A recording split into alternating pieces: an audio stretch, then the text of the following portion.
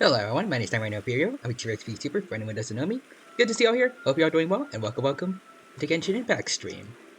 See, right off the bat, we already got Seela's Silverwolf waifu here. Congrats on redeeming first. How are you today? I am doing very good. Thanks for asking, Seela. Hope you're doing well, and hope you have a good time here with us. And same thing to Fee the Demon, who according to OBS is a first-time chatter. Hello there, Fee. I hope I'm pronouncing it right. Fee or Fi. Either way, hope you're doing well, and hope you have a good time here with us. Funny little dino, thank you. So, I guess a slight I don't know the word, but just a slight recap for anyone who wasn't here. Duvalet sent us to jail to see what's going on with Child after what happened with his trial. He met Linny there. He got shot by a little bunny girl, but I think he's okay now. And that's pretty much it. Alright. Anyways. I think we're supposed to be down here. Also, Fee says, yeah, I'm new here, and it's fine, however you pronounce it. Understood. Just want to make sure, because I am bad with pronunciations. Alright. Now we need to go over to the infirmary. See how Fermine is doing.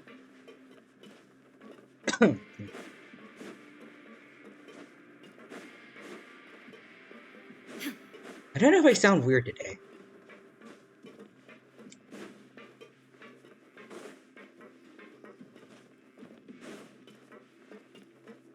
Alright. Let's see.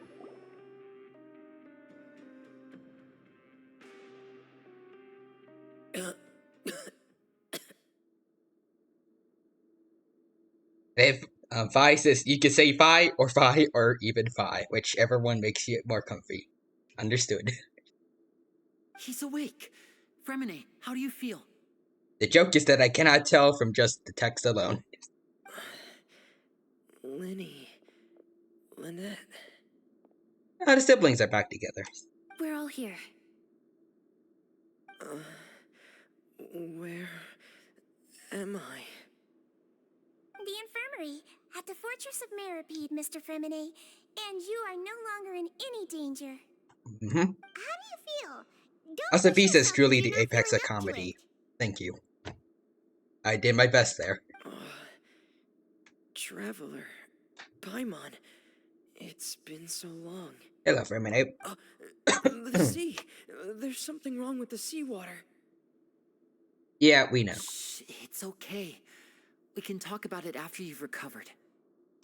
No, listen to me. This is really serious. There's primordial seawater mixed into the regular seawater. I don't know why it's there, but no one should touch it. Someone poisoned the water supply. Pipes. Right, the pipes.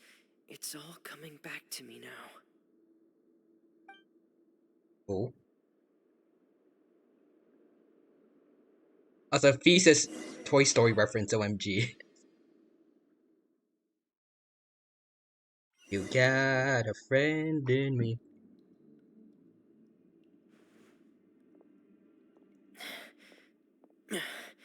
I'm in.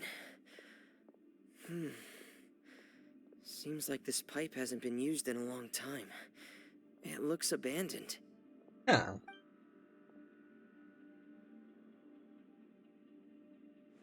Ooh.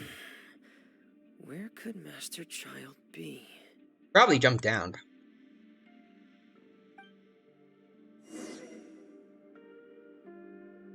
Alright.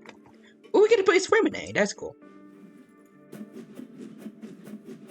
Alright, well, let's head on down.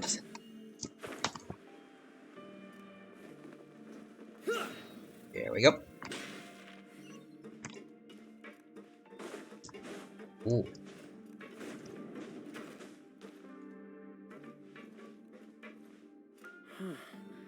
This mechanism looks like it's been tampered with. Could he have done it? Maybe. Alright, this. Also, Thesis. Also, just want to say I am, in fact, a Za. 1 second.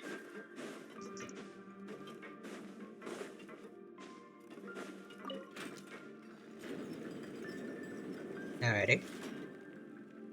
I feel like I need to drink more water or something. Now. Let me feels off today.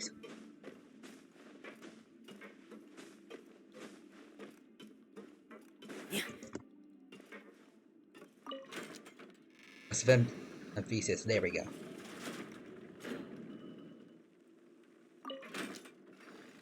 Oh, what? Wait, what am I supposed to do here?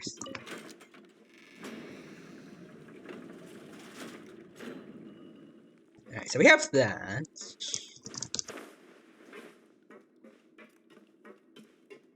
Oh, okay, I think I got it. Pieces, there we go. Puzzles. Yes. It's getting stuck on something. Seems like I'll have to avoid those obstacles while I turn it. Also, that's the... I'll make sure I didn't get it wrong. That's the buy flag, right? I think.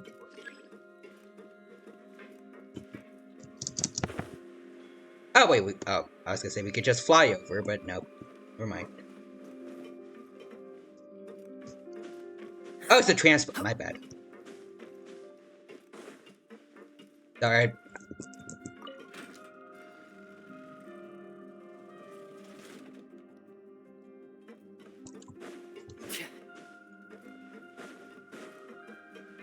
There we go.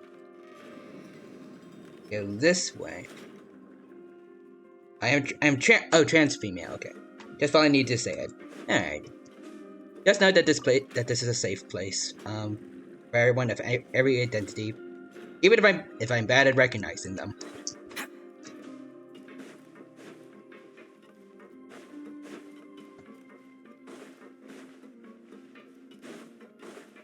And Fee says ye.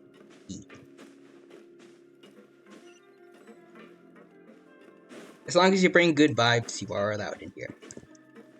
That's the only requirement needed.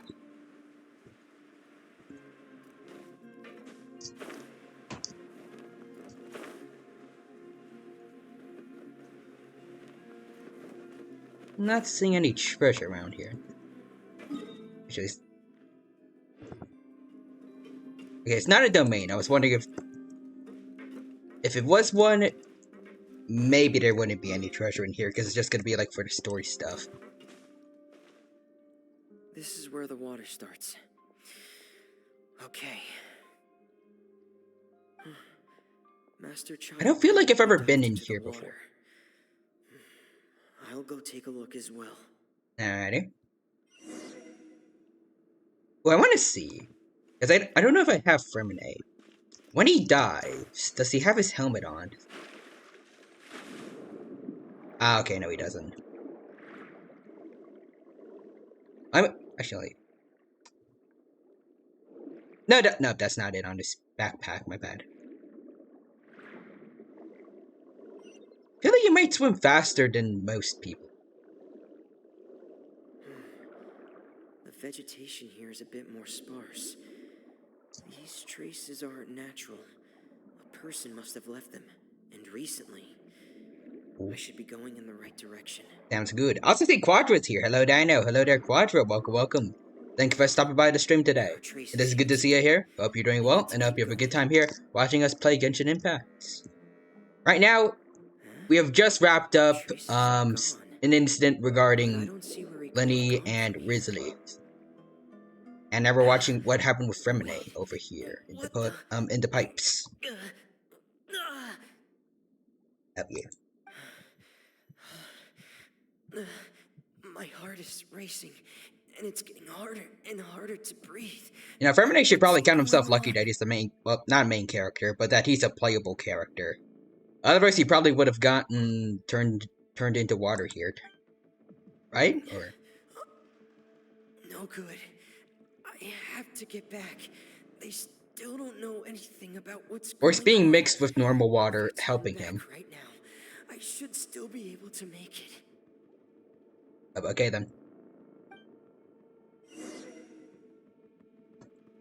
Oh, okay. Okay, yep, no, we're taking damage. Okay. Also, Thesis plot armor real. It do be like that. Okay. We're almost there. Oh, I can't die here. You won't die here, Remina. You had more than 50% of HP, and you were like right there. You got this. This, this is bad.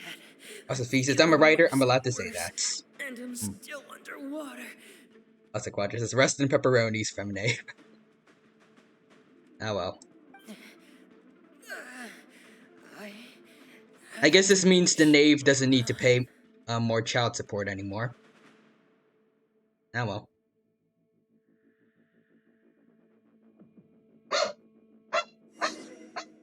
At least 1/3 of the child support she doesn't need to pay.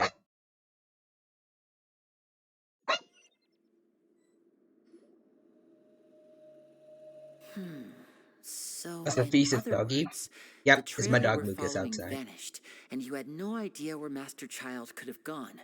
But there was also no obvious place for him to have disappeared to. Also, Quadras, is that feeling when the knave is a better parent than Ron May? Oh, that is absolutely true, actually, now that I think about it. Way better.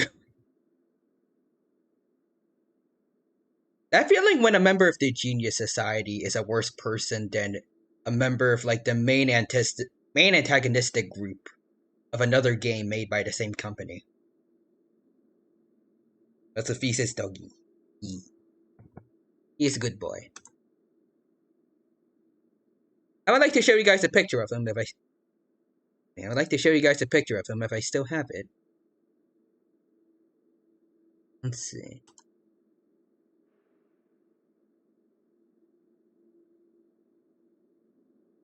I cleaned up my computer a bit, so I don't know if I still have it. I can go onto Google Drive real quick to find it, though. As I definitely have at least one save there. Also, Quadras says, fun fact, Lucas does 11,640 damage per second. Eats. I still remember that photo you sent. Let's see. Where is my boy?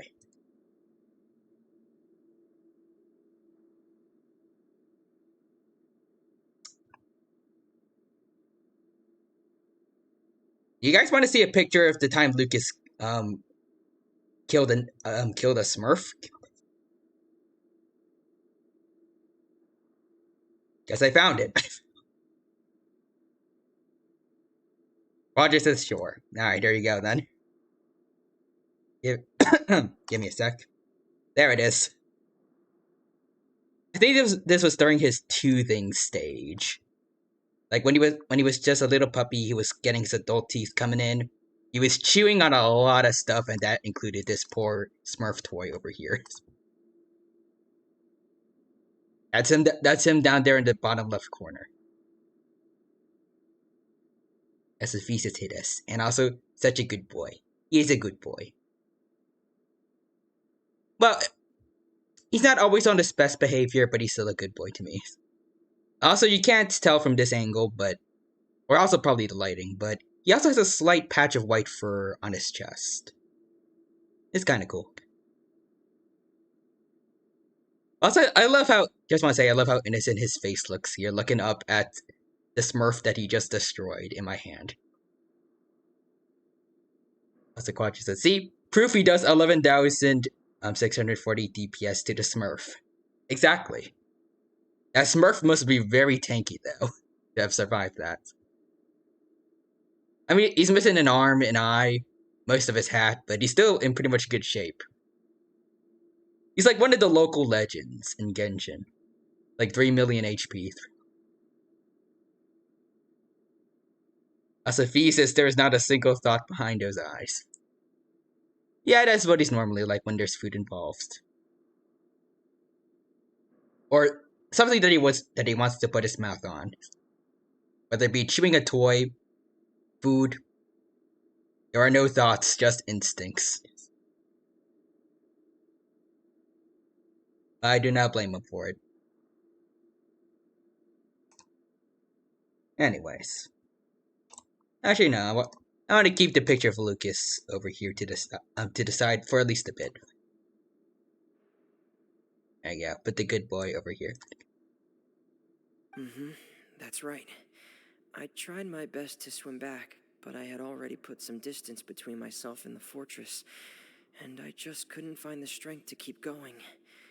I probably passed out some time after that. And you know the rest. Miss Clarand brought you back, but we also don't know why she just suddenly appeared at the fortress, or why she went out to save you. As a thesis, I don't know jack about Genshin, but I know parenthood is a very tough topic in it. It kind of is. There, excuse me. Let me get some water real quick.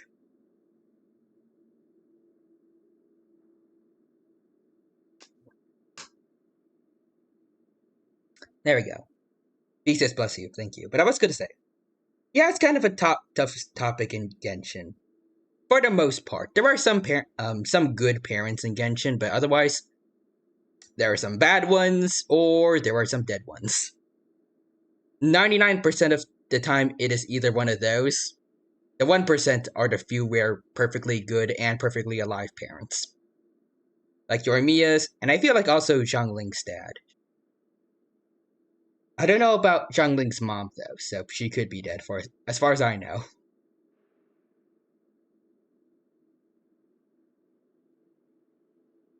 But yeah. As a thesis, keyword being some.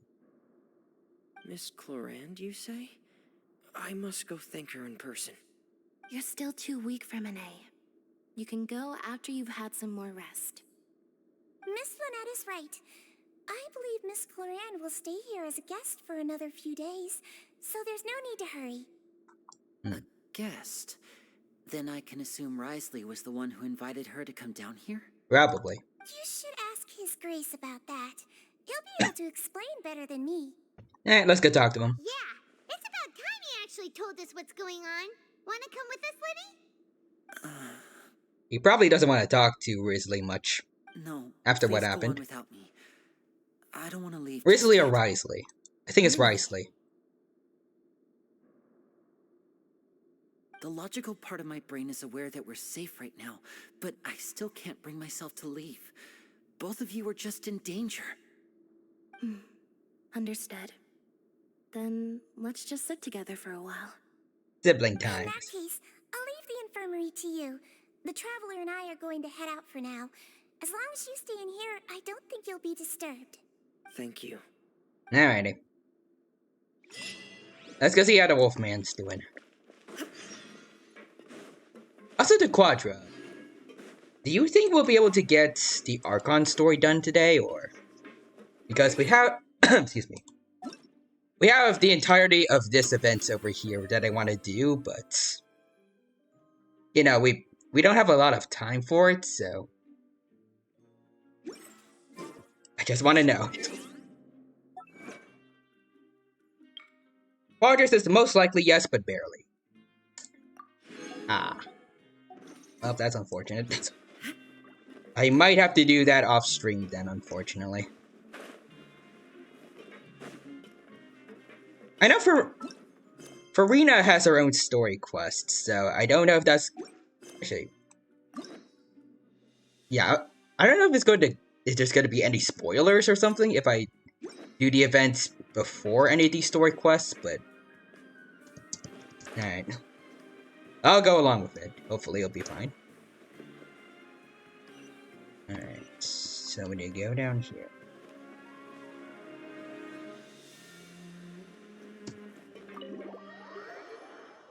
Also, thesis. Oh, is that girl haunting my TikTok? Arena?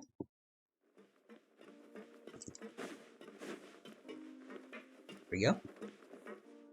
There they are. Also, thesis. Excuse me? Hello. I take it Mr. Fremine's condition has stabilized? Yes. Of course. I wouldn't have left the infirmary otherwise. I've been expecting those two, but might I inquire as to the purpose of your visit, Miss Siegeween? I wanted to check up on Miss Clarand. How are you feeling? Who is this fine gentleman? The one on the left? But the one on the right, that would be Risley. Also, thesis OMG. Mostly fine, I think. If you don't mind, I'd like to perform another quick physical exam. It'll just take a few minutes. All right. Thank you for looking out for me. I'll take my leave for now, then. See you, Clarand. Well, want to explain yourself, Risley? So it's wisely. Of course, but I'm not partial to the word choice of explain. How about enlighten? Please enlighten us as much as you like. Help Where us should reach I begin? enlightenment. How Allow us to about you become start by asking me any Buddhas. questions you have? You can start with whichever one you'd like to get answered the most. Alright. Then Paimon will begin. Did you know about Lenny's goals from the very beginning? Sophie says he's very handsome. No. I just knew That's they how were they get you to Fatui pull for him. operatives sent to the fortress by the Knave. As for their specific goals, I only figured those out as you made progress on your investigation. Oh, so we kind of spoiled things for them. Oh well. Sophie says, I hate how his name is spelt though, MG. It definitely seems difficult to read out initially until you figure out it's just Risley.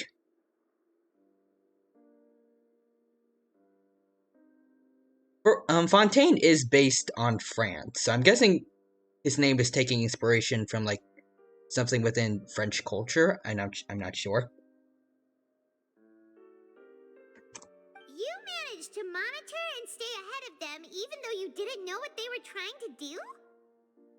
They came here with ulterior motives. I'm quite adept at discerning what that kind of behavior signals. Why didn't you stop him, though? Initially, I thought their goal was just to investigate Child's disappearance. But then they wanted to do more. Linny suggested that I had deliberately let him escape, but in truth, I didn't really do anything special to help or hinder him while he was here. Everything he did, from finding helpers to leaving this place, he did on his own. Oh, okay. Of course, it's inevitable that the Knave would make a big deal out of her fellow Harbinger's unexplained disappearance. I'm also quite curious about where that Harbinger went. So I figured I might as well let the Fatui do their own investigative work. All I care about is the answer. So you were hoping Lenny's group would just do your work for you? I mean, it'd be easier to do than launching your own investigation and then possibly running into each other. Sophie says, I refuse to touch anything with Hoyoverse's name on it. I will not be broken by some handsome boys. Okay. You make it sound like that's a bad thing. Unfortunately, things didn't go as planned. I assume that Fremine has told you already, the ratio of primordial seawater around the fortress of Meripede is on the rise. The Forbidden Zone has always been Linny's target, and you got roped into that investigation after running into him. I began to intervene out of concern for your safety, and also to prevent the fortress from becoming entangled in more irksome matters. Okay. Fee says, I might go in a bit. It's getting late. Understandable. If you have to go, though, but if you have to go soon, then thank you for hanging out here, and I hope you had a good time. Yeah, time zones and all that. Are the rumors true? That you're also a former criminal? Why would you put it like that? Isn't staying here all day and serving as the manager of the fortress a kind of sentence unto itself? Another form of prison? I just happen to have some support from the rest of the inmates. That's all. Alright. Oh, right. Paimon wanted to ask, who invited Cloran down here? Me, of course. I paid her good mora to come down to the fortress for some field work. As a champion duelist, Miss Cloran could be considered to be an independent party. I needed to find an exceptionally capable person to help me get through the impending crisis. I see. And saving Fremine was part of that crisis? Sophie says, it was quite enjoyable. Fluffy, even. I will try to come around again. Alright, sounds good. You can think of it like that, yes. Credit where credit is due, that boy is quite adept at diving. Had conditions not been as hostile as they were, he probably would have found the missing Harbinger already. So the Forbidden Zone exists. That's not something you should be asking after. Neuvillette only asked you to investigate Child's whereabouts. Fair enough, but if he is in All I need to there... prove to you is that the Forbidden Zone had nothing to do with the Harbinger's disappearance. That should be clear now that you've spoken to Fremine. I mean, Child is a full... he's a full Fatui Harbinger. Maybe he was strong enough to endure the Abyss... not the Abyss. The primordial seawater stuff. We've already uncovered that there's something wrong with the infirmary, and we've answered a bunch of questions. Also, Sophie redeemed that people Hydrate. had Thank you for asked. that. Hold on. Isn't it about time that you answer our last question in return? You make a compelling case. Do you really want to know the answer that badly? Yeah, Paimon really wants to know. Even if the truth may not be pleasant? Mm-hmm. Follow me.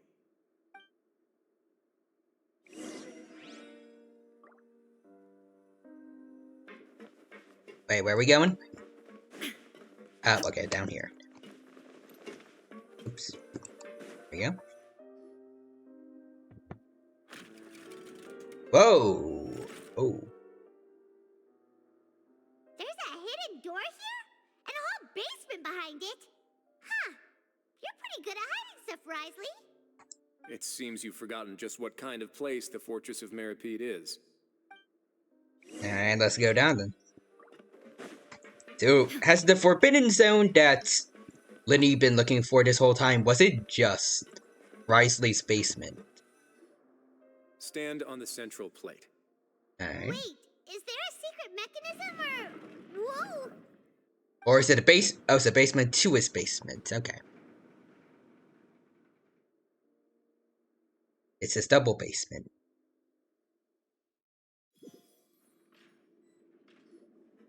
So, this is the Forbidden Zone? Honestly, for a place so well hidden, Paimon sure doesn't see anything special. Prepare to be proven wrong in like 5 seconds, Paimon. What a huge door! There are 3 such isolation gates in total. Generally speaking, I'm the only one who's allowed to go inside. Hence the name Forbidden Zone. Am I correct to assume you're going to run on back and tell your little Fatui friends everything?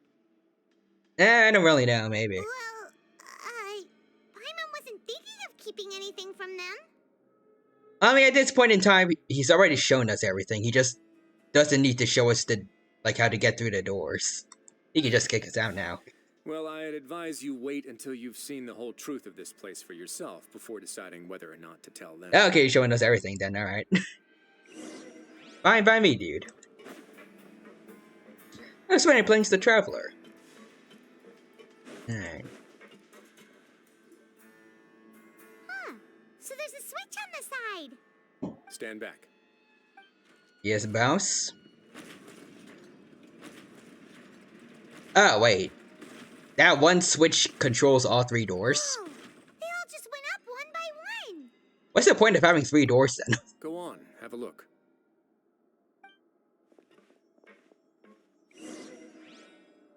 Alright, follow Risley and explore ahead. Ooh. There's a red thing in the center. And the Traveler is saying a lot while also not saying anything. Just gotta read it myself then. I've been interested in what lies beyond that gate ever since I assumed leadership of the Fortress of Meripede. Of course, According to this, you will see why it has 3 recklessly open doors. it. But it'd also be risky and negligent to simply ignore Alright. any potential danger that could be behind it. The readings There's a on the monster in here dashboard that have is not scared of budged the number since the 3. day when I first laid eyes on this place. But over the past year, It's like the needle's dude with the crept 6 upwards bullet from its original stand position, from JoJo, likely because who hates some the number parameter it's been 4. tracking This has monster changed just its hates the own number movement 3. infinitesimally. Normally, I would have ignored it, but I happened to have some free time when I noticed it, so I investigated. Any guesses what the reading could be tracking? I was not paying attention, so I'm gonna say water pressure. Very reasonable guesses. I've considered both of those as well. Also, Quadras is Fortunately, our me stud to dashboard is this tracking monster. something less I know ordinary. that feeling, bro. The temperature should vary with weather and climate changes, so for something that rarely shifts, the water pressure is more likely. We ran a few tests to increase the pressure from the outside, but the readings didn't change at all. I see. Later on, a few more possibilities occurred to me, such as a potential connection with the primordial sea. I began to make a few preparations based on that hypothesis.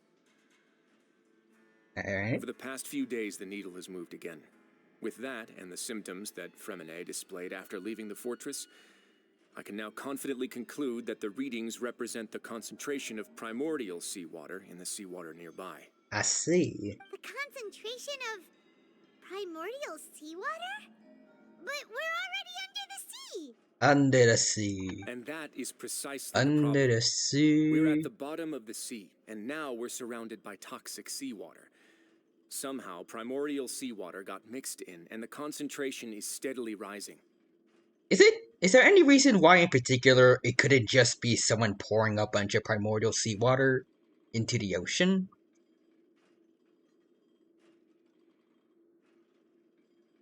Primordial seawater is continuously leaking into the sea. Is it like, I think, gasoline and water where, like, they aren't supposed to mix? Like, one will be on top of the other?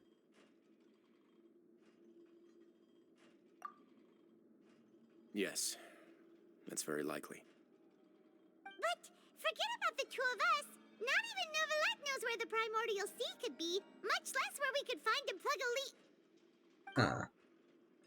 Oh! What? Seems like you've figured it out. I believe the primordial sea lies directly beneath this sluice gate.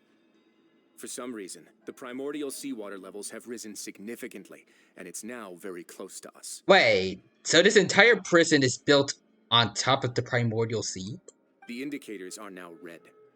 Although the gate still stands, That doesn't some sound primordial safe. seawater has already leaked out and mixed into the sea around us. I mean, granted, the only people in here are criminals, but still, like, that still does not seem safe. If this continues, soon it will no longer be able to hold back the primordial sea at all. Oh, if the primordial sea is leaking through, if this gate falls, all of Fontaine will fall with it. Oh, wait, so this is what the prophecy's about. So if that's the case, and all you need to do to stop the prophecy from happening is just, like, I was gonna say, like, pour concrete on top of the gate, or just, like something to stop the gate from opening. But then again, I don't know how big the entrance for the primordial sea can be.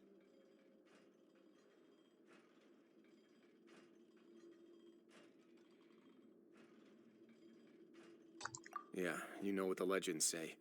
If this place falls, then everyone in Fontaine will be turned into puddles in the span of a night. Mm-hmm.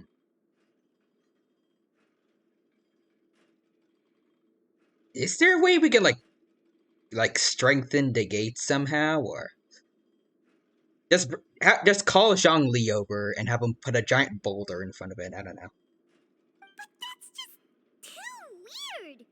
Why would the Fortress of Meripede be built right above a sluice gate for the primordial sea? Who built this place anyway? Your expression tells me you think this might be part of a vast, complicated conspiracy. To be honest, you might find the actual answer may be exceedingly boring. Alright. It's just that the secret of the Forbidden Zone had been long forgotten by the nation before I rediscovered it with my research. Oh, okay. There's no single founder of the Fortress of Meripede in any traditional sense. What we know about its history has been left to us by the people who used to live here.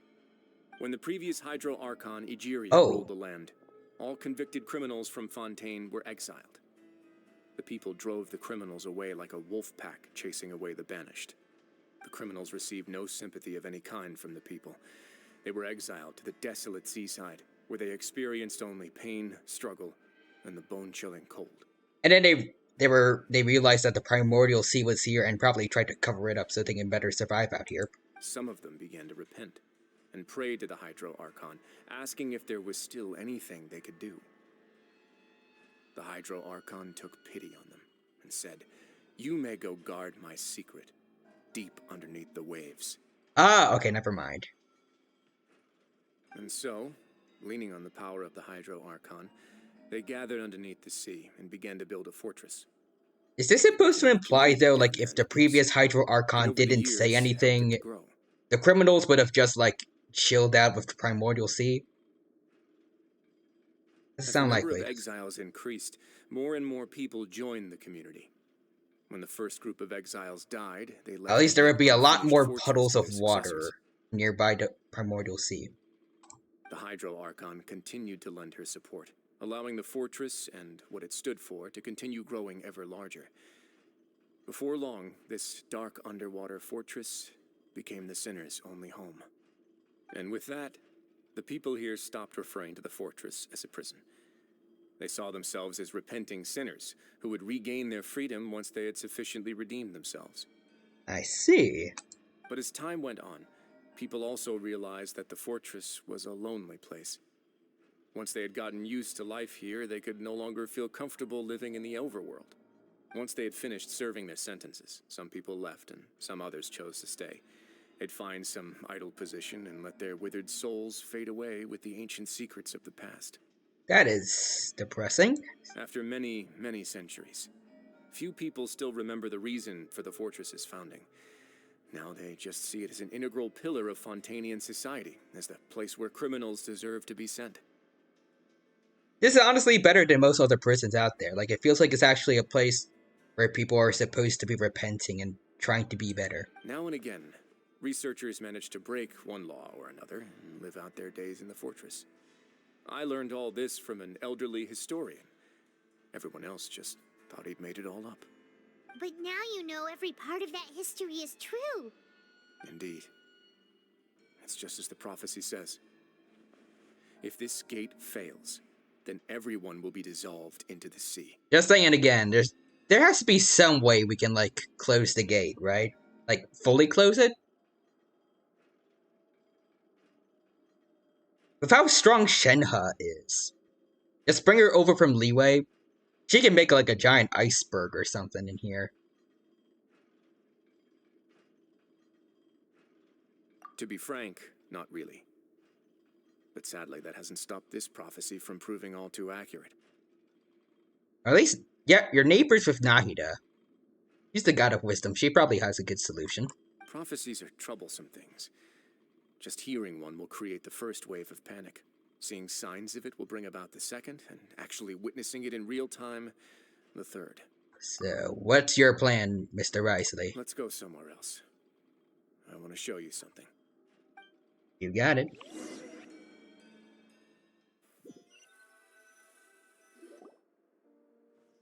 This is it. Is this still the Forbidden Zone? Because there's two people here who are just... Oh, Perfect timing. okay. The results from our last round of I said, experiments. like, these two are here for no particular Wait, reason. Jurier, he's not alone. Huh? Lorvine and Jurier? No need to panic, you two. I've already told them about our plan. Okay, they do have a plan. What? After you warned us not to tell a single soul about any of this? And he's the boss. I'm skeptical as well. Are you sure they are trustworthy? The results speak for themselves, don't they? These two may already know more than you could ever imagine. Oof. All right then, if your grace insists. They seem harmless enough, so I'll trust them for now. Well, how about some reintroductions? This is Jurier, one of the highest-ranked researchers from the Fontaine Research Institute. He used to work under Edwin. I trust that you've heard of Edwin? Who's Edwin? He's the one who blew the whole institute sky high. Everyone knew he was a bit crooked in the head, but you're not local, so I guess it's possible for you not to have heard of him. See. Edwin's main areas of research were archeum and gravimeters. As his assistant, Jurier is quite familiar with them as well. I hired him to be my technical consultant. Alright. You want to blow up the fortress of Meripede? I don't know if that will work. Ah, what a lovely idea. I'm already imagining it in my head. I mean, if you need help with that, call Ningguang over from Leeway. We have plenty of jade chambers we can use for that. Gotta admit, I'm tempted as well. Or better yet, go to Mondstadt's, call Klee up. Guys, focus! Focus! The Fortress of Meripede will be gone in 5 seconds. That taskmaster over there is Miss Lorvine, and is also one of my technical consultants. While Jurier used to be Edwin's assistant, she used to be Jurier's assistant. Oh. Ooh, are they together? Was that necessary, Paimon? See, everyone keeps asking this question. Are you too sure you're not a couple and just using your work as a convenient cover? I don't feel like this is an appropriate question, considering we are talking about a potential apocalypse right now, but okay. Your Grace, I am not in a relationship with this man. If I dated her, I'd officially be madder than Edwin. Is it double Cinderace, though? Jeez, forget I said anything then. I do like that Risley has something of, I guess, a more comedic side to him. Follow me. It's not entirely serious Whoa, at all times. There's another door that goes right up. Your constant Alright, we amazement got more makes doors. it seem like the fortress can do anything. Wait, hold on, there's 4 doors now. He thinks everything's super cool. 4 doors. The monster is Mista. There's 4 doors keeping him at bay here. Even if one of them is a little bit farther away from the rest. That's still enough to trigger his phobia of the number 4. Well, let's spice it up a bit. Alright. And here you go. Oh, whoa. This is a neat projector thing you got going. Huge ship? Oh. Hold on, wait, I remember. When I first went into the Fontaine's... When I first went into the Fontaine story, and Lenny told us about the prophecy, I did talk a bit about how so far the prophecy sounded a bit like the Bible. Like something along the lines of everyone having original sin. I joked about I joked about there being a Genshin Jesus, and that actually came true with Farina because she can actually walk on water. Is this supposed to be like Noah's Ark? Is the entirety of the Fontaine story just the Bible? This is also a production zone that Paimon's never seen before. What's going on? Actually, now that I think about it, it is perfect. It's the primordial seawater coming up and turning, I guess, all the original sinners into water. That's like the big flood God made to kill everyone except Noah's family. And this boat that Risley has is like Noah's Ark. How much do you know about Fontainian history?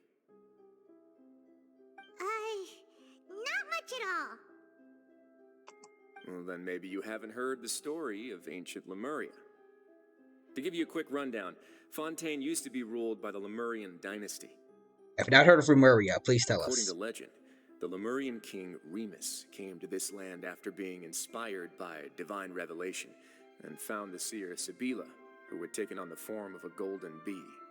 Taking the golden bee with him and riding on a huge ship, the Fortuna, he created his nation above the surging waves. He called his nation Lemuria and used the Fortuna to incessantly search for new tribes and islands, calling on them to join his empire. Okay, never mind, it's not Noah's Ark, it's colonization.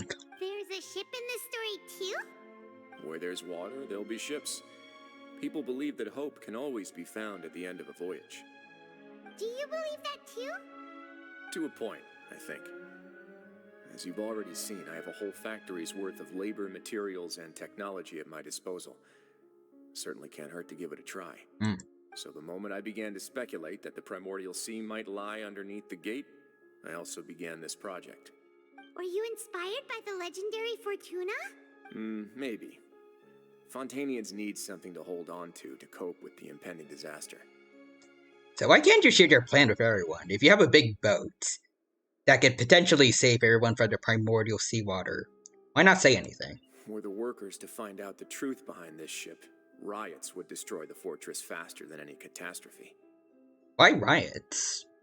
I mean, everyone's working together on this thing, presumably, to, like, save As the themselves. fortress's administrator, I'd never make such a reckless call. Unless there's not enough room and some of them are gonna be like, I want this whole ship for myself. Alright, that's enough talking for now. I'll need another 3 cups of tea to soothe my throat. Do you have any other questions? Actually, then again, this is technically still a prison, so maybe there are people like that. Seems like you're good. Come on, I'll take you back. Alright.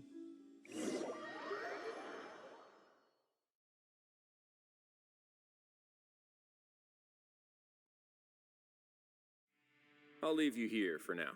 Thank you, Rasley. Thank you so much. No worries. But don't forget, it's up to you whether or not you want to share what you just saw. What you do from here on out will likely affect those 3 as well. From what we saw in the very beginning of the Fontaine story, they do want to help people with the prophecy thing, so if we tell them, they can tell other people and then they can be saved. At the same time, if the Vitsui find out,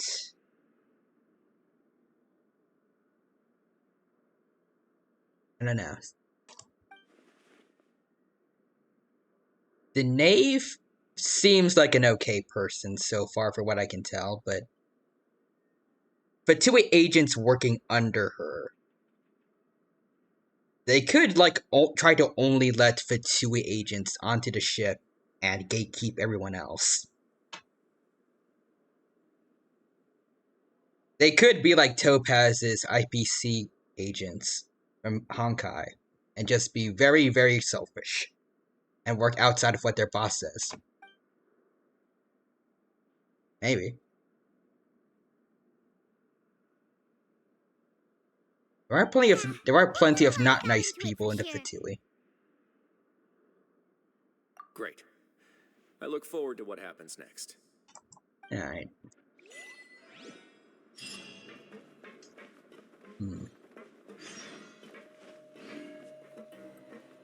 What did you do, Quadra?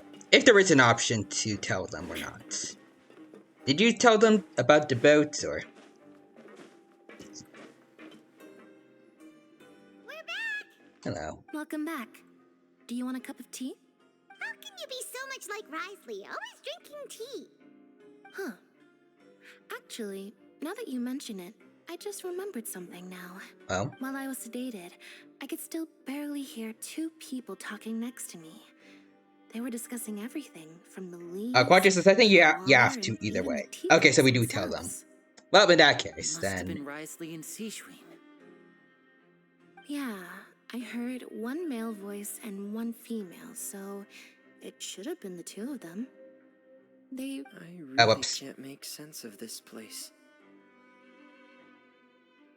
So, Traveler, Paimon, were you able to learn anything from Risley? Yeah, he explained everything. Very well. Then, would you mind checking your answers against my speculations? Let's see.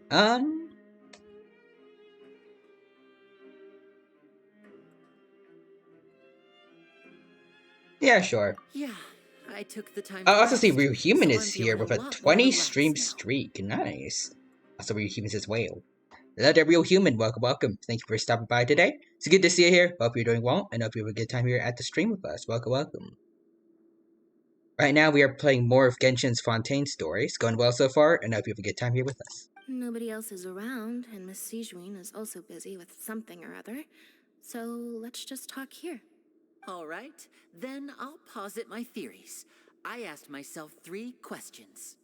Firstly, why was Fremine affected by the primordial seawater? It was because he dove into the sea.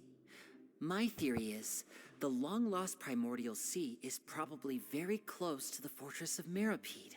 Well, you're right about that. Ooh, he's good. He got that right on the first try. More precise to say, it is right on top of it. That's our Lenny. Secondly, Risley's attitude changed dramatically during the course of our stay here. He ignored us completely at first, then suddenly roadblocked us. Why? I spent quite a long time thinking about this. If he has been monitoring the Fatui since the very beginning, he probably ignored us at first because he was hoping we could find Master Child for him. Yep. What's more, the Fortress of Meripede is not part of Fontaine's court system, nor does it report to Udex Nervulet. Risley is basically the king of a no-man's land. As long as the fortress doesn't do anything about Master Child's disappearance, Father can use it to pressure the Fontaine authorities. And while the two factions are pitted against each other, Risley will be free to move between the parties of interest.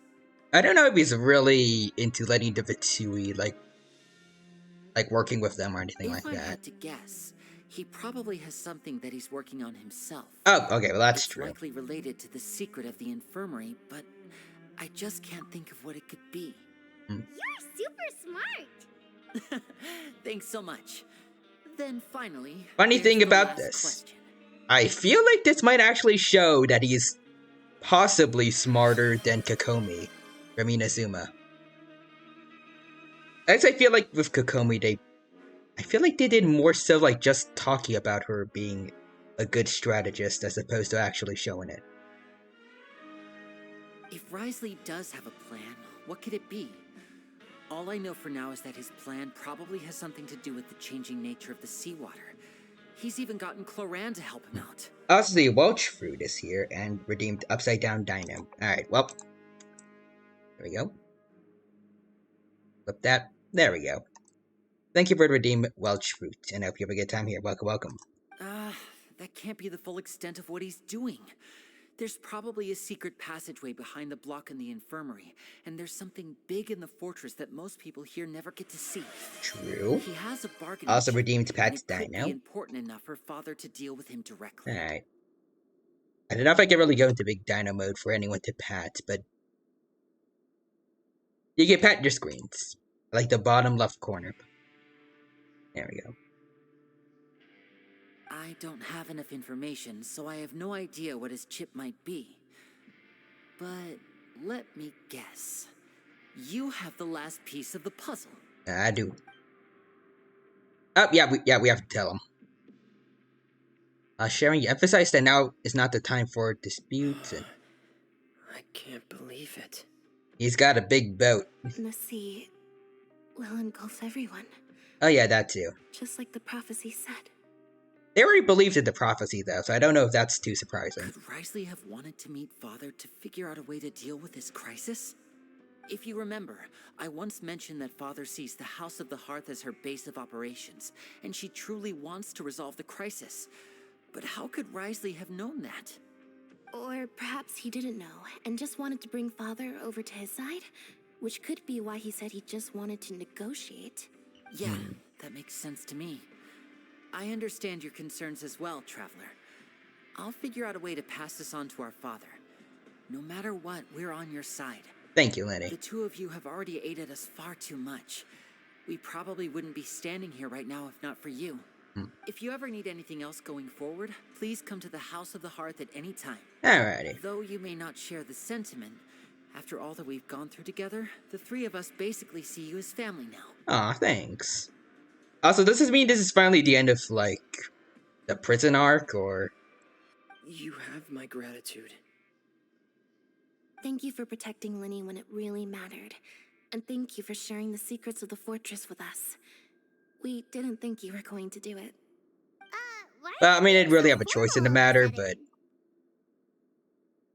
sudden? but... I'll mention it. Paimon's hungry. Yeah, that's Paimon for you. Oh, Her one character trait. you've done so much Besides already. being talkative, Go- at least. Then we'll catch you guys another time. Alright, let's see. Go to the cafeteria. Okay, I guess it's not the end yet.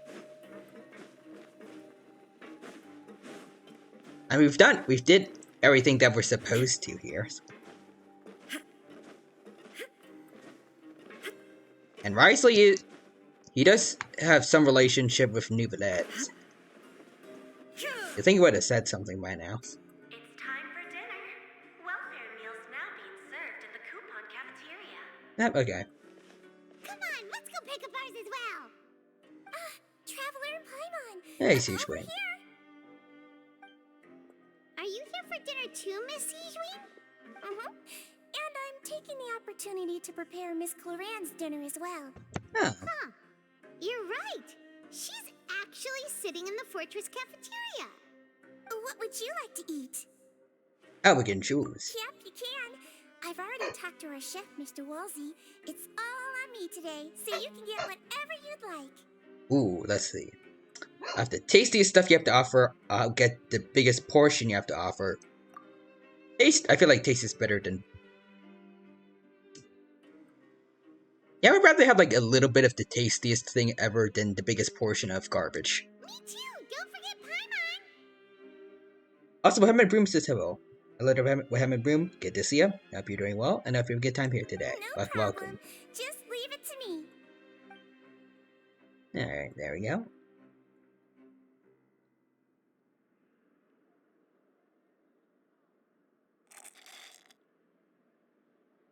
Just gonna wait for all... There we go. So delicious. Black screen with white text. My favorite. Is this how it feels to be freeloaders? Feeling full yet? How's the food? It is good, Sijuin. Delicious. Thank you. I'm so glad to see you all so happy. Oh, see, the expression on your face just now. The most castle here just moved, which suggests that you're feeling quite relaxed at the moment. Yes. Also, Ramen Room says, how are you? I'm doing good. And hope you're doing good as well, Ramen. Right now, we're playing through Genshin's Fontaine story. It's going well so far. Kinda wants the prison stuff to be done though, so we can move on to, I guess, more interesting stuff. Like the prophecy, but... Excuse me? Do you do this to help your patients or to better understand human beings? A bit of both, I suppose. I'm a Melusine, which means I'm very different from human beings. I must know what you're thinking. But also, is there if I want any to take lore good explaining care why of she you. looks so different from other Melusines, or... You're really good at taking care of people. Even though you're so short, you still talk and act like an older sister. Really? You're reminded of an older sister? That's great to hear. Oh, and what did you mean back in Risley's office? When you said that you were protecting Linny and his siblings as well? Oh, that. I just asked His Grace to look out for those children, especially that diver boy. I was getting a bit worried after hearing that something was wrong with the water. Thankfully, Glorand is very strong and managed to save him in the nick of time. His Grace also sealed the pipes after Glorand left, to make sure that Linny wouldn't impulsively chase after his brother. Oh. Although the path was blocked, we still stationed some guards there to stop anyone from approaching. They were instructed to only open the door once Miss Glorand had returned. Oh, and I was keeping an eye on Mr. Linny as well. We had to press him, but we couldn't allow him to be in any real danger. You were all super considerate and really thought everything through. It's just what we do down here at the fortress. At least this has been His Grace's style for as long as he's been the leader. Oh, I really wish Monsieur Nervulette would come down here more often too. I feel like he'd like it here, with all the darkness and chaos. Is that something Mr. Nubilet would like?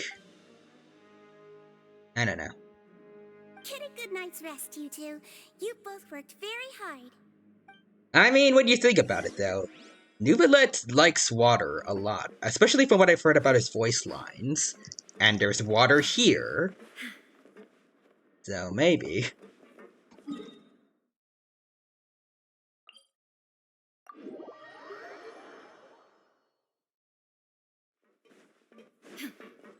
Maybe he can try the primordial seawater if he likes. I mean, I don't know if he's necessarily from Fontaine. He's the big hydro dragon, but I don't know if that necessarily means he's born in Fontaine or not. Maybe he could be perfectly fine if he touches the primordial seawater. At least he's not like a human Fontainian. So much has happened. Paimon just feels absolutely exhausted now that she's finally relaxed. Paimon's super sleepy. Yeah, I'm just gonna skip a bit of your dialogue, Paimon.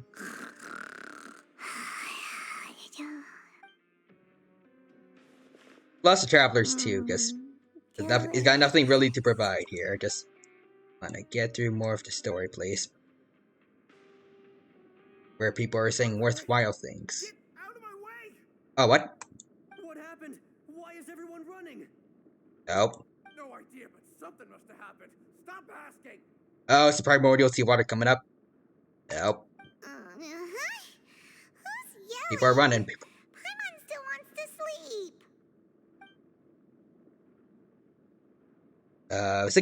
Is it gonna be like what Risley said? There's gonna be like riots once information comes out about the whole boat thing? Oh boy. Primordial seawater or riots? Which one is it?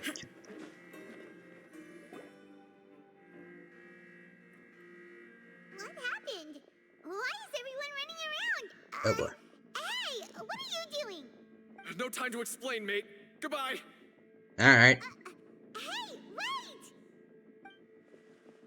What's wrong with these people? They won't even talk to us. They're here! There you are! What? Oh, thank goodness! Oh wait, I think I remember these two. Do you know what happened to you? They're the gossipers. We came here especially to inform you. Something seems to have gone terribly wrong just now. His Grace is telling everyone to evacuate and get out of here. Oh, what? Also, Quantus is Prison Break, woo! And I love these two. They seem like nice people. Oh, okay, we're finally See, breaking so out then new here, also. and you don't have many friends, so you might slip through the cracks. Haven't you heard all the stories like that? An evacuation is successfully completed, yet you only find out once you do a head count that 1 or 2 people are missing. That could have been us. Wait, weren't you the one who brought that up? Why is it suddenly my idea? Hey, shut up! Okay, whatever. The point is, you should come with us. Alright, let's go. But he said to evacuate outwards? Yeah, he said to get as far away as possible, upwards and outwards. So, Primordial Sea is opening up. Okay. Oh dear. Oh no, it can't be that thing! Whoa, wait, what? What? Hey, where are you going? Also, Frubrandi Lushan says, hey, 180 rotated dino. Hello there, Frubrandi Lushan. You two just Welcome, go. welcome. It's good to see you here. Hope you're doing well, and hope you have a good time here with us. Also, these two better not die. Just want to say that. Hey, be careful! For once, Fontaine, for once in Genshin, Fontaine has given us a lot of actually good NPCs. I don't want them to die. I don't want to be stuck with people like Azar again. Alright, we gotta go save Risley, it seems. Oh god, wait, I just realized. Quadford said you were gonna find out why there's 3 doors eventually. Are we going to get... are the doors gonna come back to bite us, and then we get stuck? Because the doors close on us, or something like that. Okay, activate the thing. Oh, whoa, whoa, pre-run the cutscene. Orind? Oh, hold on, wait. They're here. Hey, Risley? Just like I said. What's going on? Uh-oh. Yep, it's opening. No. You're just in time. But be ready to run. Oh. Risley gonna punch it? Oh, no. Okay. Oh, okay.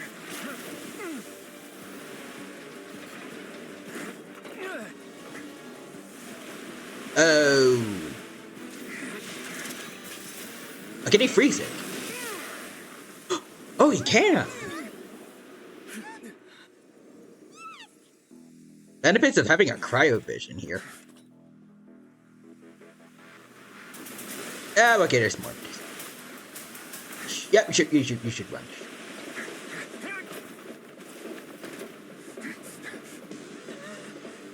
Okay, wait, 3 doors? Oh, is he gonna close it on the water? 2, 1. Okay.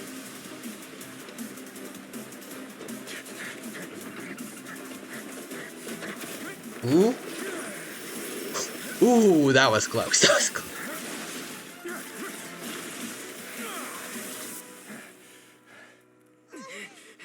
This won't hold it for long. Find Neuvillette. Tell him the defenses are about to collapse. Okay. Until he arrives, we're the last line of defense. Got it. So I guess the 3 doors all this time were, I guess, they were to ensure, The gate. not too much How long do you leakage think would it'll come hold? out. That But I depends guessing on that's not us. enough.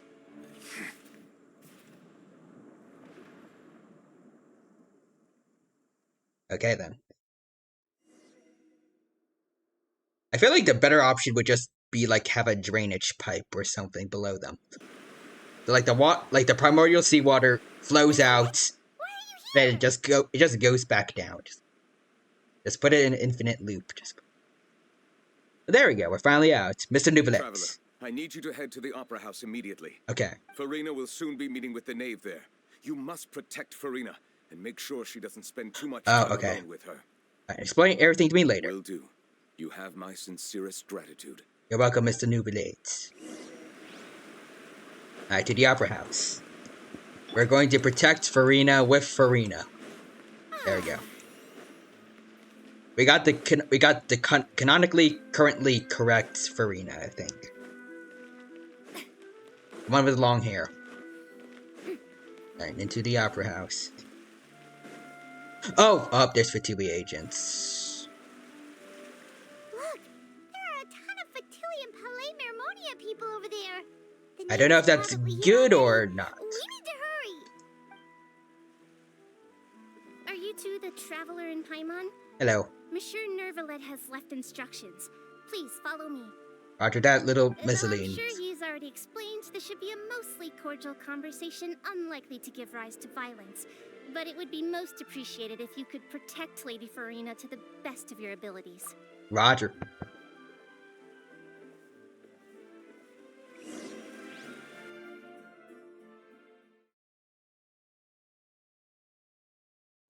Alright. There's a lot of loading. Oh, okay, here they are. I think this is the correct outfit, or...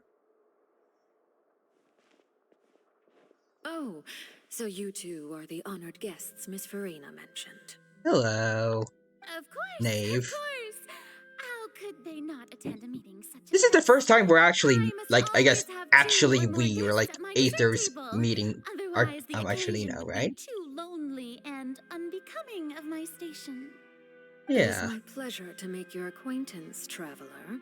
I have heard much of your Also, Quadras, the Knave has been interesting. She hasn't really been super And the antagonistic Knave, to us. one of the 11 Fatu True, like, Harbingers.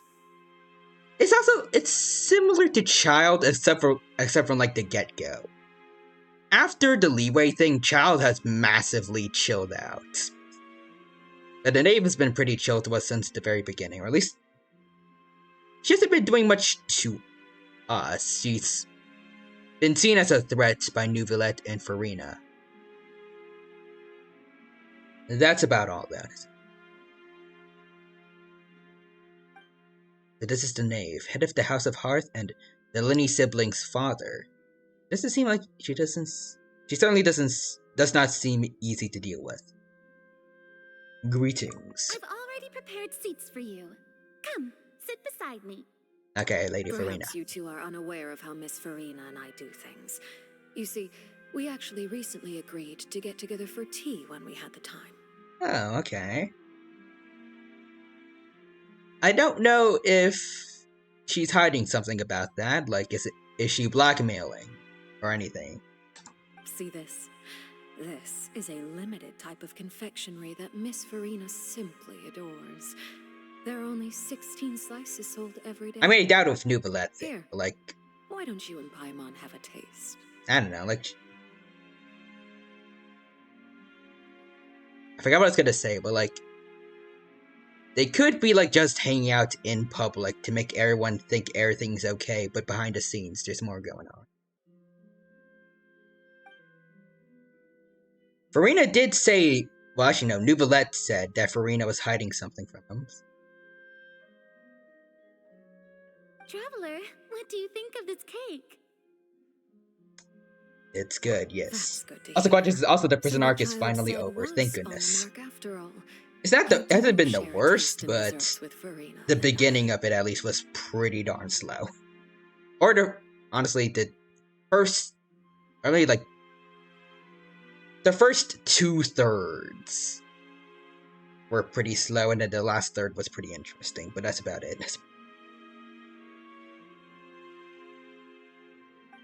Let's see, Child should have no reason to have said something like that. I wonder how he's doing nowadays. You must have heard, right? He's suddenly gone missing. I'm really worried about his safety, you know. I doubt you really Here's cared. hoping that he's an excellent swimmer. I doubt you actually care about him, but I mean, he had a hydro vision. I'd assume he's a decent swimmer at least. I have faith in his abilities. Since we're talking about him, I feel like I should add something. His martial prowess really looked certainly pretty impressive, yeah. I mean, the only time you saw him fight, Neuvillette one-shot him, but I mean, to be fair, it was not exactly a fair fight against a Hydro Dragon Sovereign, but you know, he did pretty good. He put a cut on a being that should be stronger than an Archon, from what I can tell. Farina looks quite nervous. There must be some kind of bad blood between her and the Knave. Oh, so you're also familiar with his aptitude for fighting, Miss Farina. Oh, right. I almost forgot. Yeah. Child was subdued by Udex Nuvillette right in front of you. Also, Quadras, it's just a reminder that Farina's voiced by a bridged Android 18. I remember. I respect the range that she has between Farina's voice and Android 18's. Against ordinary people, my colleague would never be on the back foot. But alas, he just never imagined he'd run into such a person. He probably wanted to run into such a person, but he didn't expect it to be right then and there. Admiration for Monsieur Nuvillette. Managed to find a few leads on his whereabouts. Coming from you, that's not surprising at all. You did say, like, the top 3 Harbingers might be stronger than Nuvillette's, right? Or something like that?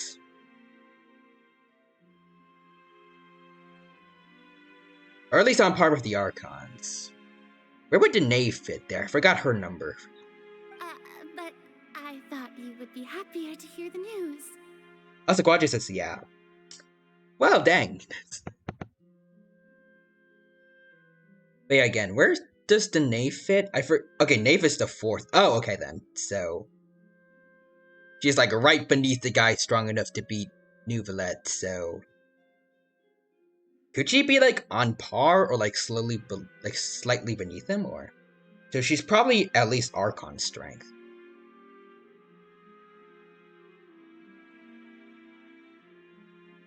I guess that explains why they want us to be with Farina here. Then again, I feel like even if she wasn't like average Archon strength, I feel like Farina, based off what we've seen, like from how scared she was when we accepted the duel with her at the beginning of the Fontaine story, plus the fact that she always needs protection when she's trying to talk with the Knave, I feel like she's probably somewhere around like Venti's strength, like adequately strong, but like probably weak compared to the other Archons. Possibly also Nahida too, at least in lore. I don't know if Nahida is particularly strong in lore, it's more so her using her wisdom plus the whole time loop thing to help us beat Scaramouche.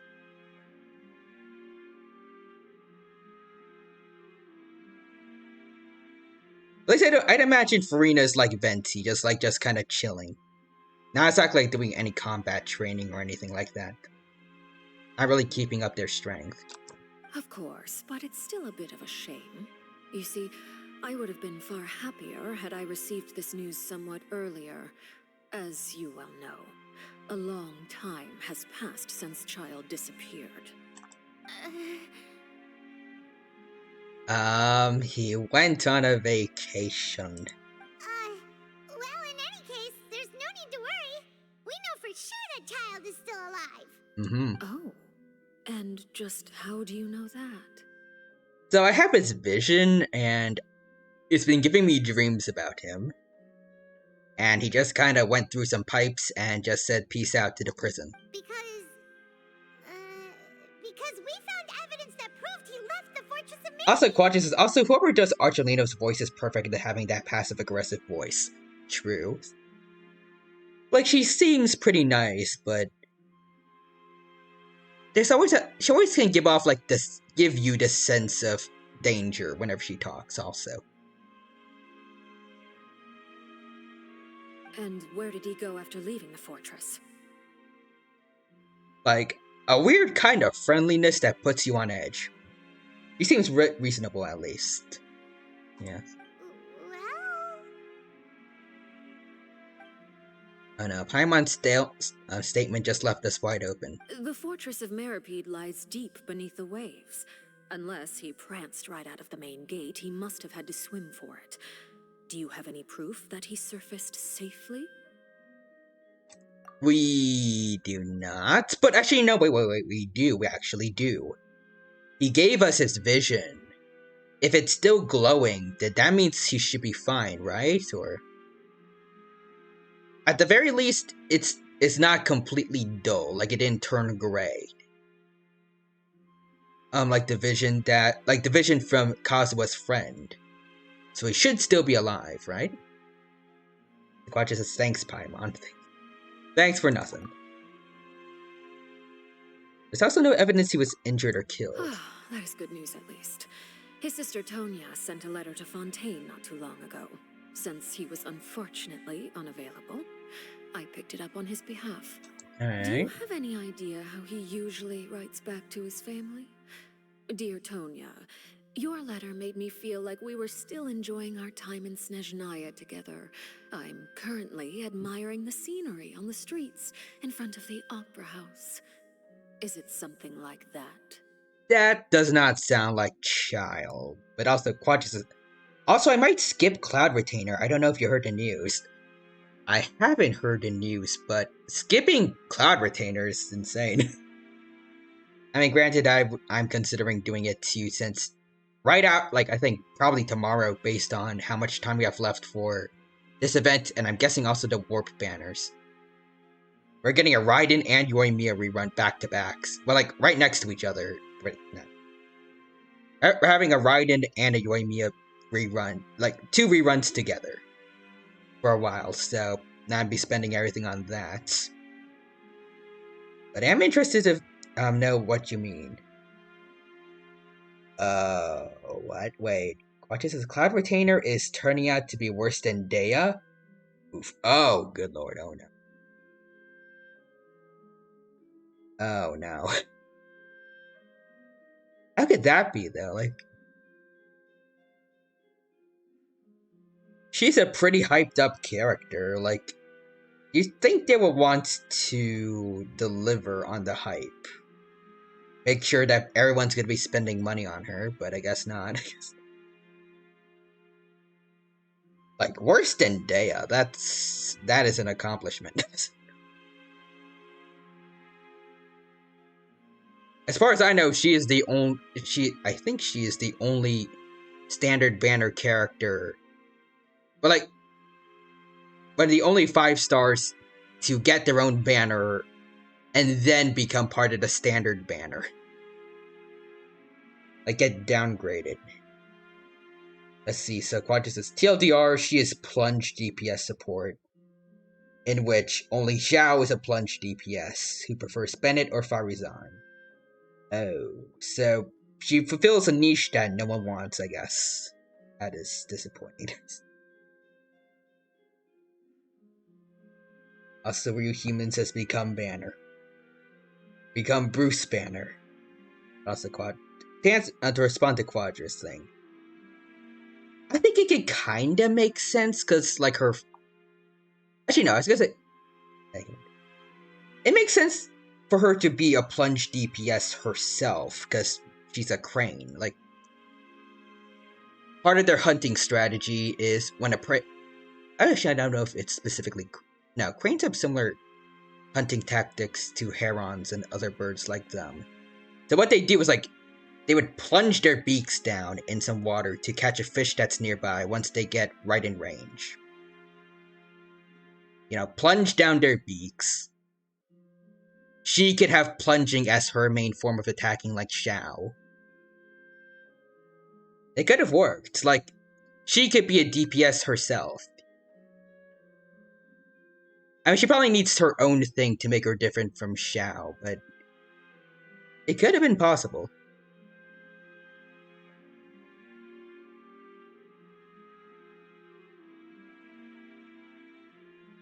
Also, Quadra says, yeah, probably skipping for C2 Nahida or Archelino. Also, yes. Why is Cloud Retainer not a plunge DPS instead of plunge DPS support? It's weird. I'm assuming she's also... Can't wait. I'm assuming she's also going to be Animo based on... I feel like her general color scheme... The fact that, well, Cloud Retainer's name is Cloud Retainer, like Cloud. Her form is a crane, a bird that can fly. So unfortunately, like, she's gonna be very similar. She would be similar to Xiao a lot, but...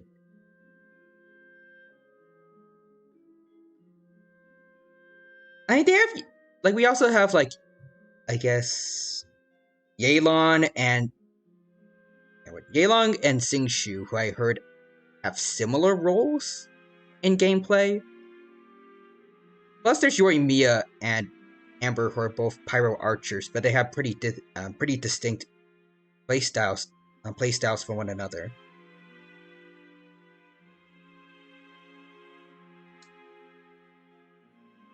I don't play Xiao enough to know exactly what his thing is, besides his ult puts on a mask, he loses damage, like he takes damage by himself for a bit, but he does a lot of plunging.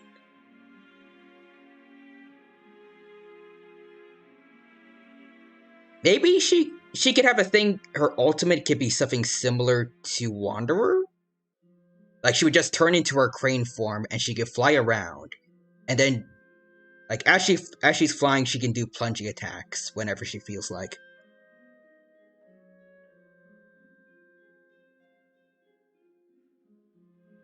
Also, why do I think she is worse than Dea?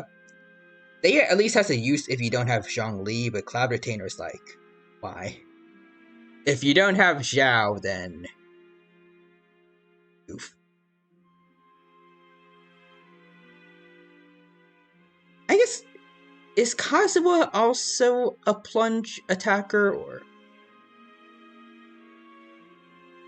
at least I feel like his elemental skill feels a bit similar to a plunging attack, but I don't think that counts. So I don't know if it does count. Aquatius says no. Kazuha's a sub DPS. That does not sound good to me, though. You would be talking about wanting to fight someone, not talking about the scenery, but okay. All letters tend to follow the same few formats anyway, right?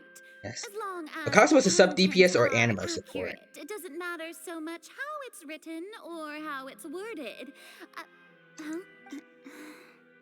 Why are eyes wide and... Hold on. The water in the teacup is shaking. Oh. The Jurassic Park T-Rex is here. Oh no. Everyone get into some... Actually, no. Do not get into some cars.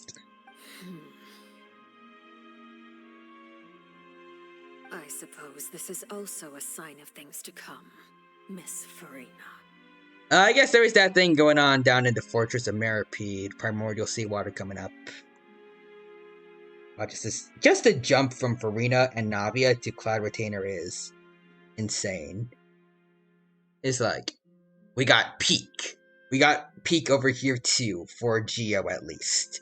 And then we got Trash. And then Real Human says to T-Rex, "You gonna eat that?" Nope, okay, all for me then.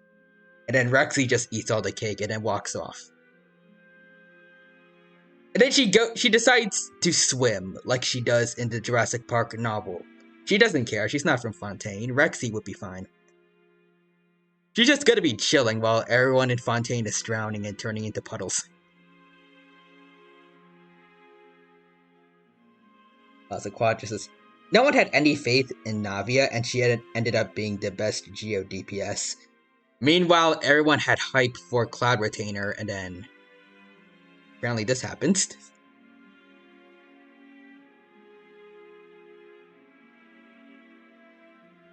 So Quadra says, I think anyone in number 0.5 is cursed. First Dea and now Cloud Retainer. Maybe. I was about to say, like, maybe it's a plan from Hoyoverse, because originally, like, Cloud Retainer's human form was just for a cutscene in that one Lantern Ride Festival event. But then people were like, please do not waste these designs. So now they have her being playable, but they're making her bad. Excuse me.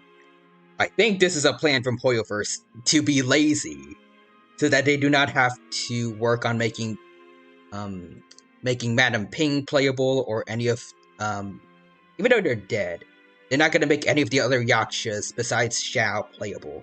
Like, they're not gonna bring them back in some way.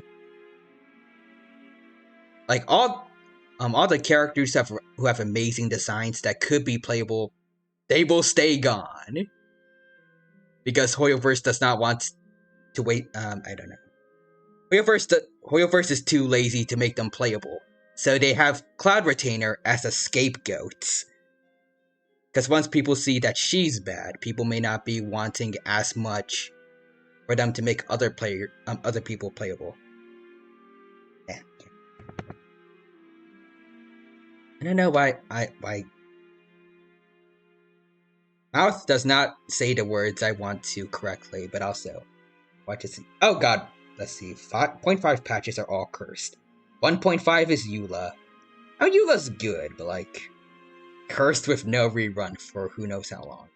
2.5 is Yai. I did hear she was people did not like her too much when she first came out. 3.5 is Dea, 4.5 is Cloud Retainer. Yeah, all of them have been not great. Can't wait for 5.5. Quadrant's Eula is not good, to be honest. I mean, I guess she probably got power prep eventually. At least I don't feel like her main thing was like physical DPS, which is it's definitely been outshadowed by things like Hyper Bloom, but at least I feel like I've heard a lot of people that use Eula still say she's like a good damage dealer, at least. Maybe. Maybe I've been hearing from the wrong people, who knows. I don't quite understand what you're trying to say. Have we entered into the next stage of the prophecy? Probably. Considering what's going on with the gates down in the Fortress of Meripede, yeah.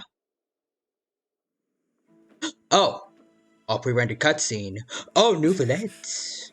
Mr. Nuvi. My thanks to you both. I will take it from here. Alrighty.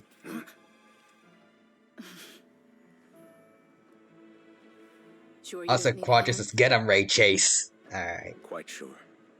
There you go. Wow. So, what's your secret, huh? Let me guess. Nah, who knows?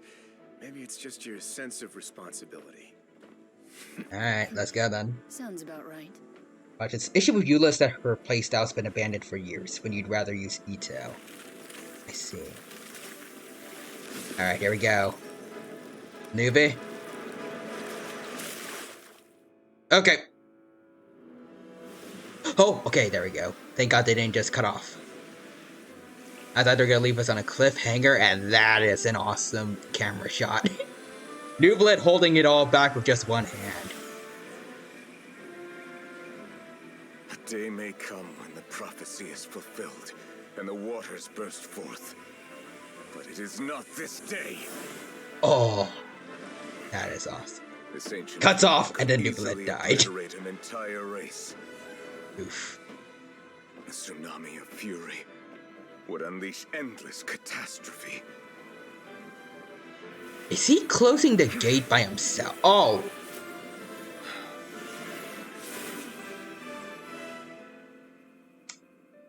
Damn, he just sealed the primordial seawater himself. Sentence is too severe. No effort, or Forgive minimal me for effort. overruling it. Damn. Yo, Nouvellette.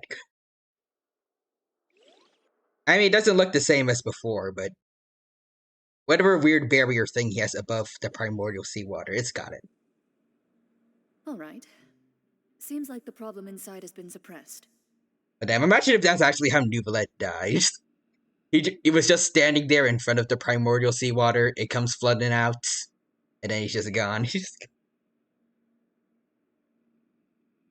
Probably, that would honestly be more disappointing than what happened with Tin Young. Watch this is top 10 reasons to pull Nouvellette. Number 1. Let me guess. We're safe for now. Indeed. But only for now. And I really would. Well, I mean, assuming what I said hopefully won't be true by Wheelverse. Like, they're. I guess, like, people with past good designs. Like, them not being playable later. Hopefully that's wrong, if it is. I want to see what Apep would be like in their human form. Like the Dendro dragon. We got Nouvellette here, and the only other dragon sovereign I think we know is Apep. And I think they sort of got along with Nahida at the end of her second story quests, begrudgingly, I think. It'd be cool to see her and Nahida interact, and then her and Nouvellette in like an event. And then maybe them interacting with the Archons. I win this bet. You owe me a present. Also, Quadras is Nouvellette. Timao easily is the best Hydro DPS in the game right now, so... I mean, if I can get the chance to pull for him, I'll do it. Very well. It was indeed just as Hopefully you said. it's nothing too soon, otherwise... Raiden and Yoimiya are going to drain the wallets quite a bit. Well, not wallet, but drain the Primogen wallet, I guess. You made a bet? We made a bet on the size of your entourage.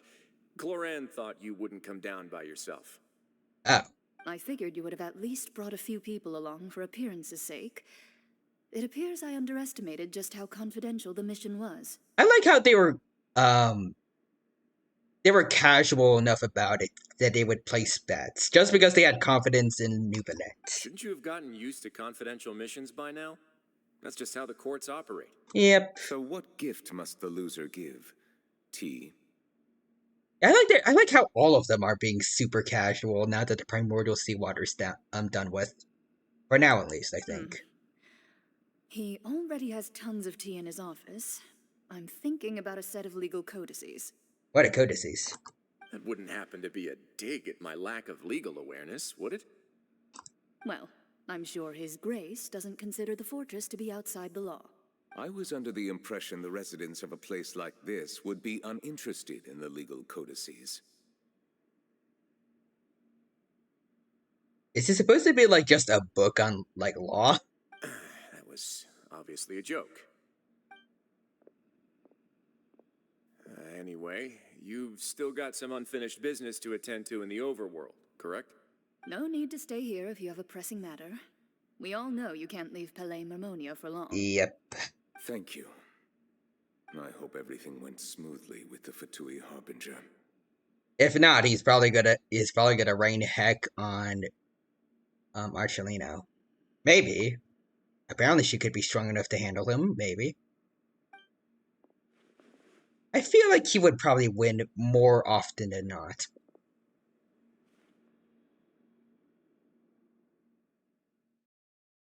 If Archelino were to try anything here. I must say, we've spent long enough playing house. Miss Farina, as the Hydro Archon, I am sure you understand the exact meaning of the phenomenon we just witnessed. Or should I say, that's what I originally thought. But looking at your expression, was I wrong? And you haven't a clue? Do not be rude, Mrs. Archelino, but I'm pretty sure her expression showed that she does know what's going on. At least she looked concerned when she saw the rippling. What are you trying to say? At this point, I don't think there's any more need to speak as diplomatic representatives. Allow me to speak to you now as just a Fontanian. You know the prophecy by heart, and also that every part of it is being proven true. I don't know how to feel about like the wording for the first sentence there. Not speaking as diplomatic representatives. As in any kind of diplomatic immunity like what La Signora was supposed to have is no longer valid. Yet, here you are relaxing, drinking tea, and eating desserts as if it's all nothing more than a few stray bugs in your garden. Do you really think that's acceptable?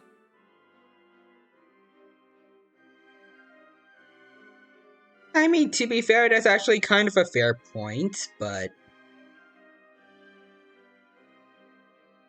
Also, yeah, I mean, she has a point, not gonna lie. At the same time, though, like... Does anyone really have an idea of what to do about the prophecy, though?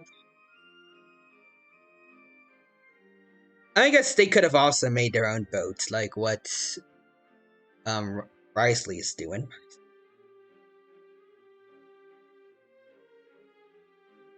Like, as for how to get rid of the primordial seawater itself, like, besides Nublad himself, like, just, I guess, maybe renewing the barrier every now and then, like, who's gonna close up the primordial sea? Actually, no, never mind. If she's the Hydro Archon, she probably is capable of doing that, maybe. I guess the... Get enough.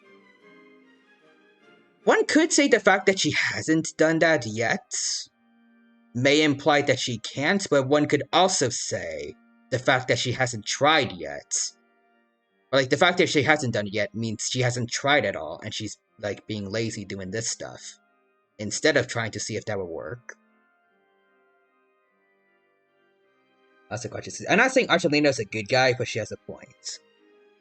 I mean, what you said before was also true. Like, she's not necessarily being antagonistic, just extremely passive-aggressive. But she does have a point, I feel like, here, yeah. The prophecy's hanging above our necks like a guillotine. Every faction is looking for a way to either avert the disaster or save their own. Even the orphans of the House of the Hearth have devoted everything to saving their homeland. Honestly, I kind of feel like the knave, even though she's giving a bit of tough love here, or just toughness, maybe no love, actually. It does feel like she is genuinely on the side of good, at least for this story. I don't know what she's gonna be like when she isn't dealing with, like, the potential destruction of her home, but she at least cares about Fontaine. I just hope we don't have to meet her, like, anywhere else, because otherwise I feel like she's gonna be kind of dangerous. But you? It beggars belief just how nonchalant and carefree you have been. From the very beginning, you, the god Focalor, you have utterly failed to take action. Is she gonna pull, like, a La Signora and, like, try to take out Focalors, or, like, something like how Signora went after Venti because of her backstory, which I think I remembered. She used to be from Mondstadt, but then her husband died in, like, a war or something, and she blamed the Venti for not interfering with the lives of mortals. Just because he wants to give people freedom.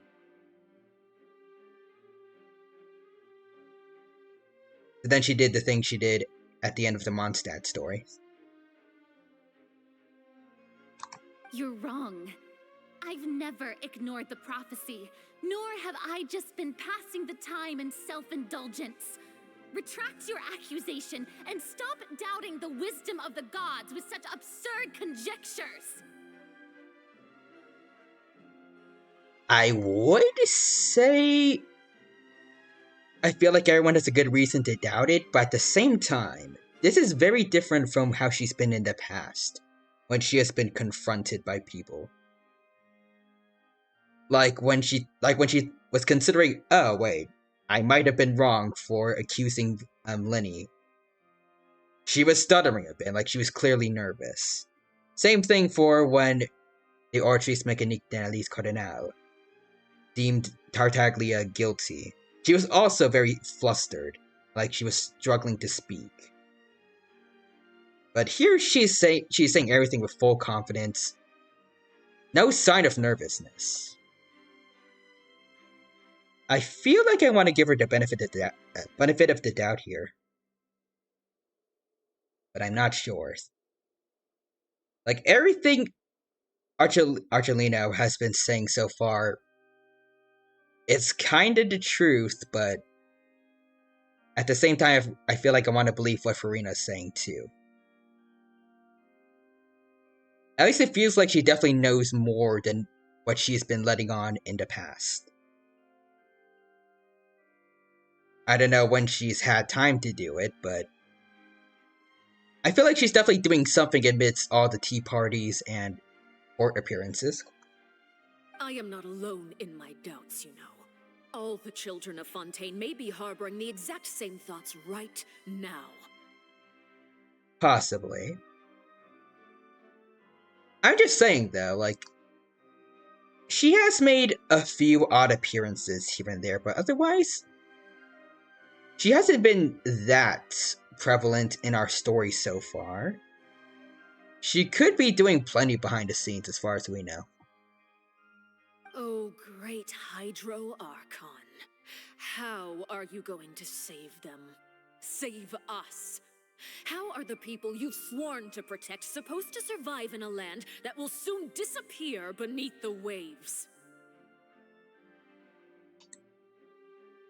I have my ways, and I've been working on them for all this time. Even if you look down upon me, you have no right to judge me.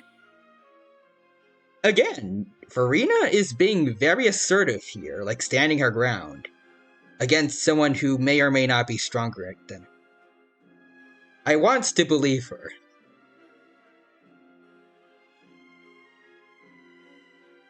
Fontaine will be saved. Even if I still cannot. Okay, see she the stuttered a true little bit future there, right now. but As long still. as I continue on as I am, I will be able to hold my head up high. Yeah, the emotion that the voice actors put into this. Plus, again, very much a lack of any sign of nervousness or like hesitation as she's talking, except for this little bit over here, which, based on the rest of the dialogue, it just seems like that she's uncertain if her plan will work. But I feel like it's clear she has something in mind to do, like what to do about the prophecy.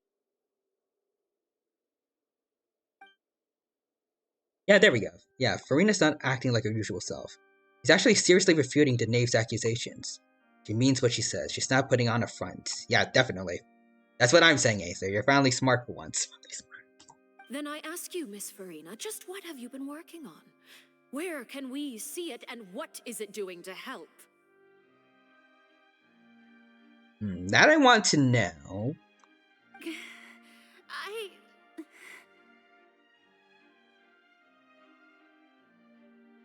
Okay.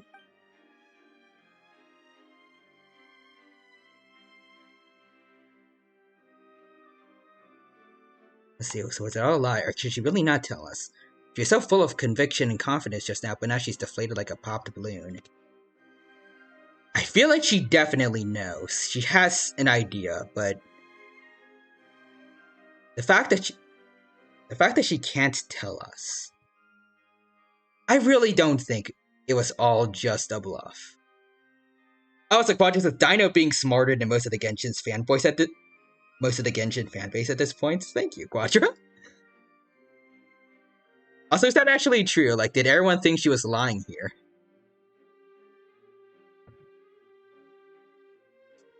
Maybe going into that English major was not a bad idea. Perhaps I have more media literacy than most people, who knows? I doubt it. But maybe.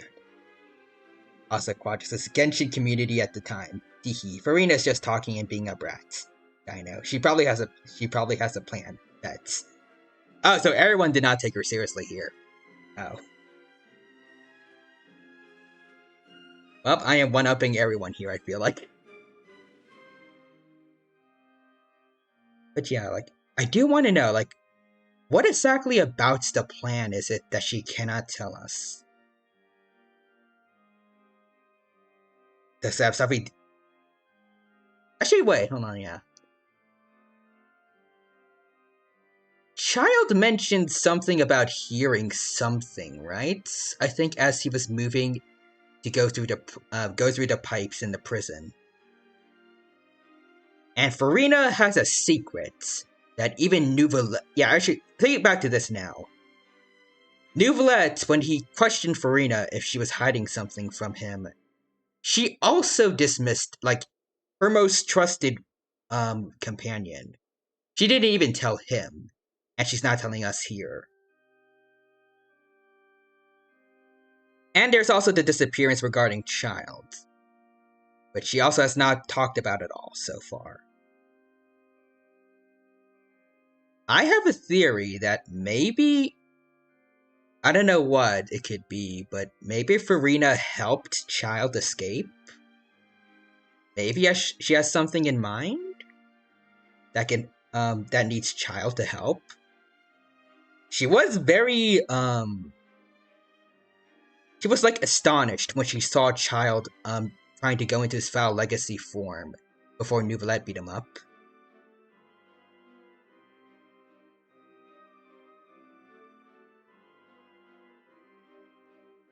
Maybe there's something that only he can do? Like, something that only he can help out with? Maybe it has something to do with why his hydro vision stopped working.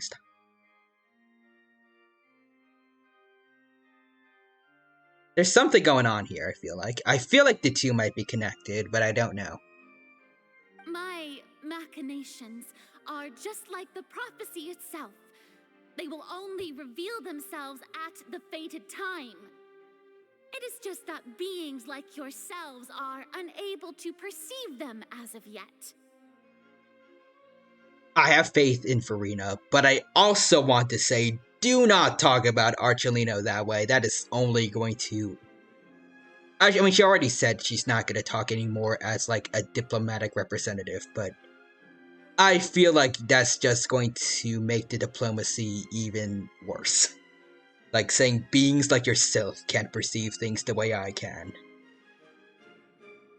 Especially with what she's been saying right now about how she's upset that, at least from her point of view, the Hydro Archon has been doing nothing. Granted, I don't know how many other people would talk calmly when someone is being pretty aggressive towards them in, like, in dialogue, but meeting it with more aggression is just gonna make things worse. De-escalation, I feel like, is the better way to go here. I see. As a god, the proof of your labor always lies beyond prying mortal eyes. Yeah, clearly she is. She is not taking it that well. Allow me to be so bold as to ask another way. Would it be possible for you to tell us the parts of your plan that are not confidential? Such as your emergency response plan for the impending disaster? Okay, that's a fair point, actually. Like, in case her main plan doesn't work, what's her other idea? Nouvellette, maybe? Oh, also, I just realized I can see Archelino's vision, delusion, something. I can see it over there. It's a Pyro one. I want to say it's a delusion, but not sure.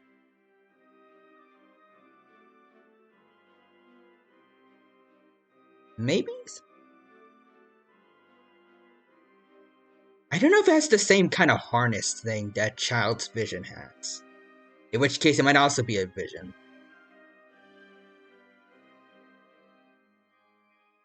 Alright.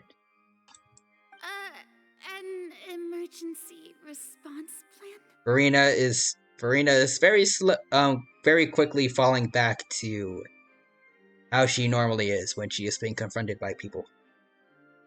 That is not good.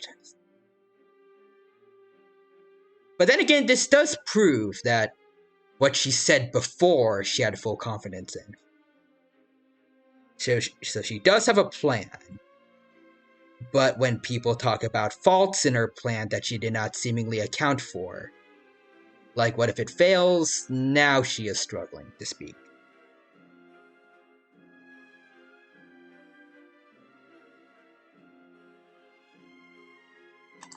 Oh, that look in your eyes.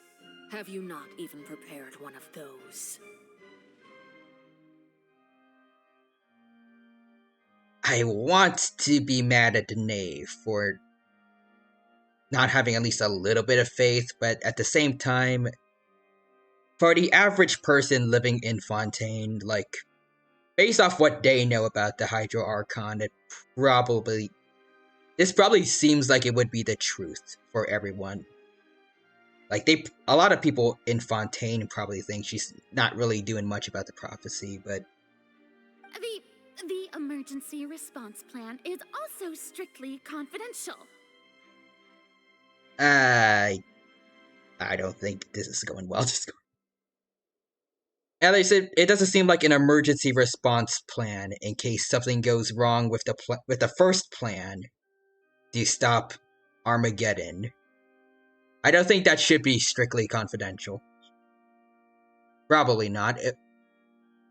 I feel like most people should at least get to know the plan B if plan A fails. Then allow me to jog your memory.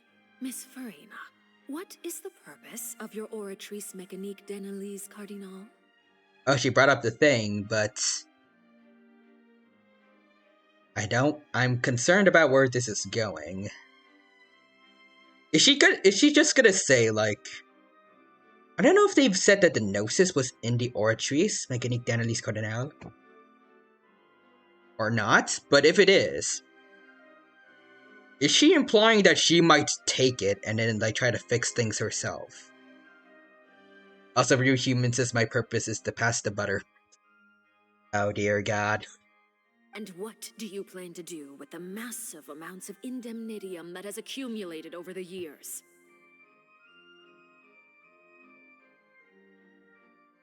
Maybe it can help? The Oratrice? It's just like it appears to be. The Oratrice Mécanique d'Analyse Cardinal, Farina. Do not forget to say the whole name. So you also have no idea. If I'm not mistaken, someone's using it to prepare for something. But unfortunately, it would seem that someone is not you, Miss Farina. Oh dear. I was like, why just the knave is being harsh, but she's spitting facts. Yeah, kind of.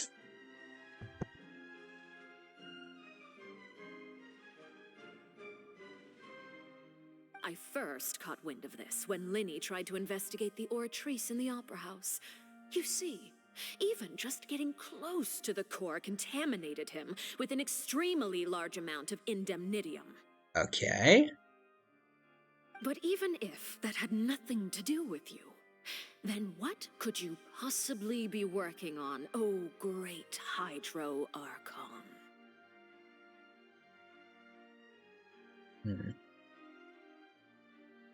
Again, I want to believe it could have something to do with Child, maybe? He did train in the Abyss. Maybe she's using that, or... Maybe a combination of the Hydronosis and some abyssal power could be enough to halt the Primordial Sea? Like, maybe she's gonna give Child the Hydronosis?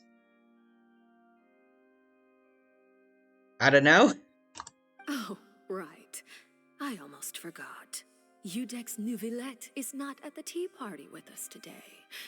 Miss Farina, I suppose you must have ordered him away to take care of some troublesome business. Yeah, well, I think he might have done that himself, but maybe she ordered him to, I don't know.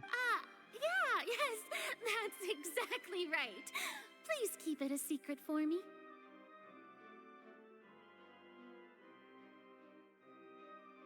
Of course I will. Although, I must say, Miss Farina, you seem quite insecure without the Udex by your side. No, I mean, I feel like a lot of people feel less safe than they were initially if they are accustomed to having a dragon sovereign with them. Oh, very well. Let's stop that conversation here. There are still a few slices of cake left, so please, help yourselves, everyone. I don't know why you say there were a few slices of cake left. I don't think anyone was eating at all during this conversation. There's still definitely cake. These aren't topics I can speak about. I don't even know what Nouvellette's task was. I had to guess he probably went down to deal with the surging primordial sea, but can he really deal with it all by himself? Well, we saw from the cutscene, he handled it like a champ, traveler. Do not judge him. Is Farina being truthful or not? Well, apparently most of the Genshin community at this point in time did not, but I do. Traveler, I heard that you were recently commissioned to handle a few matters on behalf of the Udex. Why don't you take an extra slice of cake? Those who work hard deserve gratitude. You know, funny thing about that praise. knave, the last time I was fed cake by someone in a Hoyoverse game, I got infected by a serum that prevented me from speaking my truth. And I basically became their indentured servant for a whole event. So, no thank you. I will not take that extra cake. You too, Paimon. It happened literally like 2 days ago. Thank you. Paimon will take you up on That trauma is very fresh.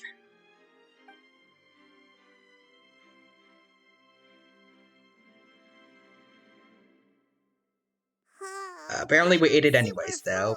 That cake was great. Well, don't blame me, Paimon, if you start speaking gibberish real soon. Then again, that's usually what she's always doing. If it's on my tea table, it must be of the highest quality. Yes, and we must thank the knave for bringing these over as well. You're welcome. I'm sure the cake also felt greatly honored to be featured at Miss Farina's table. And I was merely catering to Miss Farina's tastes, seeking a chance to chat over tea. Asaquatches, I have to say, the knave is very smart with buttering up people. I mean, clearly if she is able to casually have tea parties with the Hydro Archon and occasionally with the Hydro Dragon Sovereign. He certainly seems more diplomatic than most other, Vitui Harbingers. I mean, definitely Scarmo, she was not involved in any of that kind of stuff. He was handling things like, the Delusion Factory, plus becoming a god. Dottore, he did a lot of bad stuff. I think he had one diplomatic thing he did in the manga, where he had dinner with Kaya and Diluc. But that did not turn out entirely well. Child, he's more about fighting. He is not at all about the diplomatic stuff. I guess he did lend some money to Zhongli, but that's about it. And Signora thinks, I guess she made the deal with Zhongli to give up the Geonosis.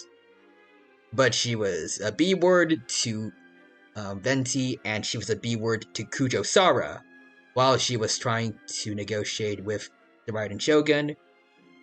And then she made a dumb decision to accept our duel, which led to her being defeated, and then led to A killing her. Basically threw away her diplomatic immunity in favor of the tradition of whoever loses a fight before the throne, they get killed. If she just said no and kept talking to A, she probably could have been fine, but her arrogance got in the way there. Meanwhile, Archelino so far has not made any real mistakes when it comes to being diplomatic with people. She has just been speaking facts. Passive-aggressive facts, but still facts. I don't think she's I mean, maybe a little bit, but I don't think she's been indulging in too much bias. She's mainly working off what she knows, at least. She's more of a professional than the other Harbingers we've seen so far. It is getting late. Why don't we call it a day? There are still a few matters that I need to take care of, so I must take my leave now. Very well. We'll end it here. Got it. Mind seeing me off, traveler? We could use the opportunity to discuss Child before I must be on my way. Okay. Sure. Also, I just want to say, I feel like I've seen people ship Farina and Archelino on Twitter, and I do not know how people do that. I mean, I can understand some more popular Fontaine ships like Navia and Clorinde. I like that one, but Farina and Archelino, I don't know how to feel about that one. That sounds less than pleasant of a relationship.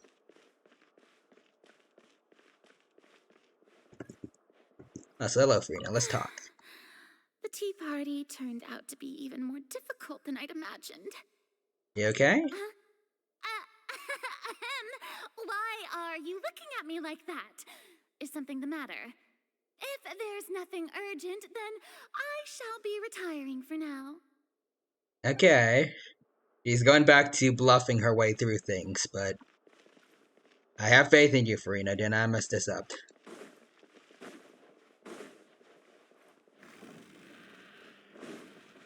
Ooh.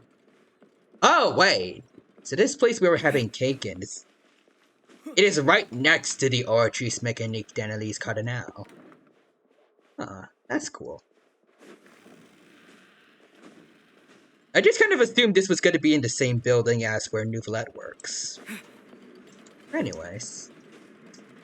Hello there. Almighty. Oh, hold on. Wait, no. Hold on.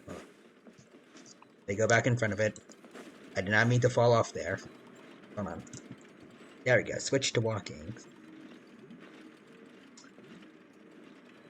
Alright. I stand before the great Ortrice Mécanique d'Analyse Cardinal for good luck.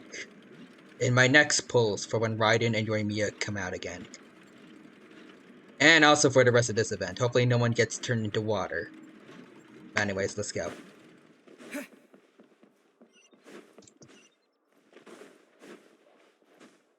As I do wonder, has anyone ever made it up to Farina's seat up there, or Monsieur Nouvellet's over there? I feel like there is a way you can get up there, but I don't know. I'm gonna go up to see Farina's seat at one point, and use my Farina to like recreate her sitting on the seat. Why does this? I don't think so. Life finds a way, though, maybe. I'm glad that you were willing to come with me. Of course, Child was just an excuse. I have no interest in your dealings with him. Yeah, I figured you didn't care about Child, but also... Can not even Wanderer, like, fly up there, or... Are there invisible walls? I hope not. That's what Paimon thought. Yeah, so what do you want to say? You lent your aid to the children of the House of the Hearth. As their father, I would like to express my gratitude. I didn't think that's what you wanted to talk about, but... Do I look like an irresponsible father to you? The House of the Hearth is very important to me. I see. You should know that I care deeply about my children. I mean, it does fit how she was talking to the other Fatui Harbingers in the teaser about Signora's funeral. Like, she was kind of upset when all they did to, like, honor Lady Signora was like, okay, we're all gonna take a day off, or like 3 days off from work to honor her. Plus, I think they talked about, like, how, Archelino talked about how they were just chilling in Snezhnaya while she was actually, like, traveling the world doing things. Like, she wasn't, like, living in the comfort of their home region. Like they were. That was all. Formal topics should be discussed in formal settings, and informal topics in informal settings. I know you just returned from the fortress of Meripede. Relax. I have no intention of trying to get anything out of you. Linny, Lynette, and Fremine are still there, and I trust their judgment and abilities. I mean, we did already tell them everything about what's going on with the Primordial Sea, so... I think you probably are already going to get the information that you want very soon.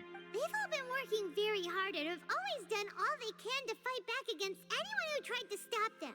Especially Linny. Oh yeah, Lenny went on a rampage when he learned about what Risley did to his siblings. Didn't turn out so well, but he did good. You mean Wriothesley. He's a tricky one to deal with. It's unfortunate that Linny's so eager to prove himself that he can't learn to rely on others, including me. I mean, he couldn't exactly, like, call you to come down to the Fortress of Meripede to help him. I'm pretty sure he doesn't have a phone. He can't just call you up on speed dial, say, "Oh, both of my siblings have been kidnapped. You should do something about that." By the way, And you can just consider this a bit of idle gossip, but what's your impression of Farina? I have faith in Farina. You are outside of our disputes, Okay. and the freest person in all of Fontaine, able to move around most easily. Do you know about the To share teleport my perspective waypoints? with you. Okay, we're gonna get the full idea of what she thinks of Farina. And that's everything that happened during the trial. Master Oh, we Chao was get a declared render. guilty and immediately transported to the fortress of Meropide. Kind of. It's not the same as like what we get in Honkai Star Rail, but it looks neat. Didn't he say he was coming here on vacation? Does he not feel an ounce of shame for all the trouble he has caused? Forget it. He did give us an opportunity. Oh? I will be meeting someone shortly. Do you require help with any preparations? No need. I will take care of it myself. I need to meet with Farina, the Hydro Archon. She is at the heart of Fontaine. But what's fascinating about her is that she often seems more like a celebrity than a working Archon. I guess kind of, but I mean, Neuvillette does handle a lot of the heavy work, so... Oh, come over here, you little critter, you. Aww? Lady. Also, that is an awesome outfit that Archelina was wearing right now. I want that as like an alternate costume.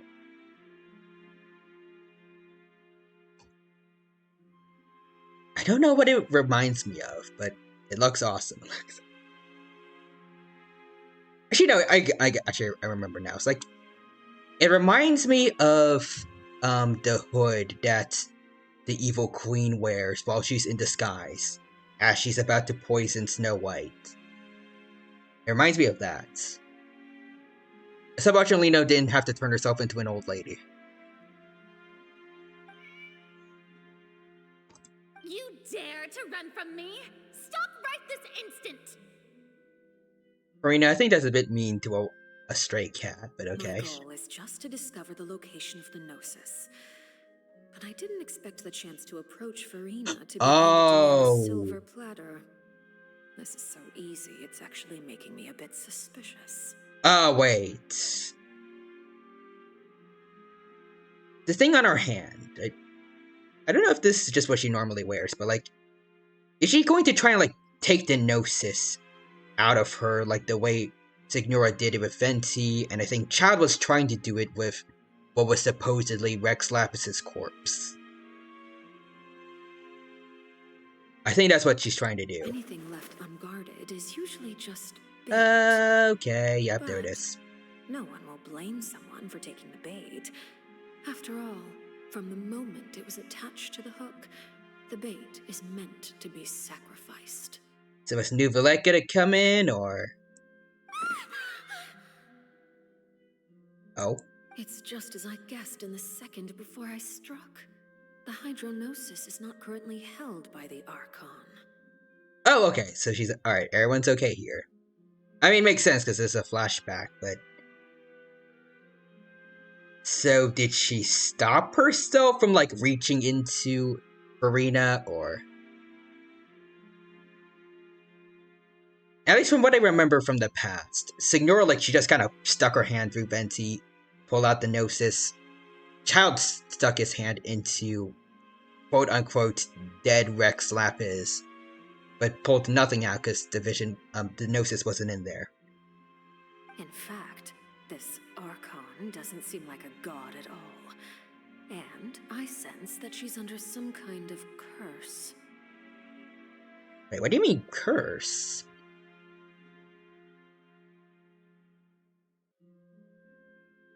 Did Neuvillette do something? I hope not. I'd imagine he's the only other person here relevant and strong enough to possibly do something like that to the Archon. Who are you? And what are you trying to do? Please don't kill me. I'm begging you, please. Okay. The fear in her pupils is genuine. So perhaps she's not bait after all. Either way, targeting her has lost all meaning. Well, I guess so. I guess that's why she's still around to this day, thank goodness for that. I left the scene with ease. Nobody came looking for me, and nobody could serve as a witness to my near assassination of Focalor. I suspect even Farina dares not mention this incident to anyone. That explains why Farina is constantly scared of the knave. Still, though, that is... I feel bad for Farina. That must be terrifying. Like, she was nearly assassinated, and in spite of the fact that she has the status of Archon, there could have been nothing that she could have done there. Like, at least presumably, she didn't use her power for, like, whatever power she should have as an Archon to protect herself. It looks like a little bit, there's a little bit of a tear, I think, on the one eye we can see. She's crying, like she was genuinely terrified there, plus the dialogue from before. It was seeming, according to Archelino, there were no witnesses or anything there. Nuvolette wasn't there either. She had really no hope. Like, the only reason she's alive is because the Gnosis, she wasn't carrying it at that point in time. If it weren't for that, like, she's probably thinking right now that she would be dead, probably, if she still had it on her, or... Actually, maybe not, because she probably doesn't know what the Vitsui are all about. Maybe? I don't know if she's heard about the whole trying to steal the Gnosis thing, but... Actually, no, that's probably worse, actually. She probably has no idea why that person tried to kill her, suddenly stopped and then decided to leave. Like, she was just at the mercy of that stranger. Maybe she knew she was a Vitsui Harbinger at that point, I don't know. Also, apologies again, Dino be showing more reading comprehension than a lot of the Genshin community. Thank you. Not long after, my informants confirmed what I had guessed. After returning to her quarters, Farina quietly cried alone. She was so scared that she could not sleep that night, nor could she even bring herself to eat her cake. You know, I was wrong. Archelino's a B-word. I mean, she hasn't done anything to us yet, but still, what she did to poor Farina. I mean, she is right that Farina's not really been doing her job as a god, but that doesn't mean, like, almost killing them is okay. Like, as far as the humans know, she could just want people to discover their own meaning of justice, and not have everyone just follow what she thinks is right. Like how Venti wants everyone to have free will, since he's the god of freedom, and that's why he doesn't do anything, at least not too much, with the mortals unless he feels he is needed. Like what happened with Eula's family plus Storm Terror.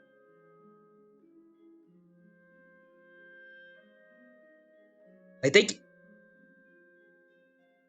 don't feel like anyone knows the gods personally. Like, not many people do.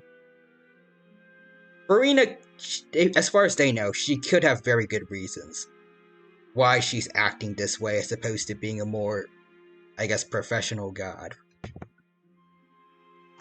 There's no doubt that there's something wrong with her. I began to entertain the possibility that she is not the true Hydro Archon. Perhaps... This was literally my theory beforehand. That Nuvolette was the true Hydro Archon. And that she was like a fake, or... I didn't know she was a fake. I didn't think she was a fake. Initially, I thought she was supposed to be the Hydro Archon's companion, like the way Ye's companion. Zhongli has a lot of Adepti, but I guess particularly Xiao. And Venti has the Four Winds. I have to find the Gnosis. If the Neuvillette hypothesis is correct, he is probably in possession of it. Alternatively, it might have been hidden in a place that's It's probably hard for the best that ordinary Neuvillette people doesn't to have it. access. If he does happen to, well then, she's fudged if she tries to get it. Yes, Father. Oh, there's the children. My dear children, please speak. News from the fortress of Meripede. Master Child has gone missing. On top of that, the contacts and guards we bribed at the fortress have all gone quiet as well. Probably the handiwork of that Ridesley. Yeah, I'm probably. afraid so. This is a good opportunity. The value of a harbinger is much higher than most would imagine. We now have an excuse to exert diplomatic pressure on the Fontaine authorities. Set up a meeting for me. I would like to meet the Hydro Archon and Eudex Neuvillette. I was like, watching since the Knave be doing the Aizen pose. I don't know too much about Aizen, but I think he's from Bleach, right? Or something like that. He is from a manga. Oh, and I have an additional mission for you three. Oh. Yes, Father. Tartaglia's disappearance was not a part of my plan, but I can use it to make a breakthrough. With this as my excuse, I can ask for an official audience and continue my investigation of Farina and Eudex Neuvillette. The initiative belongs to the House of the Hearth. My wish to investigate the fortress of Meripede will be a front. Lenny and his group will be responsible for the actual intelligence gathering.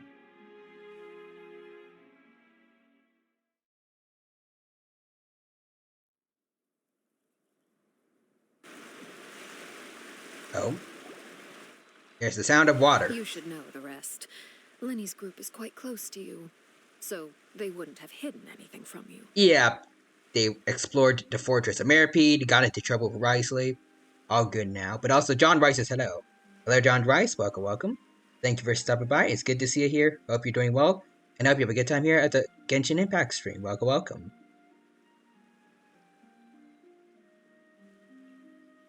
Right now, we are having a very good time here with the Fontaine story. And I hope you enjoy your time here with us as well. John Rice says, or would they? You attacked the Hydro Archon? Yep. It wouldn't mean anything, even if you shouted it from the rooftops. After all, even Farina herself is still pretending that nothing of that sort ever happened.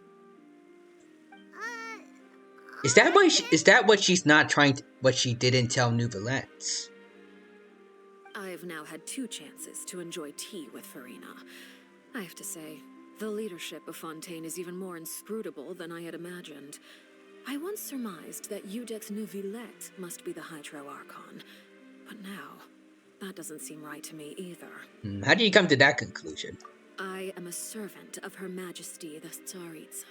Okay, fair enough. Over my years of service, I've learned how a real Archon conducts and carries themselves.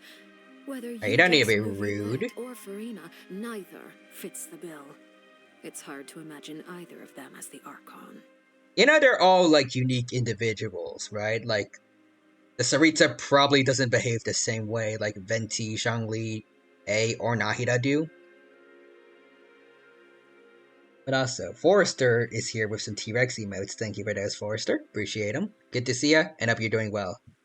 And also, John Rice's leaders all do the same. I mean, in that case, there shouldn't be anything differing Neuvillette too much from the Archons. He's kind of doing the same job as them, for the most part. Also, excuse me. Fortress's fun fact. In the Genshin beta, they named Tsaritsa as Bronya. I don't know what that means now, but a curious thought. You know what they say about the Bronya-verse, though? Looking forward to that.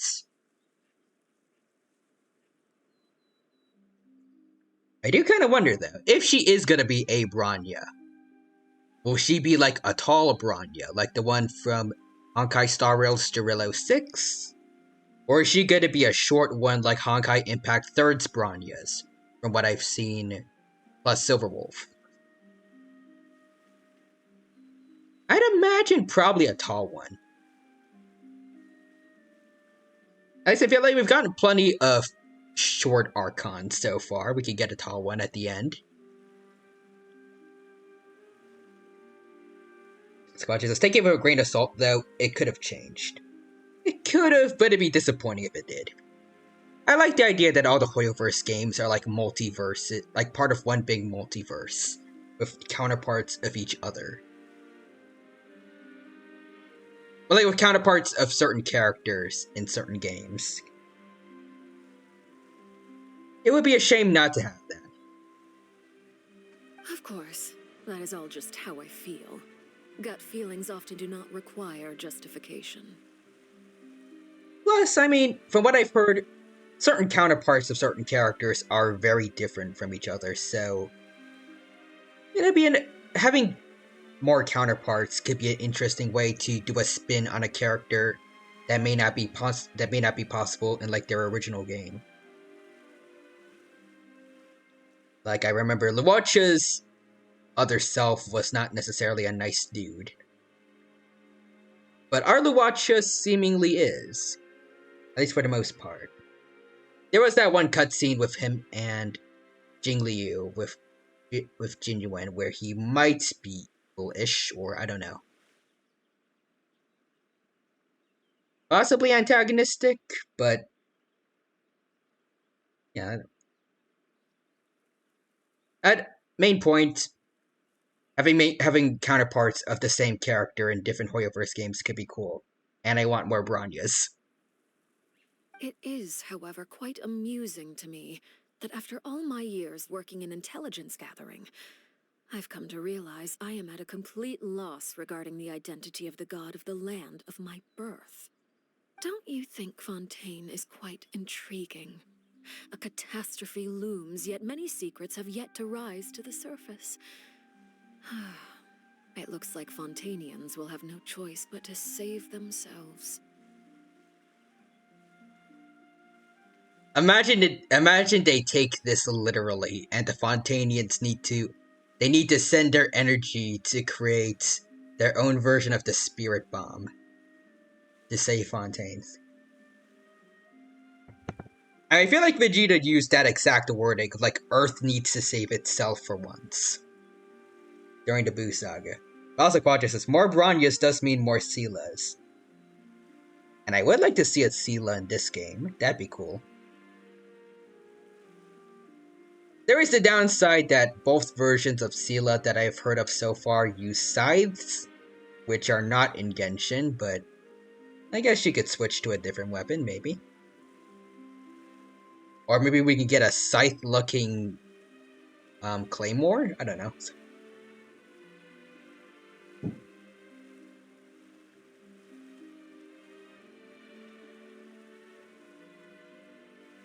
Unfortunately, I'm pretty sure Silverwolf doesn't have her own Seela, but maybe there could be more Bronyas means in likelihood a couple more Seelas probably, and I mean Navia uses an axe as her best in slot. Oh, okay.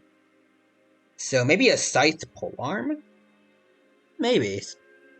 I feel like a scythe would not really work well for the pole arm animations, at least not the typical ones. I feel like with plenty of characters, like they thrust the pole arm forward and use the points. With a scythe, like you're not using the blade if you do that. You're just hitting your opponent with the blunt top part of the scythe's blade rather than the actual blade itself. It would be like hitting someone with like the top part of a knife as opposed to like the actual like sharper side. Like the flat end. Let's see. I honestly speculate that Silverwolf will get her own Seela because in Honkai Impact 3rd, Seela has two personalities. I think I've heard of this one.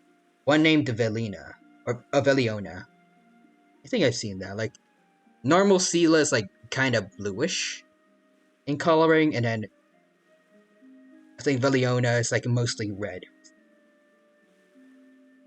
It's kind of like Gura in a way, actually. Like, she has the normal blue look, and then Evil Gura.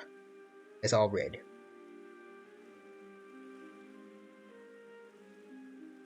Yeah, and Sela and Starrail acts like Veliona, so maybe we can get the opposite. We could get a Veliona who is actually kind of chill.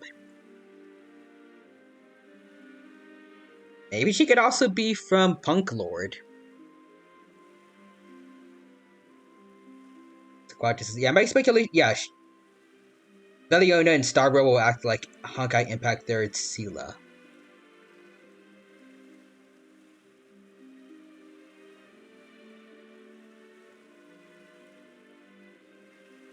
Would she have Aether editing the same way that Silverwolf does, or would she have something different? They mentioned a similar Aether technology that was used for Aetherium Wars. She could have something like similar but also different, maybe. I like the idea that the people of Punk Lord, like, they've discovered the way to manipulate reality and make it act digitally, like the way they use for, like, Silverwolf uses for Aether editing and what they used for Aetherium Wars, and like they branched it out to other things. I don't know how it would work, but maybe Veliona could have. I was gonna say reality bending, but that's basically what Aether editing is. Maybe she could have something similar, but like she uses it specifically on herself, rather than other people, like what Silverwolf does. Like, she can boost up her own stats. Like, in lore, she could just make herself faster if she needs to get somewhere quick. Or, like, lower her own opacity if she wants to make herself invisible.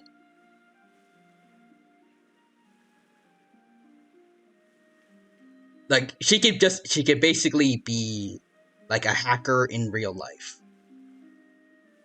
I think like the video game kind of hacker, like, actually no, that's still like Silverwolf, but like, instead of using her hacking abilities to turn people into data that she puts on stamps, like what Silverwolf does. Like, maybe Veliona could basically give herself aimbot. Like, stuff to make her stronger, rather than stuff she uses against the enemies. Like I guess a self-buffer. Also, Quadri says, I also speculate that Sela is originally from Punk Lord, because we know nothing about her, plus her clothes look super different from everyone else. I guess that is true. She was an orphan from the same place that Bronya was in, so we don't know who her parents are. Plus Sampo, at least from what I can tell, he's probably also from like another part of space, and not an originator. Like, he didn't originally come from Jirello 6. There could have been people from Punk Lord that brought Sela over, maybe. It would be some crazy lore, though, if they actually, like, if they bring Sela back, if we ever get to go to Punk Lord, and she finds out about that kind of stuff. Like, oh, I don't belong to Jirello 6. Like, you get a whole character arc during a theoretical Punk Lord story. That'd be kind of cool.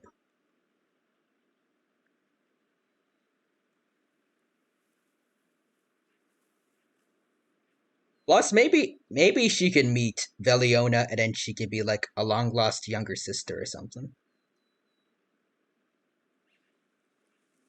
Ultimately, though, anyways, one must survive in order to do anything else. Should the need arise, I would be happy to cooperate with you. You don't need to commit to anything right now, of course. I have a feeling that the situation will continue to evolve, and as your name is often connected with noble deeds, I'm sure we will work together. Oh, the man is here. We got Manzo Nouvellette. He certainly returned quickly. You must want to catch up with each other. so I'll leave you to him. Sounds good. Hello, Mr. Nubilet. Neuvillette, is it over? For now, yes. But this issue will prove quite thorny in the long term. I'm concerned that sooner or later the prophesized events will occur. Oh, so even what he did is not going to be permanent. Yeah, I figured, but still. Thank you for protecting Farina. You're welcome, Mr. Nubilet, but maybe ask what happened down there. To put it simply, I used my power to force back the primordial sea and reseal the sluice gate. Sounds good. Also, John White says we need to prune stuff then. As for what happened on our side... Also, John White says he used the Force.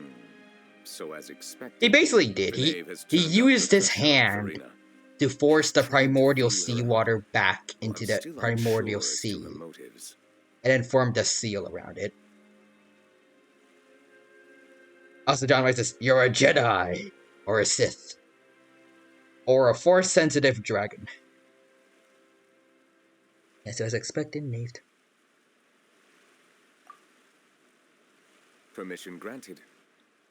You have enough power to force back the primordial sea. Does this mean you have some deeper connection with the Hydro Archon? Whoa. It can't be that you're the real Hydro Archon, right?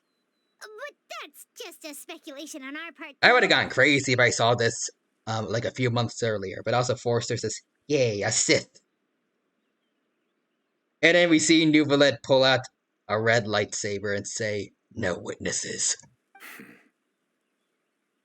You can't tell us? Then that's okay. Actually, no, I feel like he would be a Jedi. We won't try to force you. Mainly because he wears a lot of blue. So blue lightsaber would fit him the best, and you know, blue means good. Normally, at least. At least from what I know about Star Wars, blue, green, good, red, bad. The John Rice says that is how you confuse your opponents. Or how you irritate them if they have OCD. Like you're wearing all blue, but you have a red lightsaber. The colors do not match well. If by the phrase, "you guys," you are referring to Farina and I, then although I'm not sure just what you are trying to imply, I must clarify that I do not share her positions on a multitude of topics. Alright. What did you send to the Fortress of Meripede, and did you manage to protect those that needed to be defended? Also, Quadrus is basically every color but red and black are good. Oh yeah, also purple is Mace Windu. Forgot about him. I believe so. So in other words, Shadow the Hedgehog would be seen as extremely evil in Star Wars.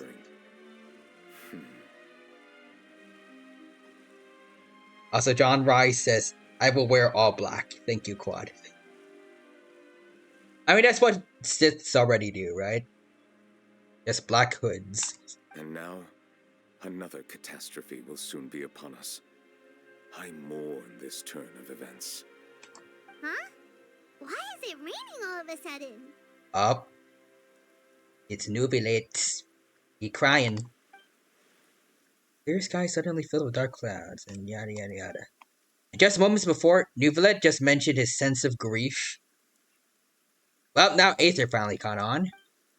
Thinking back to the legend. Wait a minute, Nubilet. You can't be. Would it? You may be closer to the truth than you think. Well, there we go. It's fully revealed now. Oh? And what are you thinking? He's the Dragon Sovereign of Water. Or, to better put it, Hydro Dragon Sovereign. At least I think it sounds better. Rolls off the tongue than Dragon Sovereign of Water. Also, John Rice says, "And red is my favorite color, so thanks for calling me evil." It's crying because I'm evil now. Nubilet is crying for you. Also, Quadrus says, "Aether, you are voiced by Ray Chase." Nubilet. Who? And then Bruno from JoJo comes out of nowhere. It's just like, I've never heard about that guy either. I can't wait. I've never heard of that guy either. Sounds lame.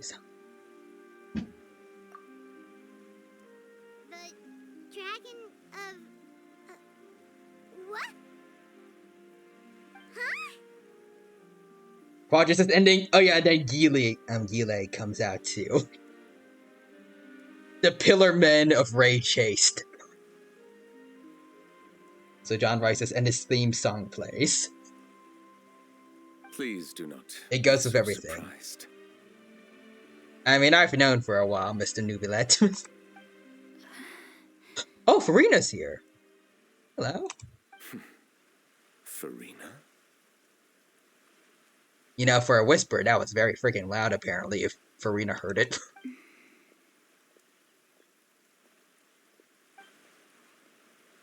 Nubilet, are you listening? Also, John rises. Well, Dragon is out of the bag. My apologies. We were just guessing randomly. We didn't guess right, did we? Yeah, we did. You're not actually the dragon sovereign of water, right? Well, if you don't want to confirm or deny... Also, Quadrus is also a fun fact. You can now see all of Alec Lee's Street Fighter 6 playthrough. You have gotten past him in this story. Oh, nice. You guessed correctly. I sincerely hope you'll be able to keep this a secret for me. Right, of course. We'll definitely help you keep it a secret.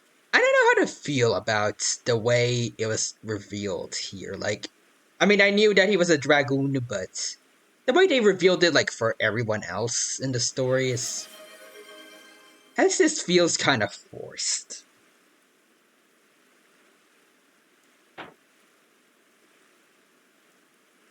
Maybe, I don't know. Like, he was just talking about the whole prophecy thing going on, and then he suddenly, like, I feel sad. Then rain happens, and then Aether puts the two and two together. I don't know, I feel like it would have fit way better when we noticed what happened. I can't wait. When we noticed what happened during Navia's father's second funeral? I guess that's the way I'd put it. Like,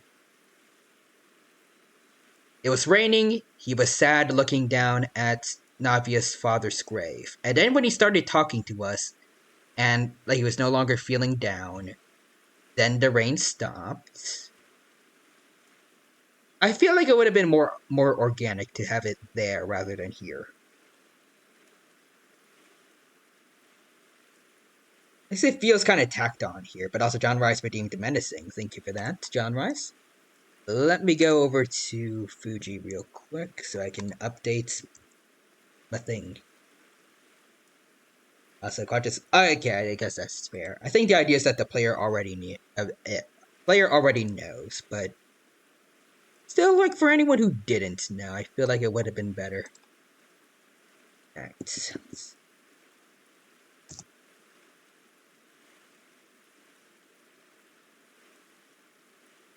I don't know if I have the normal, like the normal menacing thing, or I don't know if I have the normal menacing thing, or I might have to use, like my JoJo reaction image. Let's see.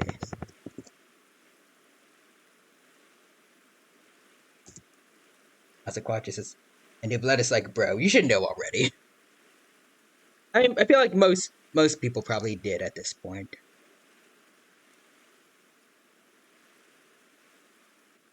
But still.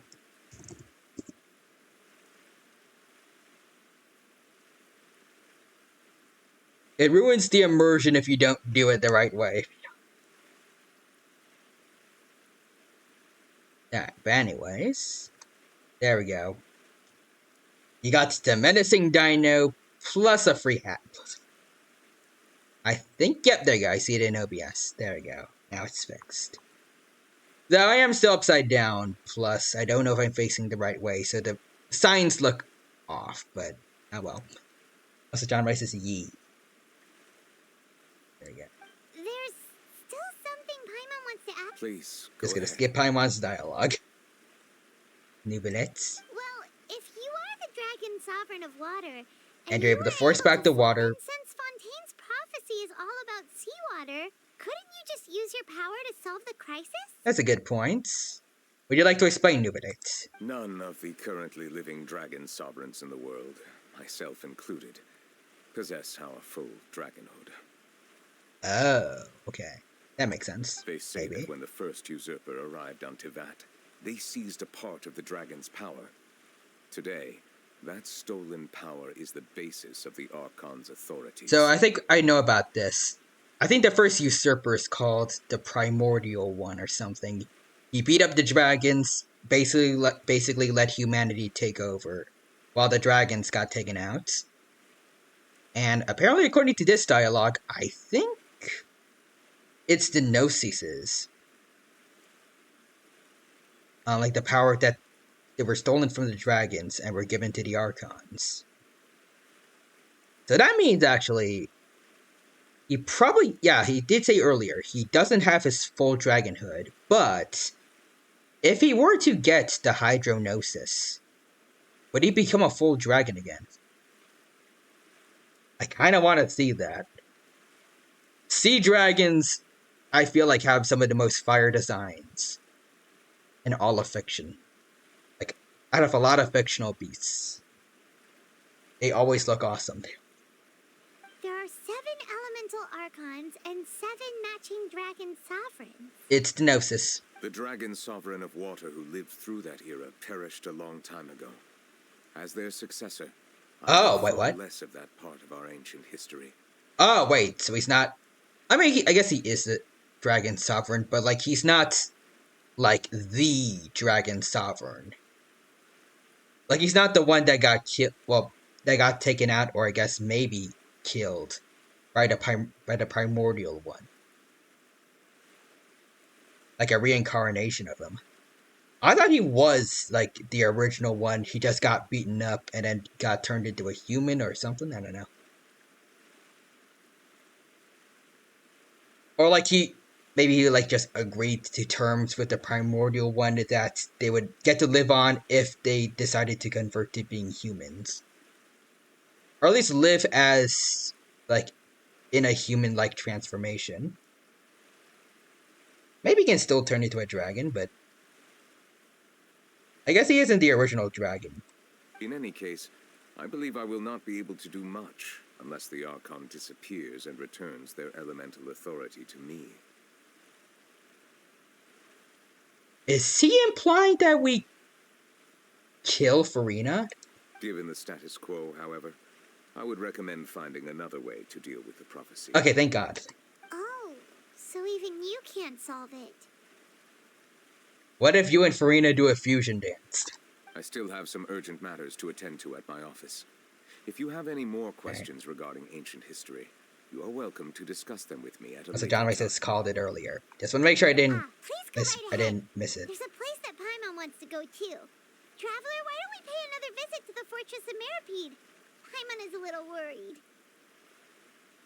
Okay, sure. We'll see you another time. Whatever, Paimon. But also, Quadras is foreshadowing? I actually don't know. Wait, what? Take care. He's not actually gonna suggest that, is he? Also, wait, hold on, what? Whoa. Out of the Aeons? Ao. Honkai Star Rail Genshin. Link here? But also, John Rice says we need the water dragons to unite to save the world. Bring forth all the water dragons. We need all of them to combine their power. Grab Lugia from Pokemon. Grab Mega Seadramon from Digimon. Maybe Whalemon. All the Mega level water Digimon. Even bring some non-dragons. Even bring Kyogre. Bring all the water legendaries. Bring Palkia even. Also, Quadras is that a motherfucking Star Rail reference? Maybe. But also, yeah, John Rice is Kyogre. Quadras is Palkia. I mean, he's water type, I guess. I don't know if we should include him, though. And John Rice is that water stand guy. Oh, the blind dude from part 3 with the water stand. Yeah, he'd be cool. Don't bring the barnacle guy.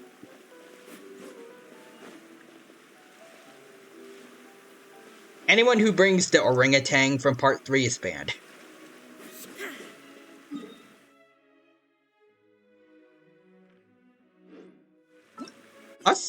Oh, wait, never mind.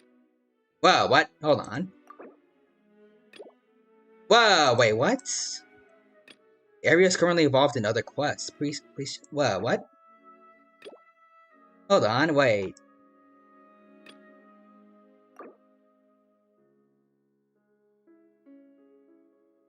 Bruh. But also, Quad just bring Angelo, but it's just a rock. It's just. Also, he doesn't control water, he can swim, and the ape has a boat. That gets to be a better boat. Quad yeah, Palkia's water dragon, but. I don't know if I want to include him. So, darn it.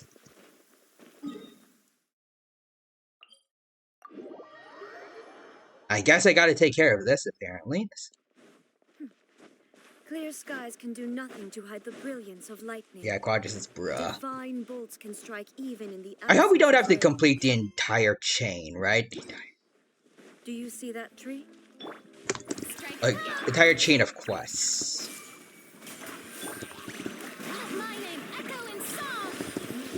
Boom. Icons be carrying. Alright, let's skip through all this nonsense. Also, John writes this, much like how car guy has a terrible car that becomes a great car. I completely I almost forgot about the car dude from part 3 until you mentioned him. Alright. I really wish I could just, like, unaccept these quests and just focus on the main story.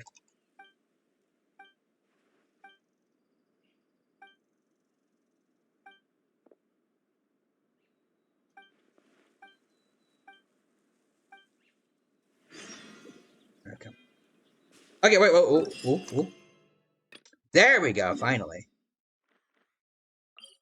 Rogers is Aether. Why are you filming here? I need to save Fontaine. We don't care about Fontaine. We care about our movie or whatever. Okay, everyone returned to the prison to learn about everyone's situation. I do not really care too much about people's opinions. I want the interesting stuff right now, please. I don't really care about most of the people here.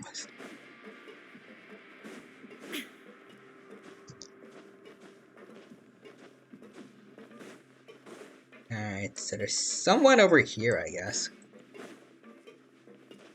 If... Oh no, the siblings are here, okay? I care about you guys at least a little. Hello. Now guess, what suit will this next card be? Ah, they're doing magic. But also, Quadras is in before all the interesting people are in prison. Marina, what are you doing here? A bare-teeth cat? Well, look who it is. Oh, hello. We interrupted the magic trick, my bad. Traveler, Paimon. Hello, everyone. Looks like you're recovering nicely from an A. Thanks to everyone's support. Oh, right. I managed to work up the courage to thank Miss Clorand in person. Aww. Oh, how did she react? She told me that it was nothing. It was as if saving a life wasn't a big deal to her at all. She also told me not to worry about it. She didn't want to stress you out, that's all.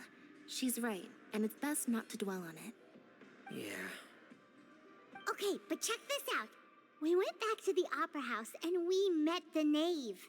We met your dad. You met father? Did she say anything to you? She said quite a lot, actually, including her attempted assassination of Farina. Didn't really like that, but...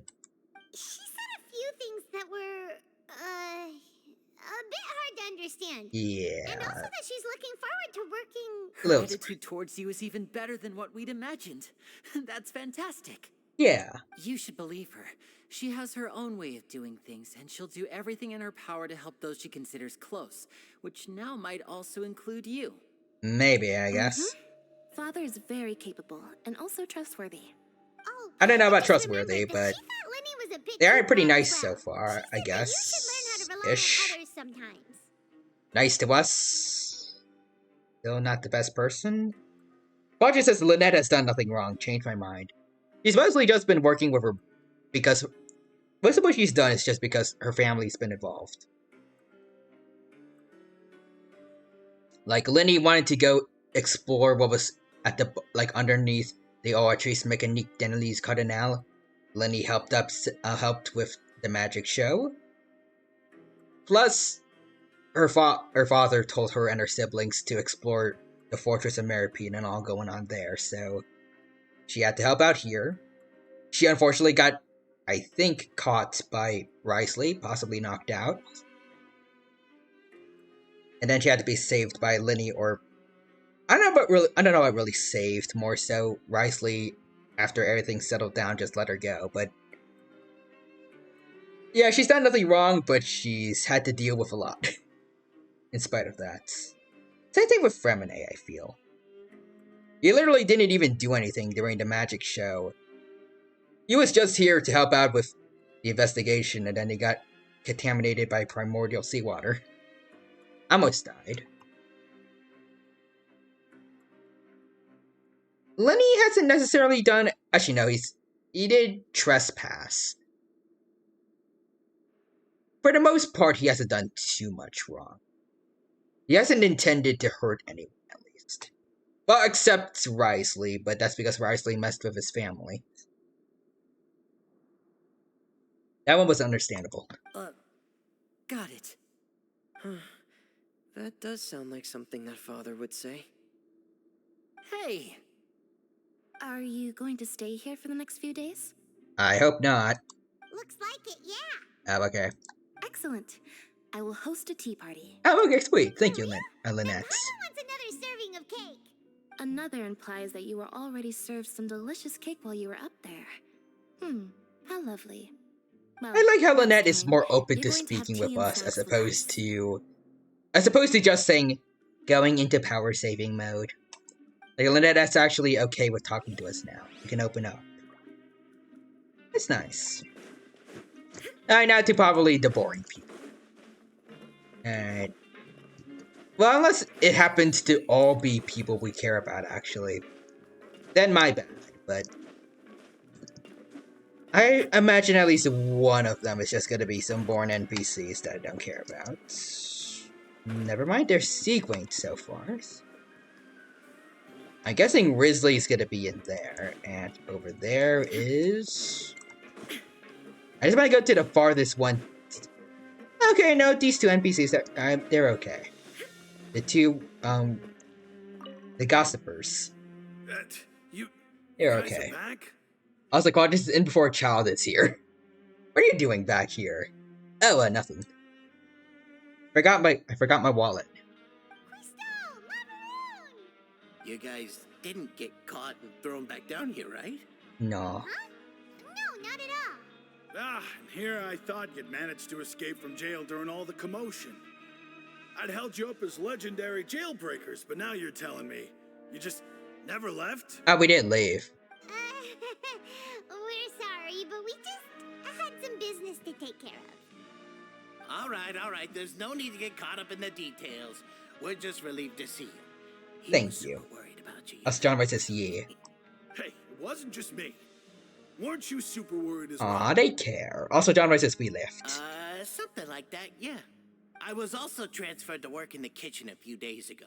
They kind of remind me of like the Three Stooges, except there's just two of them. You think they made it out alive? Whenever he'd say that, I'd tell him I'm sure they're fine. God, just as I love these they're two a kicking lot. back with drinks in hand, enjoying the lovely scenery. Hey, there's nothing wrong with worrying about your prison pals. Is there? I mean, considering how they always love listening to all my gossip. These two. They sure are a lot warmer and friendlier than when Paimon first met them. Their meals will bring all the prisoners to the cafeteria. Oh, well, if you say so. So God just says, two stooges, but actually kind of smart. Yeah.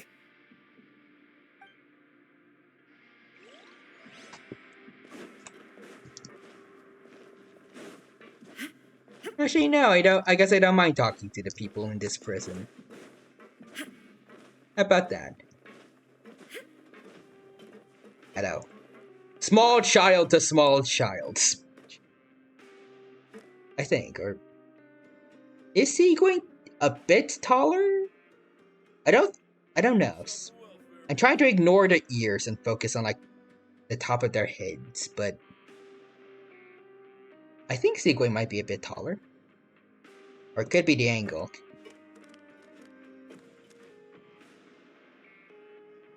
Maybe? Like like the top of her head here. I feel like it goes up a little bit higher than the top of Nahida's head. Kind of, I think. Anyways. But also Quadra says, I don't mind talking to the people here. Azar. Hi! And the dino says, oh god, casts right and burst. Nah, my reaction would be, yeah, I'll hear something that it sounded like some trash talking. I would ignore that. I would not pay attention to Azar if he was down here. Traveler, Paimon, you're back! I would revel secretly in him being here, but I wouldn't pay attention to him. He doesn't deserve it. Are you still doing alright? Did either of you get hurt? Maybe. I did love talking smack about the academia a lot. Back when Sumeru was the newest region. I kind of forgot about them mostly, but We're fine. I still do not like them.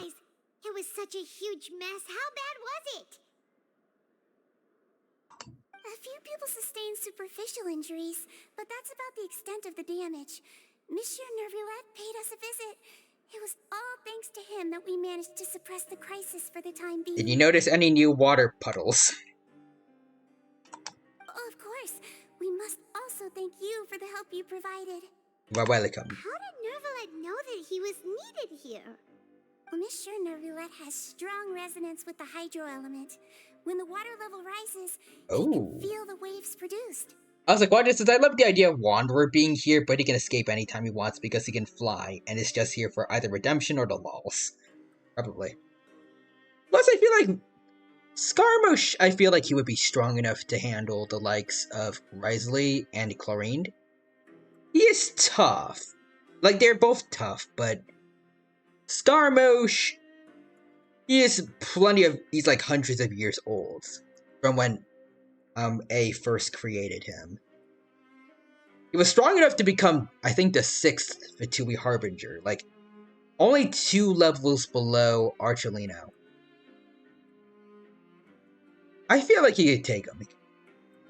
It would just be a problem if Neuvillette showed up, but the only reason he came here, apparently, was because his resonance with the hydro element. So we noticed what was going on with the primordial seawater. If he didn't notice it, like, since Skarmosh is anima,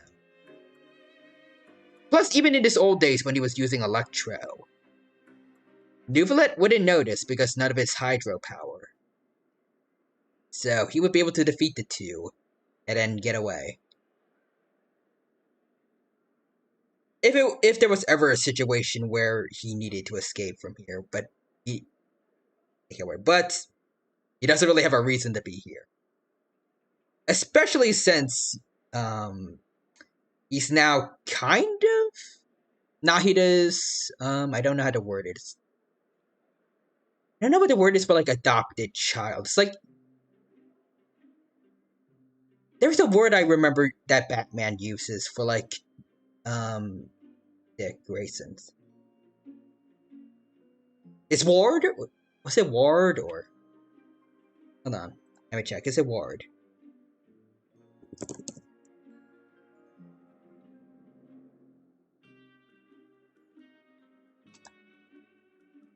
I feel like it says something to I don't know. Also, Quadri says Scar with a vision would be even strong. Wait, hold on, wait. Missing multiple messages. Let's see. Skarmosh is so strong that Mona was scared of him and had to dip. Oh yeah, I remember that, I think. I would say I saw on YouTube. There was a cutscene from a past event I didn't play where she knew who Skarmosh was, and rather than fight him, she just teleported the Traveler and Fischl away. Also, yeah, Skarmosh with a vision would be even stronger. And John Rice says, yes, my young ward. Oh, okay.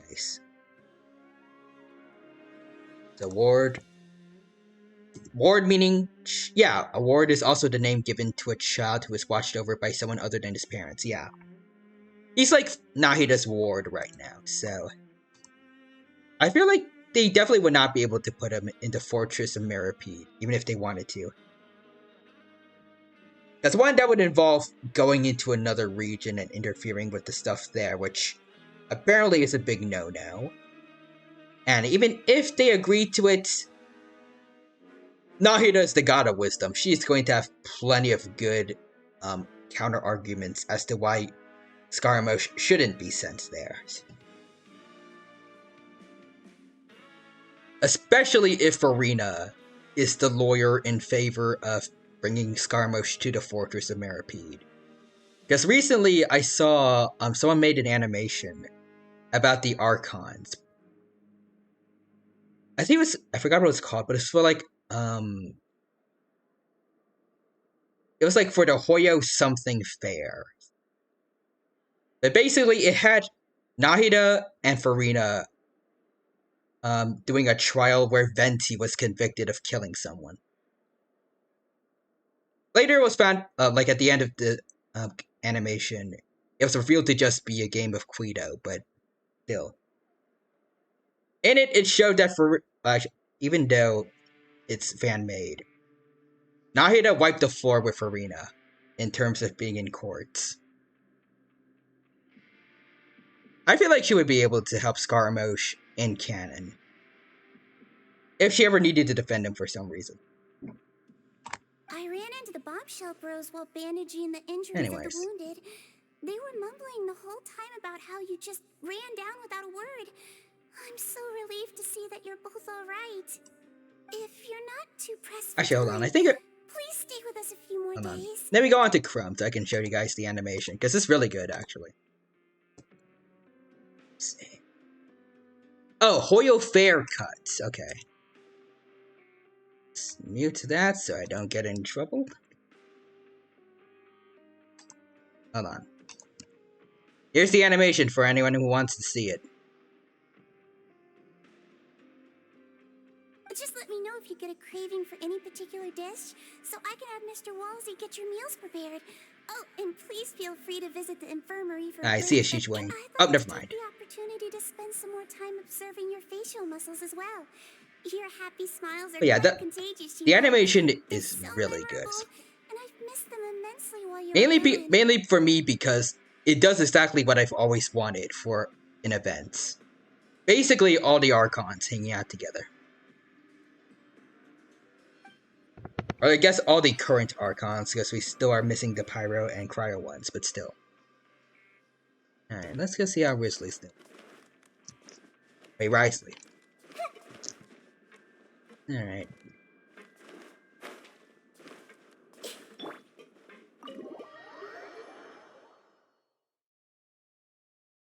And then after this, hopefully we start getting more into the prophecy and like actually solving it.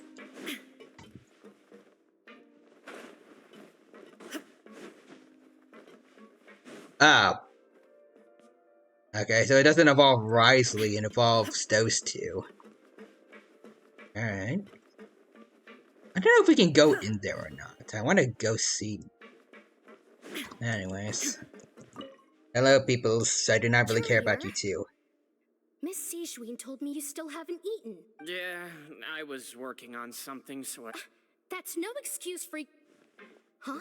Apparently they care about each other, though. She was concerned he wasn't eating. Are they actually a couple? Hello there. It's been quite the mess here recently. And you? Are you trying to mostly skip the dialogue here because I don't care for it too much, but if there were shipping stuff. It can be a bit annoying when there are lots of people. I mean, the infirmary does make it easier. Oh yeah? Then why are you also here so much? You two really are just using your jobs as a cover for your relationship, aren't you? Not at all! Alright. Now we can talk to Risley. Finally. Alright, so we need to go up.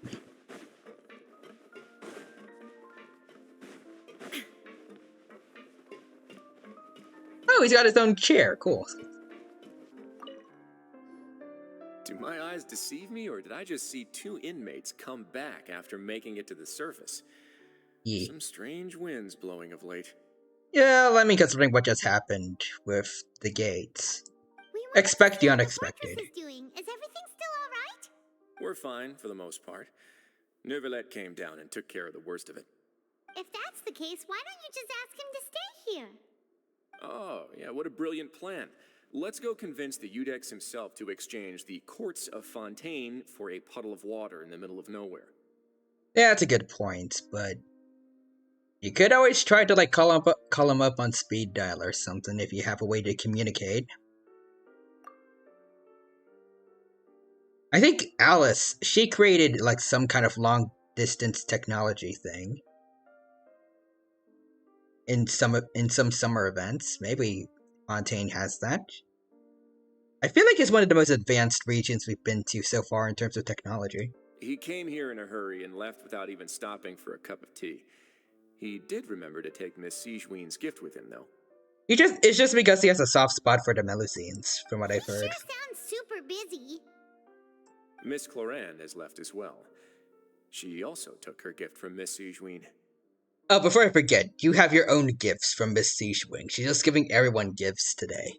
Were the gifts milkshakes? Neuvillette got the milkshake.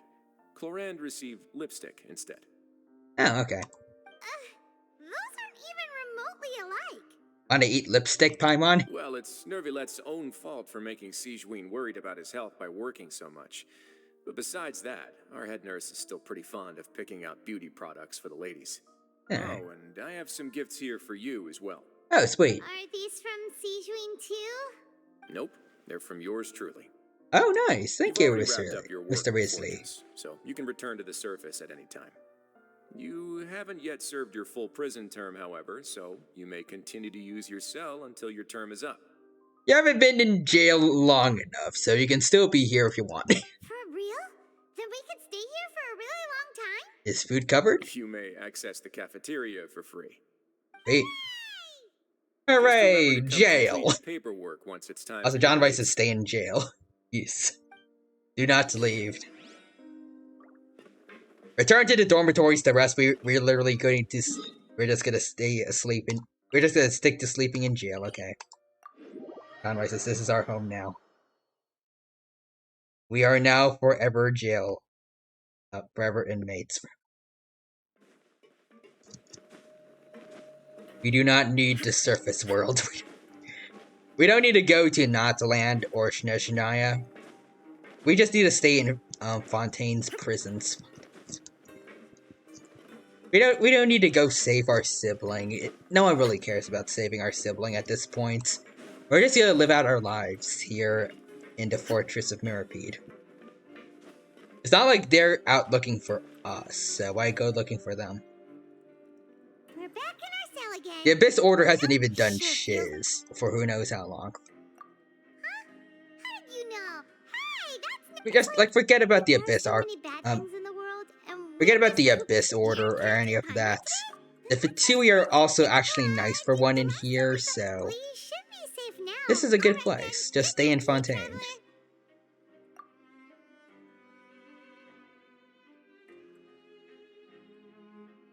Okay.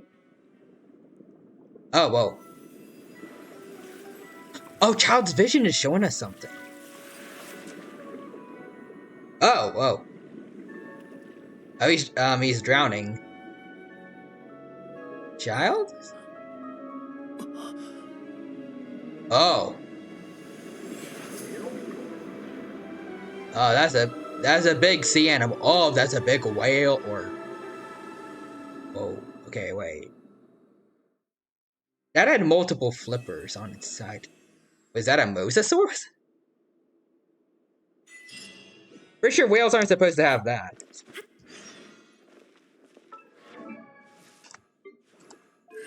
John Rice's giant fish, my bad. Giant rise. Hold on. Let's get our fate. It's the wind fish from Legend of Zelda. I see. Masquerade of the Guilty. Wait until the next day. Yeah, sure.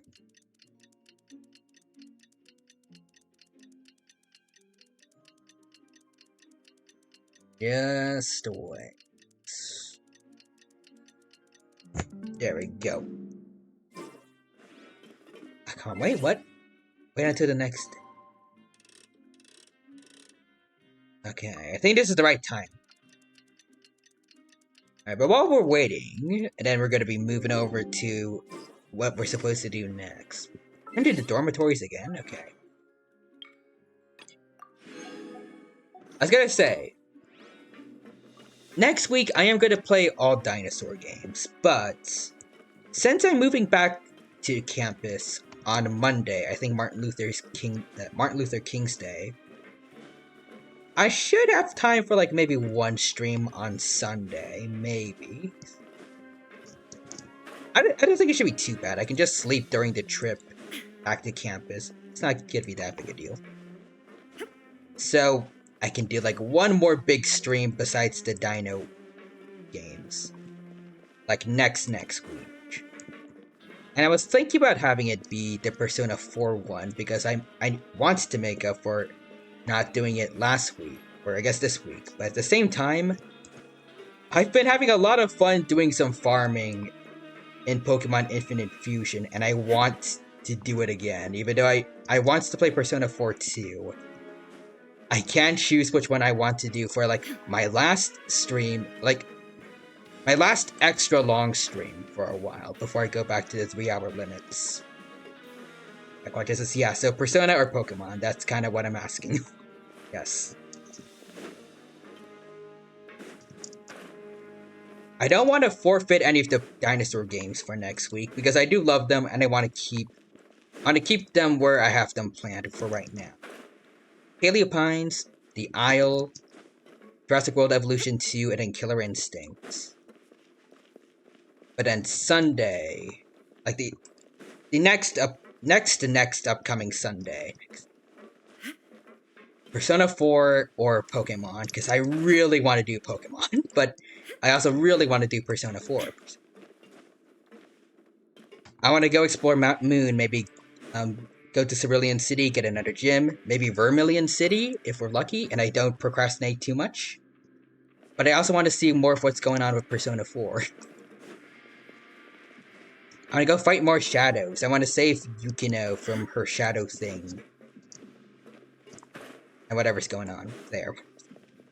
We just finished a prologue for Persona 4. Well, like, not just finished, because it was a while ago, but last time we did finish the tutorial. I want to keep going on from there. Maybe we could get Yukiko on our team. Maybe she has... Well, she has her own shadow, so probably she has her own persona afterwards. I want to see that. I don't know. John Wright says Pokemon Digimon. Personally, we want to see you go beat up Team Rocket. Maybe we can leave it up to chance. As per the tradition we had in the first Pokemon Infinite Fusion stream, we can leave it up to the almighty wheel and see like what it decides, Pokemon or Persona. So John Wright says, yeah, do that. Alright. I'll leave it up to the wheel. Yes, all hail the mighty wheel. I'll post the results, with, I guess, next week's, schedule whenever I decide to do it. Probably, it would be best to do it on Saturday, I feel like. So people have enough, I guess, they have enough knowledge ahead of time for the Sunday stream.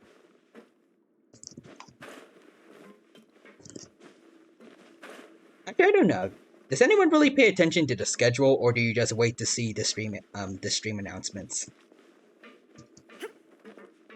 In that case, it may not matter too much, but I feel like Saturday should work either way.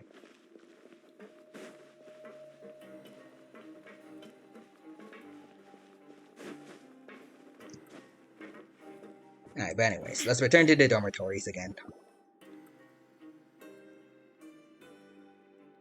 There we go, our sentence is almost finished here. Wait a sec. Oh, today's our big day! We're supposed to leave the Fortress of Mirror. Oh yeah, that. Alright, just shush, Paimon. Finally done. Yes, we're finally done.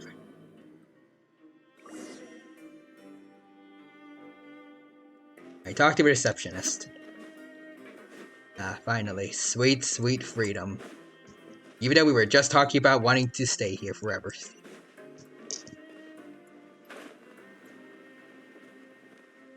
Alright. Here we go. It's gonna be sad, though.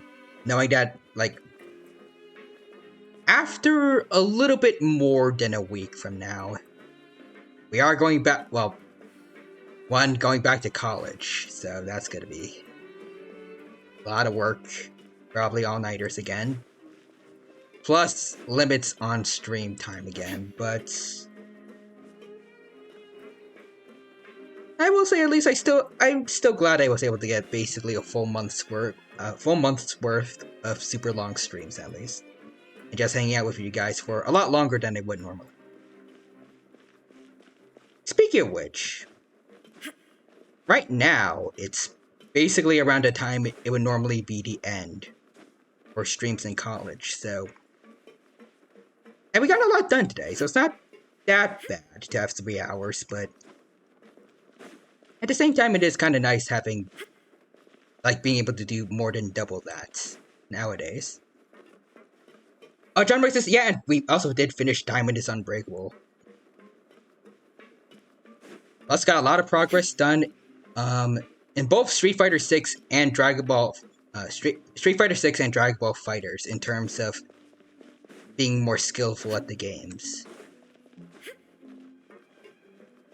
Plus, playing Pokemon Infinite Fusion for the first time was very much a highlight. I love that. Probably one of the most fun streams I've had in a very long time.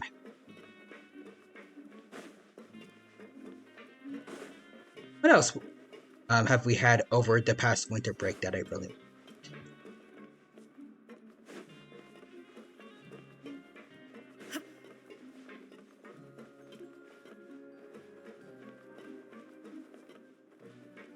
John says Paleo Pines. Paleo Pines is fun. I don't know when was the last time we played it, though. But also, remember, kids, hide your kinks by blood. I mean, that is what Killer Queen did. Well, Kira and Killer Queen. Yeah, definitely. I don't know when it was the last time we played Paleo Pines, but definitely gonna do it next week. I'm thinking on Tuesday, probably. I think like Monday and then Tuesday for Jurassic World Evolution 2, then Paleo Pines. Get the two get the two Dinosaur Park Simulator games together. And then Thursday, I feel like I want that to be...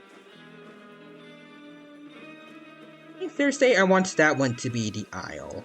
Saturday will be the new game...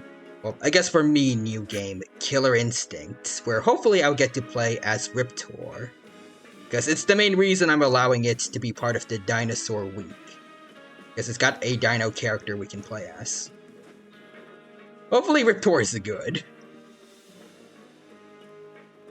Actually, wait, I think hopefully she's good, I think? I feel like I remember someone mentioning that Riptor was actually a girl. I'm not sure. I'll say this, just to be safe.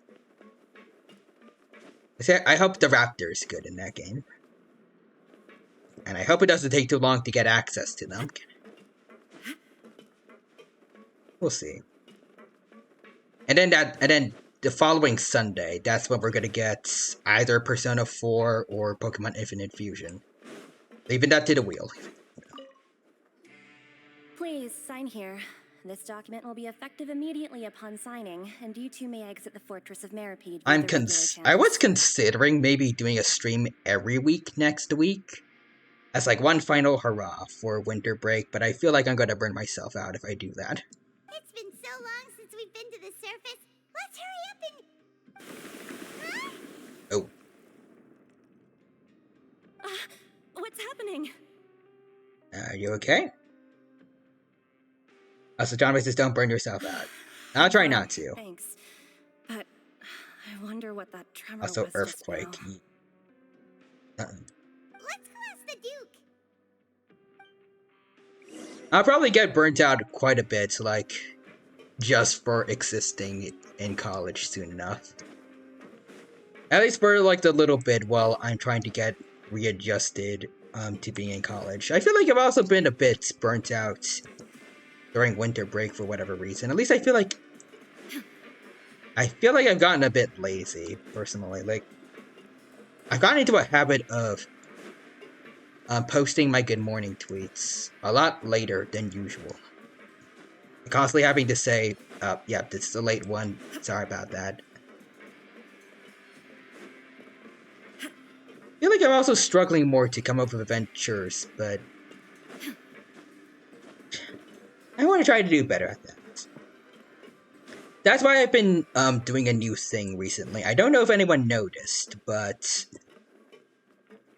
starting from this Monday, not this Monday, I think it was starting from this Tuesday, I've been making some adventures and posting, like, having them scheduled ahead of time. So, like, even while I'm streaming right now, like, there should be a new adventure posted at around 10. So that way the people on Twitter are not going to be left alone for a very, very long time. Like, I can't worry, like... And then, like, once I'm done with the stream, I can get right over to doing replies, rather than spending time trying to think of an adventure or a meme to post. And I probably give up midway. But yeah.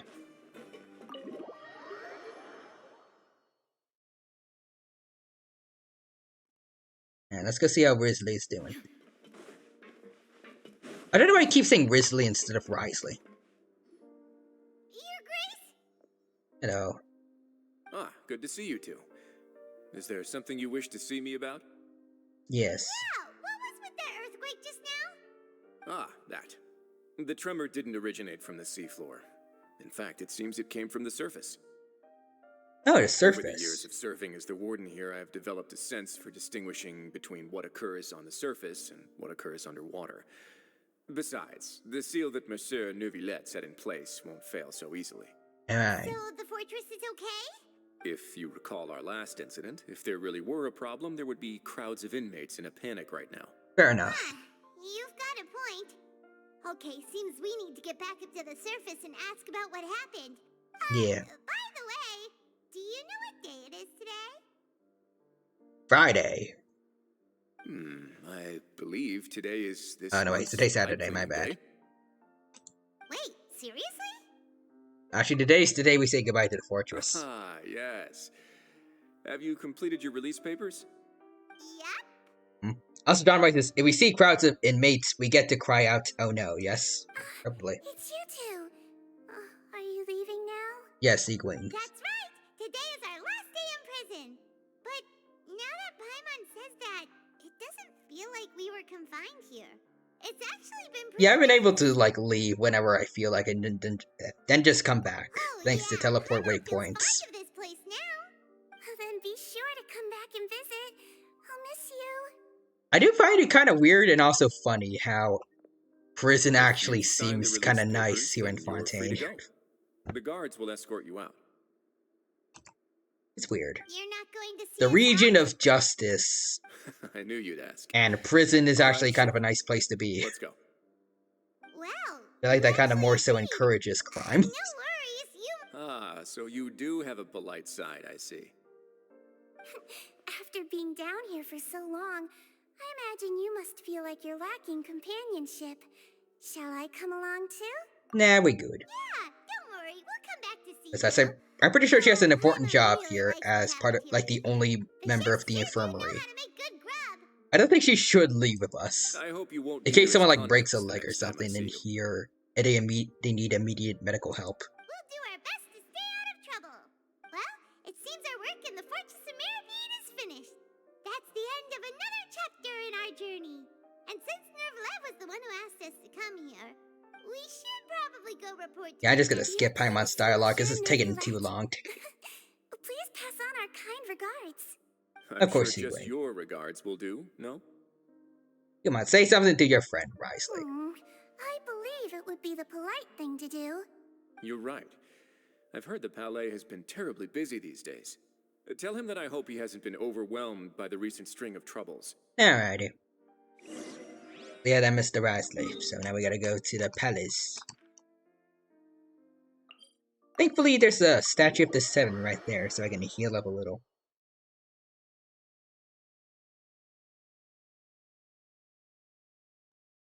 There we go.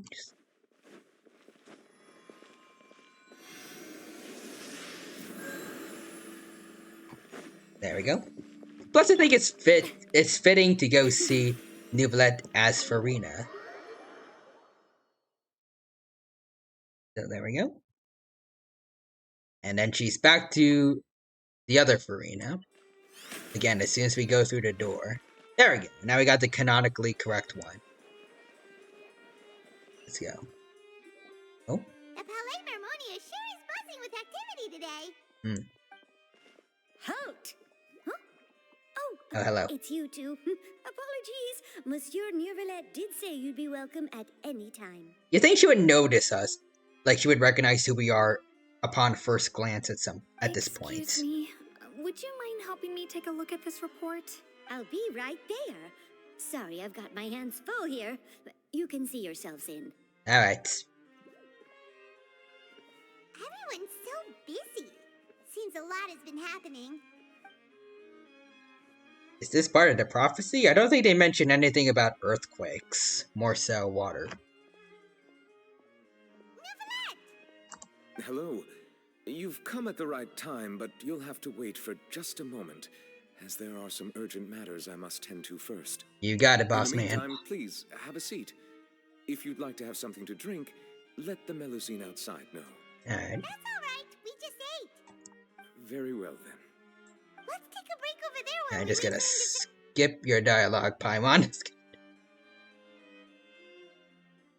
Want to make sure I get this done, and hopefully I can try to maybe get to the other story or the event, or else I might have to do it all myself. All right. Off stream. That should wrap things up for now. Are you done with your work? Yes, sorry to keep you waiting. Today should be the day you were released from the fortress of Meripede, and it appears that you have managed to complete all the release. It's gonna be a shame though, because I think the most recent event, it might have Yoimiya in it. I'm not sure. According to the trailer, she's supposed to be a part of it. That's right. Maybe. And we came here to see you right away.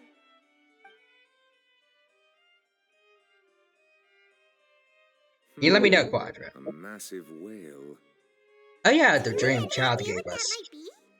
Judging from your description, that cannot have occurred in any ordinary waters, but rather something like the primordial sea.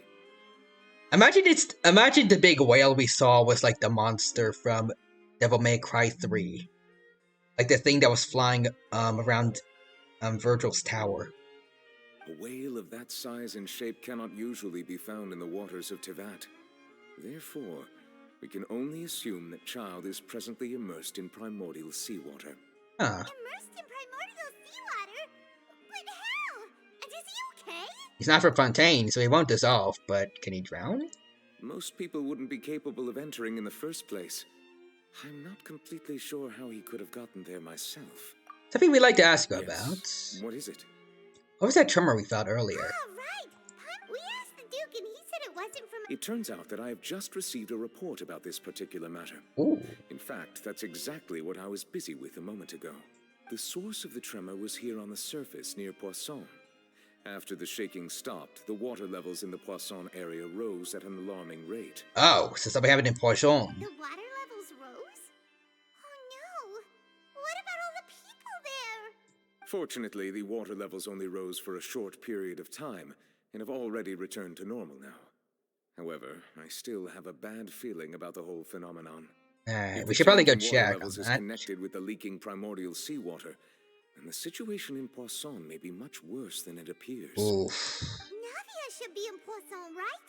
We need to go check on her. Yeah, especially since I would also like to go their there as soon whole as base possible, is but I'm kind of afraid I can't leave underground. just yet.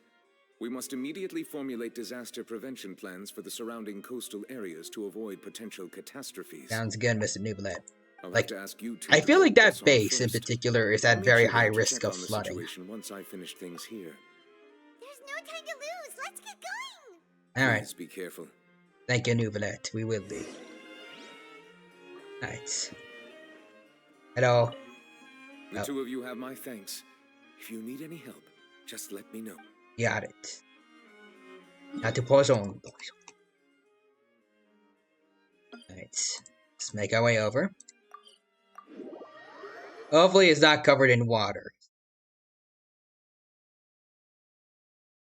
Alright, it's taking a while to load.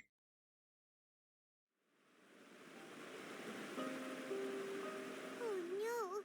What happened here? Ooh, actually that's not too bad. There's a bit of mist, but it looks the same as normal. Not a lot of people, but I see there's one at least. Oh, okay. All the buildings here seem to be in rough shape now. Okay, I guess some stuff got knocked over, but everything else seems to be kind of fine here. Nobody around. Were they all dissolved? No, let's not assume the worst yet. Nadia should be around here, right? We need to make sure she's still... Paimon means we need to check on her. Okay. Look for Navia and Poisson. We do something about that one dude over there who is injured. Is it weird that this doesn't look too different from how I remember Poisson? We haven't seen a single soul all the way here. Paimon, you're blind. What will I ever do now? That dude, I figured he was gonna be important. Look, there's someone on the roof over there. No? Just stay put. We're coming up. Watch your balance. Oh, Espina di Rosula member. All right, just hurry. Okay, there are quite a few people still. Well, I guess some people still around. Hopefully everyone just evacuated. I'm not young anymore. How will I survive on my own? Destry? My Desiree. Oh, wait, hold on. Who's Desiree? Hold on, let me look him up. Whoa, hold on, wait. This is someone we're supposed to care about.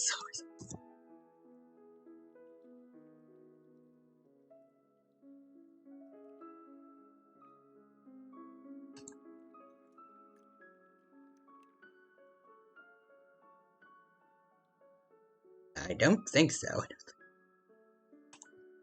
Also, John Roy says, don't fall off the roof, sir. He looks pretty sad. My leg.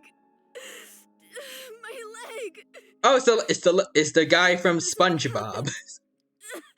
It hurts. Just Sorry. hang in there. Help is on the way. Jokes You can make hold my things hand better if it for makes you me. Feel better?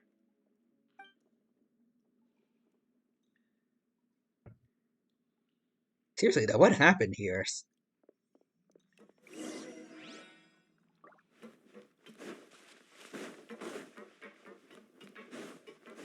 I don't know if it's primordial seawaters. That lady was pretty low, so I feel like if it was primordial seawater, she would have dissolved. Or at least there would be a lot more people around here if she was okay. Oh, I see Navia down there.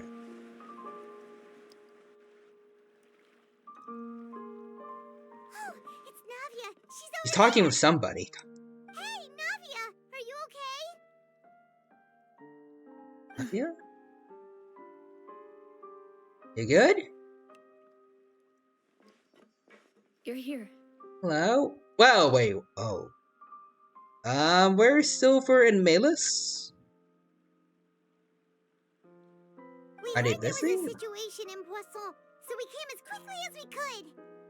Yes. As you can see, the water level suddenly rose. It caused quite the disturbance, in fact. Yikes.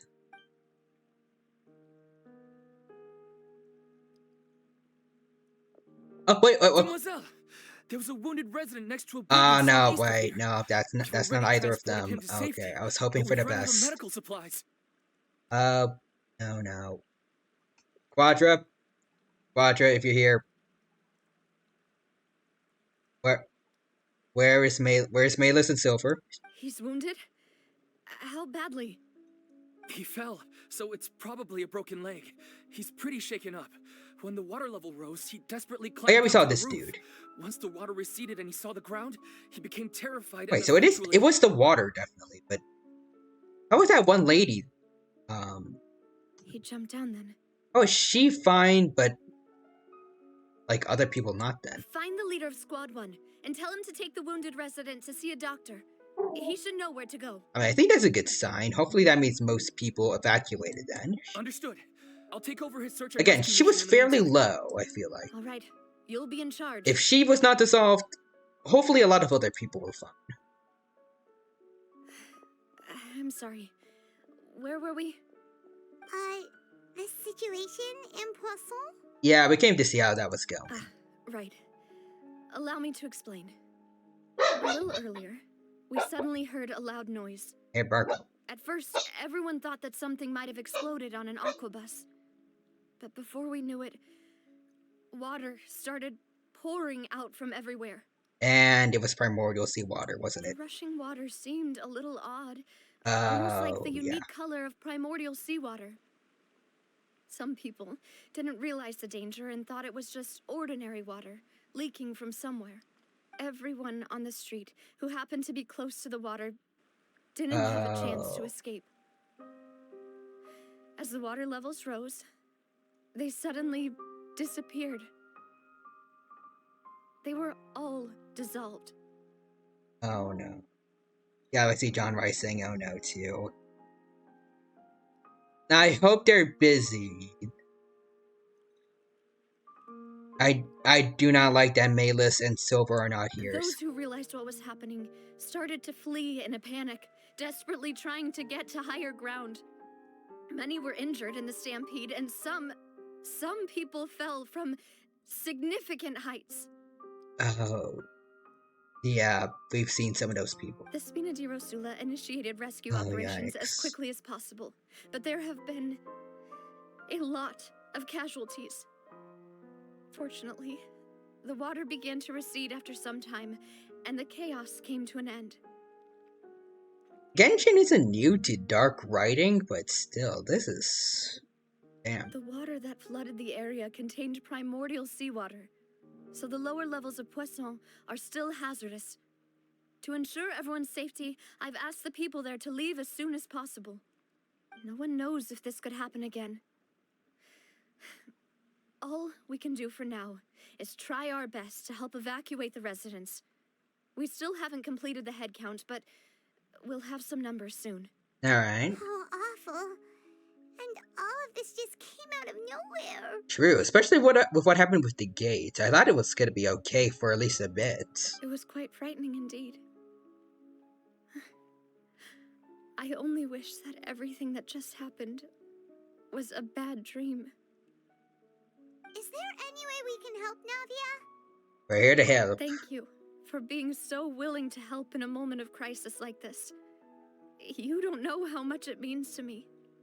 I really can't express how grateful I am. Wait. Oh, yeah. We're missing some people, aren't we? Malus and Silver aren't here. I do not like that the story is hinting at this too. Don't say that. Giving me bad signs. That's what friends are for. Oh, yeah, they're asking, where's Malus and Silver?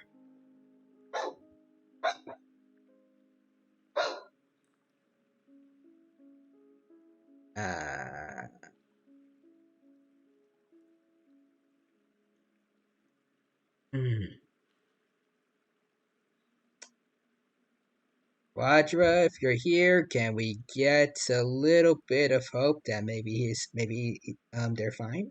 Wait. Demoiselle, we've got a situation here. I don't think so. I'll... Okay. Sorry, I need to go for now. Okay, they're not mentioning. And off she goes. Seems it might be a while before she can take. Yeah, I feel like it's what we expect. Hopefully not. Okay, so we do a bunch of stuff. The wounded are being tended to, and we finished a preliminary head count. More support has just arrived, so I suppose I finally have a moment to focus on my own matters. Okay. Of course, we should remain ready for anything, and continue doing our best to rescue others. I'll be sure to have everyone at the Spina di Rosula ready to render assistance. Traveler, Paimon, would you two accompany me to my father's grave for a moment? Okay. Right now? Thank you. I feel like you're gonna be adding 2 more. Really feels like you're gonna be adding 2 more graves there. Please no. Witness the poison disaster. I didn't really witness it, but I witnessed the aftermath of it.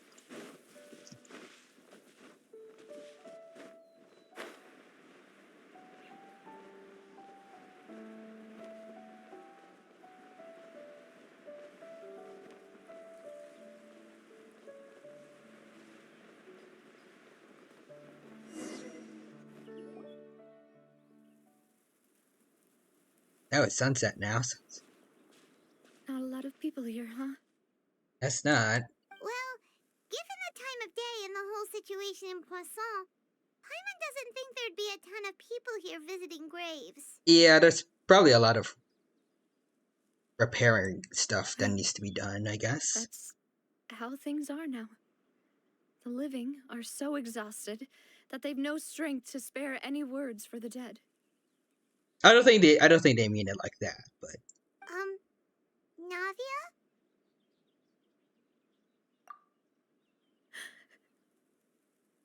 alright, here we go.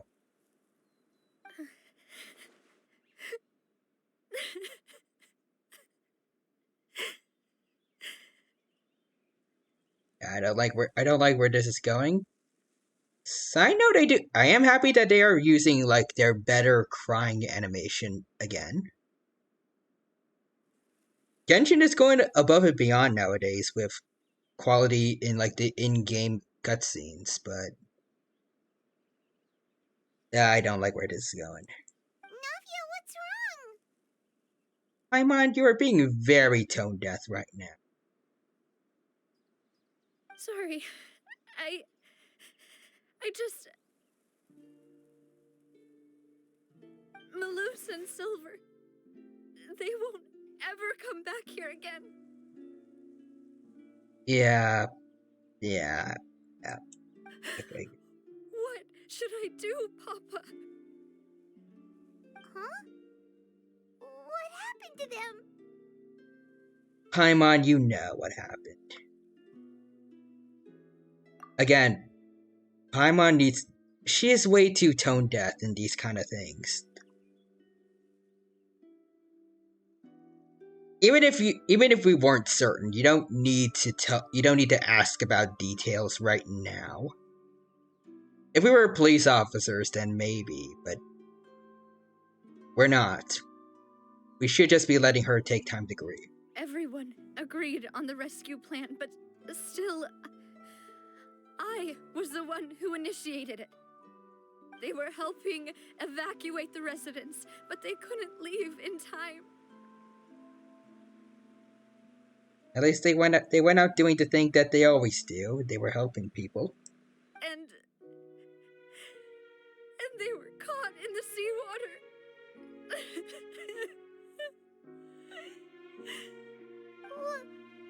What should we do? Give her space, probably, Paimon? I've known them for so long. And I know they weren't afraid. But I could at least hold a funeral for my father. And I know where he rests. But as for Malus and Silver, they're just... gone. I just can't...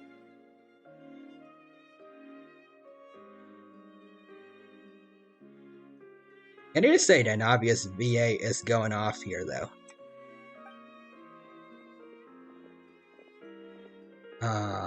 Everything looks so clean after it rains. Even the gravestones.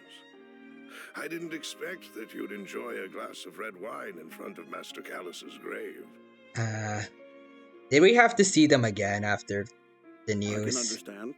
Besides, the scenery here isn't half bad. See, it's not just me. I always want to bring something when I visit Papa. Perhaps we might even have a picnic. He wouldn't be angry, would he? How could Master ever be upset with you, Demoiselle? Yet the cemetery is the home of those who have passed, is it not? Everyone ends up here sooner or later, no matter who you are. That was unfortunate timing. Assuming this was happening right after, like right before the primordial seawater thing. Buying yourself a plot in advance, are you? No need yet. But when I do, I hope you'll let me be buried beside Master Callus, Demoiselle. Hey, stop joking around. Please tell me this didn't happen right before the primordial sea thing. That would be horrible. I'm quite serious. That way, it will save us both the trip to see each other whenever you visit your father's grave. That makes sense. In that case, could I be buried on his other side? After all, besides you, Demoiselle, the two of us could certainly be considered Master's closest companions, no? Personally, I believe we fill those shoes just fine. Yeah. Why are you bringing this up all of a sudden? Seriously. All right. I'll remember your requests. Please tell me this was this happened like way earlier, right? But I'd really prefer not to talk about this stuff. And what do you mean by saving me a trip? I'd make the journey even if I had to visit you two somewhere else. I've promised to let them rest in peace here. But here I am breaking that promise. Okay, it's ambiguous as to when that happened. I guess that's not too bad. I'm sorry for letting you see me in a mess like this. I don't usually cry, really. Paimon doesn't know how to help you feel better. But, well, she understands how you feel. I don't feel like you do, Paimon. I don't think you've been in a situation quite like this before.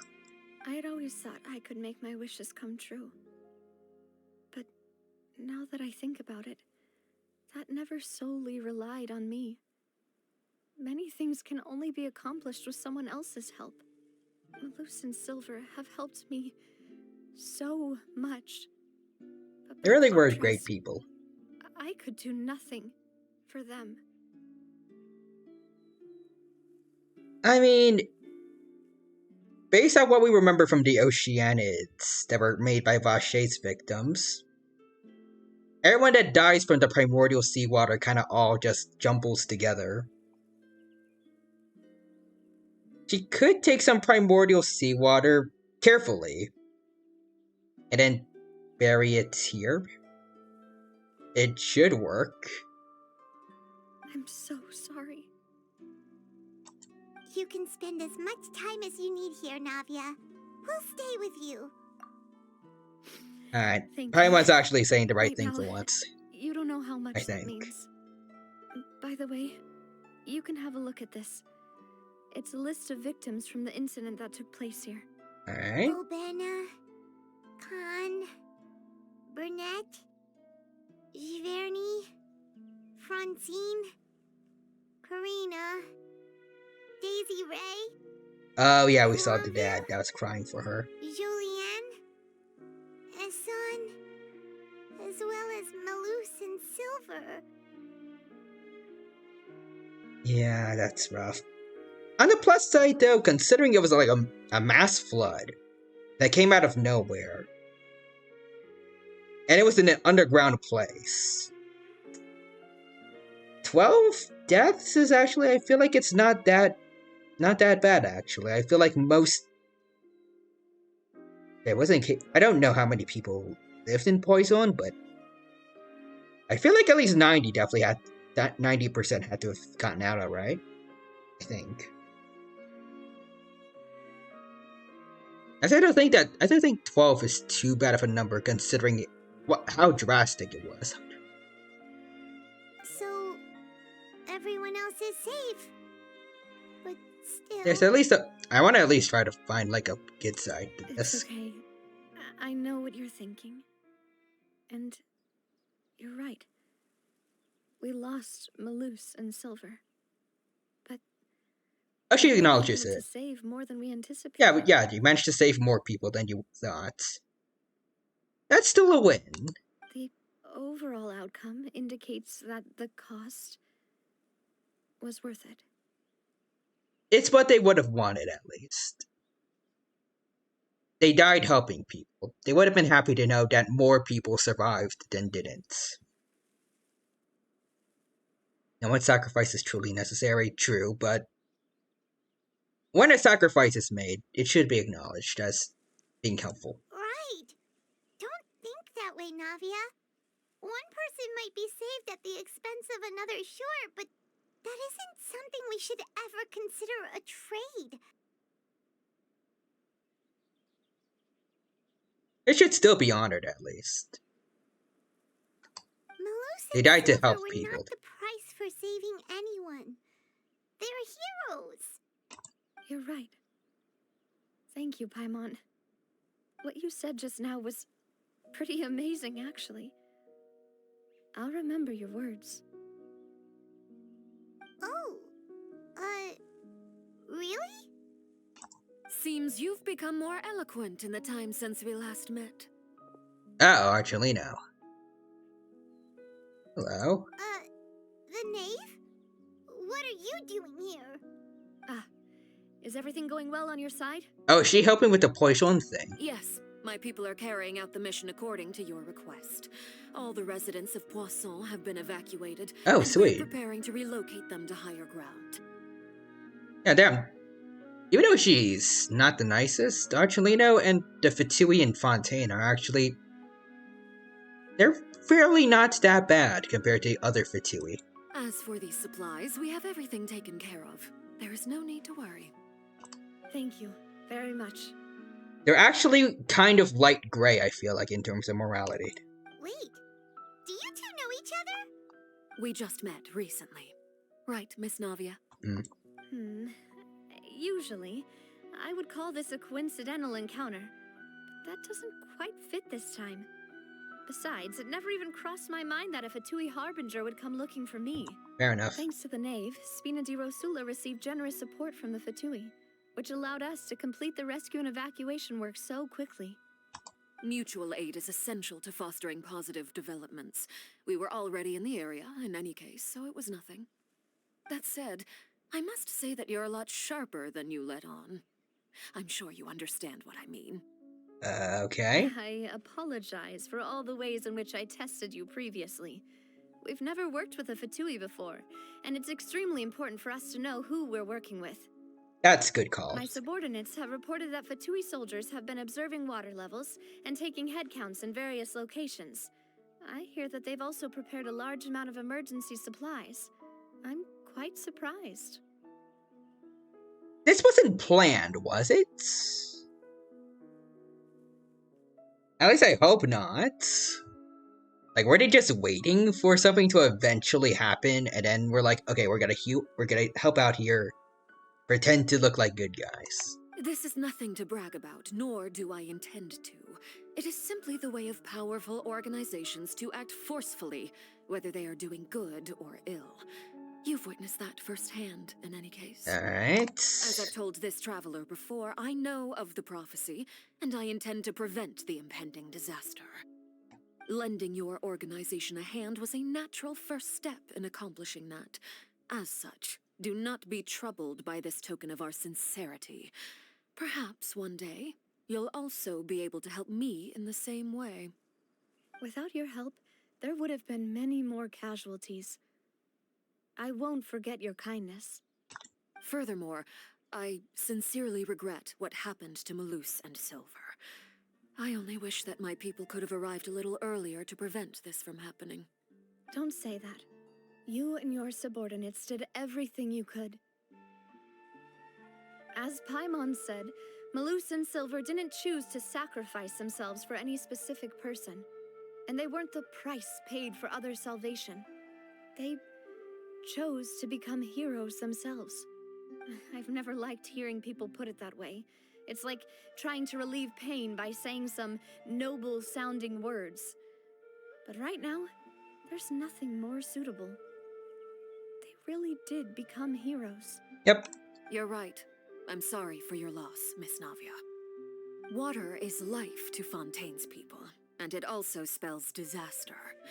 It's no wonder that people always say that prophecies represent fate. Fortunately, I've never been one for such opinions. So, you're one who will try to change fate then? I think that's the whole point of trying to stop the prophecy, Of yes. course. That is why I'm going to Hotel Bouffe de Thé. I still have some things to take care of, and the children need my attention. Still don't know how to feel about Archelinos. She did try to murder Farina, but at the same time, she is helping the mortals of Fontaine a bit, at least. By the way, Traveler, Paimon, one more thing. Okay. What do you got to say to us? We'll just... Huh? This isn't right. Paimon thought you would ask us to walk with you for a moment so you could tell us something in private. That is a clever and useful conversation technique, which I do like to use when necessary. But there's no need today. Alright. It would not hurt to have Miss Navia listening in. Traveler, I'm sure you remember that I said we could work together when we had the chance. Yeah? You and I both know that there may be issues with the Primordial Sea. Previously, it was the fortress of Meripede's sluice gate. Yeah, they remember. Yeah, she was told by her children, I think. These are both signals. The time for jolly cooperation has come. Indeed. Allow me to share the latest intel I've received from the House of the Hearth's intelligence network with you. During some recent investigations, a child claimed to have discovered some ruins near Poisson. The ruins date back to ancient times, and seem to be worth investigating in many ways. Alright. Judging by the dating of the ruins, they may be related to the prophecy and the coming I don't crisis. like this. It sounds like a boring side quest to prolong the So Archon story, but okay. Information will prove extremely precious. My people initially came to prepare for ruin exploration. Unexpectedly, this disaster struck. And at present, we're all busy prioritizing the rescue effort. So I gotta do it. That's why the Fatui were already in Poisson. I wanted to take the children along, but unfortunately, Linny, Lynette, and Fremine have all been dispatched to higher ground to assist affected residents. Linny told me that outside of the house, the person they trust most is you. Aww. Which is why I want to give you this task. Can you trust an outsider like me? Your children trust me, but do you trust me? The House of the Hearth's members see each other as family. But Linny, Lynette, and Fremine said that they also see you as such, even though you are not from the house. I'm sure you already understand how earnest they consider their friendship with you to be.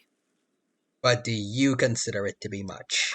Oh, that somehow makes Paimon feel kinda happy. The intel I just shared about the ruins could fetch a high price.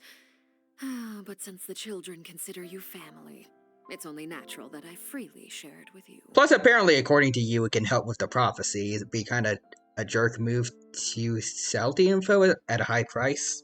Got it. So all we gotta do is go to some ruins, right? We can handle that. It'd be nice to not put the me? only way to save May I humanity tag along? behind a paywall. You wish to join, Miss Navia? But are you sure you're up to explore? Well, I'm sad, yes. But I can't just go back and plop myself into a chair by the roadside and do nothing. There's no point in being depressed while we still have a disaster on our hands. As my father's successor, I must live up to the hopes he had in me. Besides, Sounds good. I'm also doing this for myself. I need something, a distraction, to keep my mind off Malus and Silver. Alright. Since you put it that way, I have no objection. Navia is insanely you strong, say, I must Traveler? say. When it comes to, like, willpower. All right. The He's been through a ruins are lot. to the south of Poisson. Still going, Here's though. the map. Okay, Alright. the three of us will handle Just gonna skip Paimon's dialogue, because I want to make sure I get through as much of the story as I can today.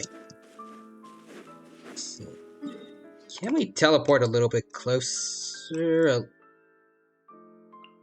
I think this is the closest we can go.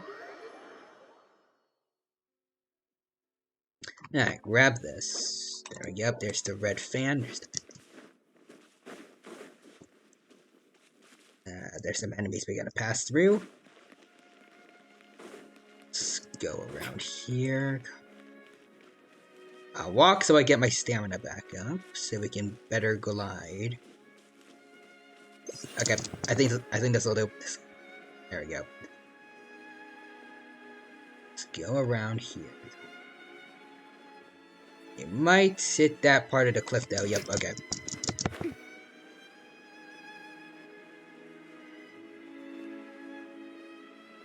There we are.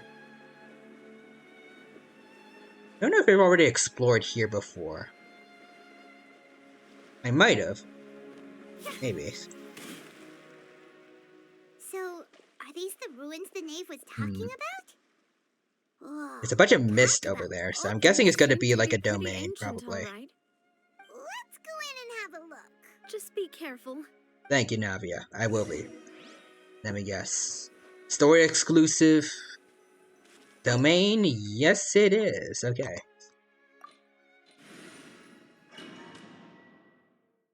Alright, let's head on in then. Got no information as to what enemies can be here. Go for the best ends.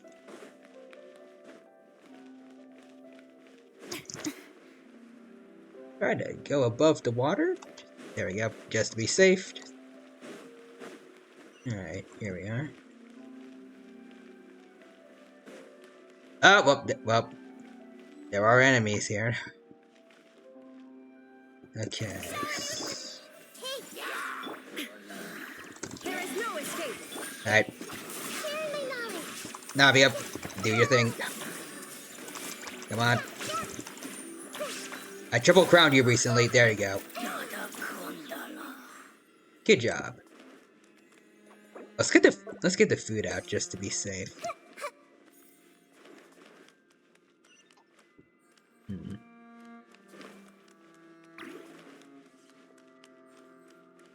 Oh, whoa. The floor here isn't safe. Well, clearly not. Ooh, there's treasure here, though. I'll take that gladly. Right. Activate a skill ahead of time. There we go. Get all the hyper bloom out. There we go. I want to be extra careful around here. I don't know if we can ever come back here, so... Any chests we find or don't find in here are probably missable. Oh. This place has also been contaminated by primordial seawater. I mean, we should be fine as long if we go in there. And a lot of it, too. A Fontanian would most likely dissolve the moment they fell in. We should be fine. Go back, Navia. You can't go down if there's primordial seawater. It's too dangerous and it won't be any help. Yeah, shush, Paimon, but she gets to the point. Don't get Paimon wrong. We're not saying you're useless. No, you're right.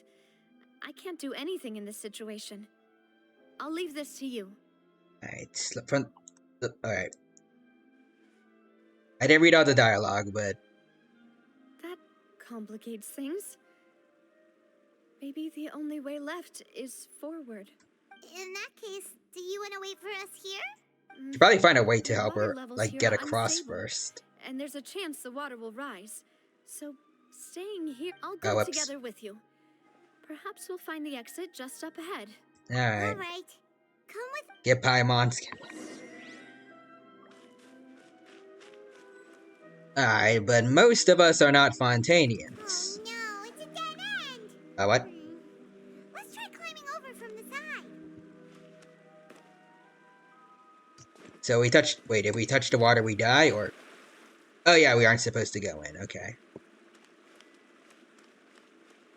I was thinking, we're playing as a non-Fontanian right now. We should be fine. Oh, well. Oh, never mind, we're good. I almost thought I fell in again. Oh. Navia. Nayada. My bad. I think we can only climb on the wood parts. Okay. That's annoying. Quadras is I have returned. Welcome back, Quadra. It's good to see you here again. Hope you're doing well, and hope you have a good time here once again back at the Genshin stream. Hello, hello. I don't know when you left, but I guess to give you a mild recap, we lost NPC homies today, unfortunately. According to Nublet, the water levels rose in Poison. We found Navia, my bad. I keep messing up their names, but the two most based NPCs in Genshin, or at least in Fontaine, I don't think they're with us anymore.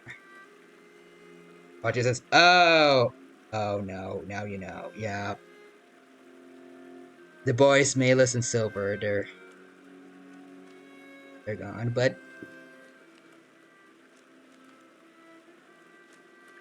they apparently did save a lot of people before they went out. As Navia says, they went out like heroes. You know, like they didn't have that big of a title or anything. Like they were mostly just bodyguards for Navia, but their legacy is infinitely like a million times gonna be better than anything Azar's gonna have. I'll say that much. Even if they didn't die, they would still have a better legacy than him, but still. Billions of times better. But yeah. Good man. Well, good men. At least we'll get to avenge them by taking out whatever the prophecy thing is. And Quadra says, so I was really hoping you didn't see Navia's splash art for Gacha. Because they weren't on it, and thank God you didn't notice. Oh, wait, what? Actually, I don't know if I'll be able to see it or not. But, yeah. It's sad.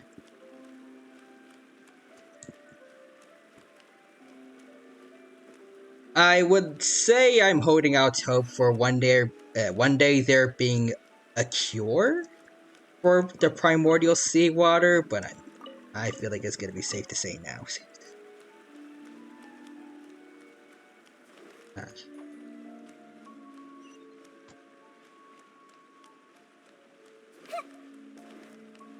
Honestly, they had a base stat. They literally saved people. Yeah, Chad, way to go out. Like, it was Armageddon. They were trapped, as I said before, in an underground base where water was flooding in. It's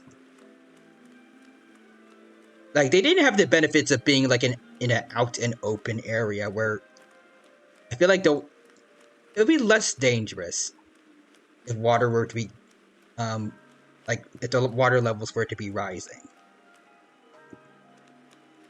It's like they were in a big hole basically being filled up with water. Everyone was panicking, running. I think some people got shoved or trampled in a stampede, according to Navia. Some people fell from tall heights. They were proud enough to be running back to be saving people.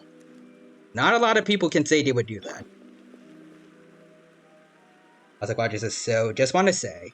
Cool. I am waiting to hear it.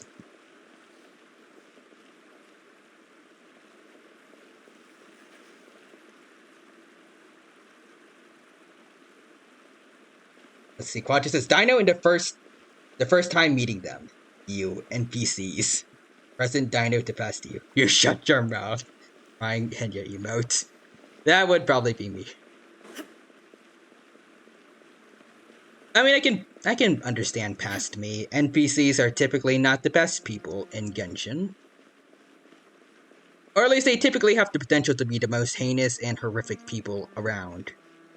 Based on multiple story quests I have played. Plus, you know, Azar. But dang. If only past me knew.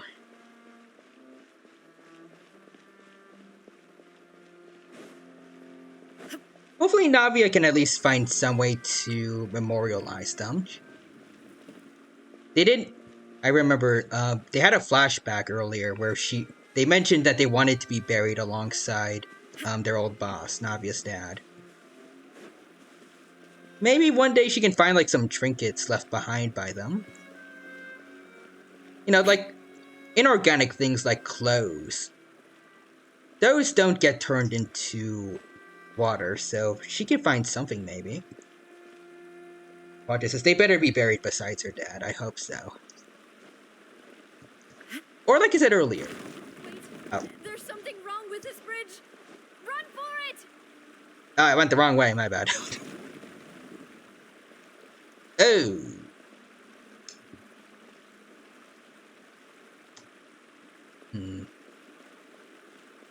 Well, that's inconvenience. Also, Quadri says, well, this is awkward. So what now? Anyone got like a grappling hook or... Can someone grab Venti real quick? Like, give us a wind current, maybe? Honestly, I'm glad this happened. We needed some funny amidst all the sadness. Quadri says, I mean, Navia told us to run, but not run forward. Yep. You should have been specific with your directions. That's the Quadri is staying in. If only we want Scarmosh. Oh, true. He could have just flown us over. Well, now. Okay. Oh, we can't switch out anyone. I was hoping maybe if we jump and use Xiao's E-skill, maybe we could have made it? Oh, actually, no, wait, Quadros says, fun fact, he actually can't. Wait, why not? Oh. Oh. It's specifically far that he barely cancel him out. Wait, has someone actually tested this? Like, they tried to see if he can float over, but he can't? That is cruel. Yes, XD. Damn. Even more cruel for us, because we have no way of getting over there now. Unless we jump into the seawater, I guess. So, like, with the boat... Not the boats. Will the bridge, like, reset? Or you probably need to fall? Oh. I want to find some way to cheese the game, though. And actually find a way over. It's a shame we can't climb... Oh. Wait, what? Oh, it reset for us. All I did was hug here. Oh, okay, I guess we can touch the magical wall over there to help us reset everything. Okay. Thank you, Mr. Wall. Alright. Well, before we do this, I'm gonna need Farina to heal everyone up. Good job. She could probably be doing better at healing if I actually got the best artifact set for her, but right now I'm just working with the garbage that I have that at least has the right main stats and substats for her, I think. Or at least it should be the right ones. There we go. Squadgy says, if only we had multiplayer, I could do the Nahida swing set glitch. I don't know what that is. Alright. Well, Marina, time to go out and get some exercise. Prove Archelino wrong. There we go. Go. You're supposed to be sprinting the whole time. Oh, whoa, pre-rendered cutscene, okay. Okay, that's neat. Ooh. Oh, fudge, no. Oh, Traveler spoke. Oof. Oh, wait, what? Oh, wait, no. No. No. Oh, wait, what?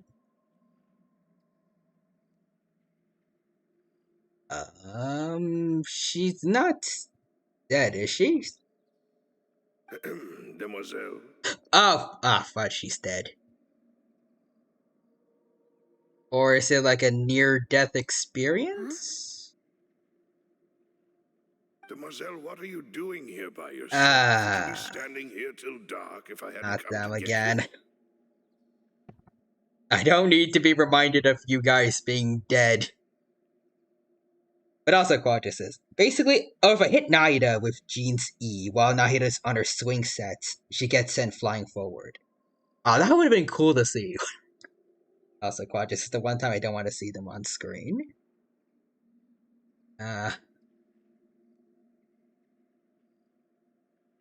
It's like, I don't know the word. It's like seeing your favorite anime character coming back in a flashback, and now you get sad because you remember, oh yeah, they're dead. Except we've gotten it twice now, I think.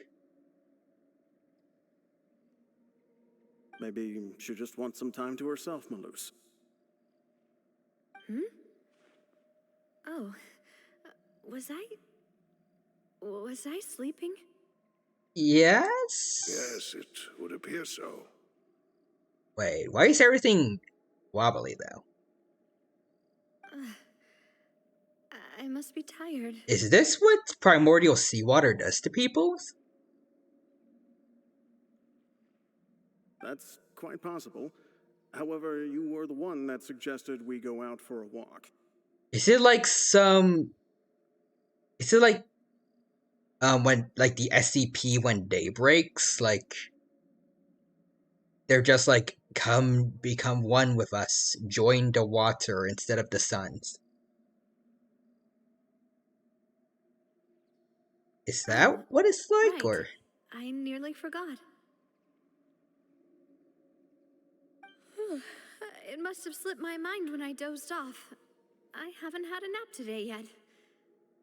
Have I? Oh no. This is a familiar feeling, yet something's a little strange. Also, can I just say, take all the pain of Navia and double it, then pass it to Azar. Navia doesn't deserve any of this, but Azar. Honestly, double's too low for him. Is something the matter, Demoiselle? Oh, no. No, I'm fine. I was just trying to recall why we came out for a walk. Do you remember Mr. Giverny? He'd requested our help before with foreign merchants who had a debt dispute with him, and we'd resolved the matter not long ago. We were headed to see how things were going with him at the moment. Ah, right. Yes. I remember now. Oh, Miss Navia. Hello. Mr. Maloose. And Mr. Silver, too. It's good to see all of you. Yay. How have you been? Everything is happy. I don't like it, though. Thanks to your help, those bothersome merchants finally realized that I wasn't the one they were looking for. Why, I wasn't even the guarantor for that person. They were knocking at my door day and night. Even my neighbor, Obina, was getting fed up with them. It kind of feels like a near-death experience or an afterlife. Kind of, yeah. Sometimes force is required to calm someone down and get them to listen to what you have to say. That's right. Oh, by the way, Burnett, what was it that you wanted to give to Miss Navia again? Oh, yes. One moment, I have it right here. Also, I just want to say, I really do feel like Navia has had the most spotlight of any character in an Archon Quest story. Like, for any region. Like, I really feel like... I mean, I guess minus that one time Navia almost got poisoned by primordial seawater, but was saved thanks to me and Paimon drinking it instead. It really does feel like Navia should have been like... At least I feel like this story could have worked if Navia was the sole main character. especially with what's going on with Farina and possibly Nouvellette, like their plans for the prophecies.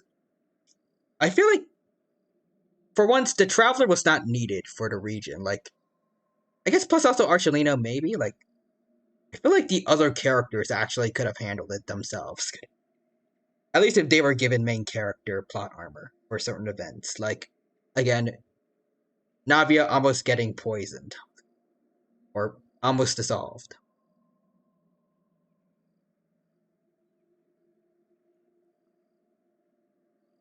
Like, I feel like it could have been pretty easy. It could be pretty easy to, like, fully write the Traveler and Paimon out. And everything would still turn out okay. Again, you'd have to take some creative liberties with what Navia does. Probably would have to make her befriend other playable characters, too. So that way we can still get things like her putting Vache on trial while someone finds Vache's lair and gets the evidence, instead of the Travelers. I feel like it's possible. She probably could have asked Charlotte, since her whole thing is being a reporter. She needs to be good at, like, searching out for clues and details for a good story. Also, what I just said earlier. If Mayless and Silver are like, now is not your time, I'm gonna cry. It's gonna be like an Uncle Ben moment. Miss Navia, these are some flower seeds that I prepared. Please take them. They're a very good variety, and they'll become very big and beautiful once they bloom. Honestly, they really feel like two Uncle Bens for Navia. They basically raised her as if she was their own kid. Like, they're the reason that she turned out as the good moral person that she is right now. And they're probably also why Peter Parker for Uncle Ben, why they both have insanely good, extremely strong willpower, as opposed, like, in spite of all the shiz that they need to go through every day.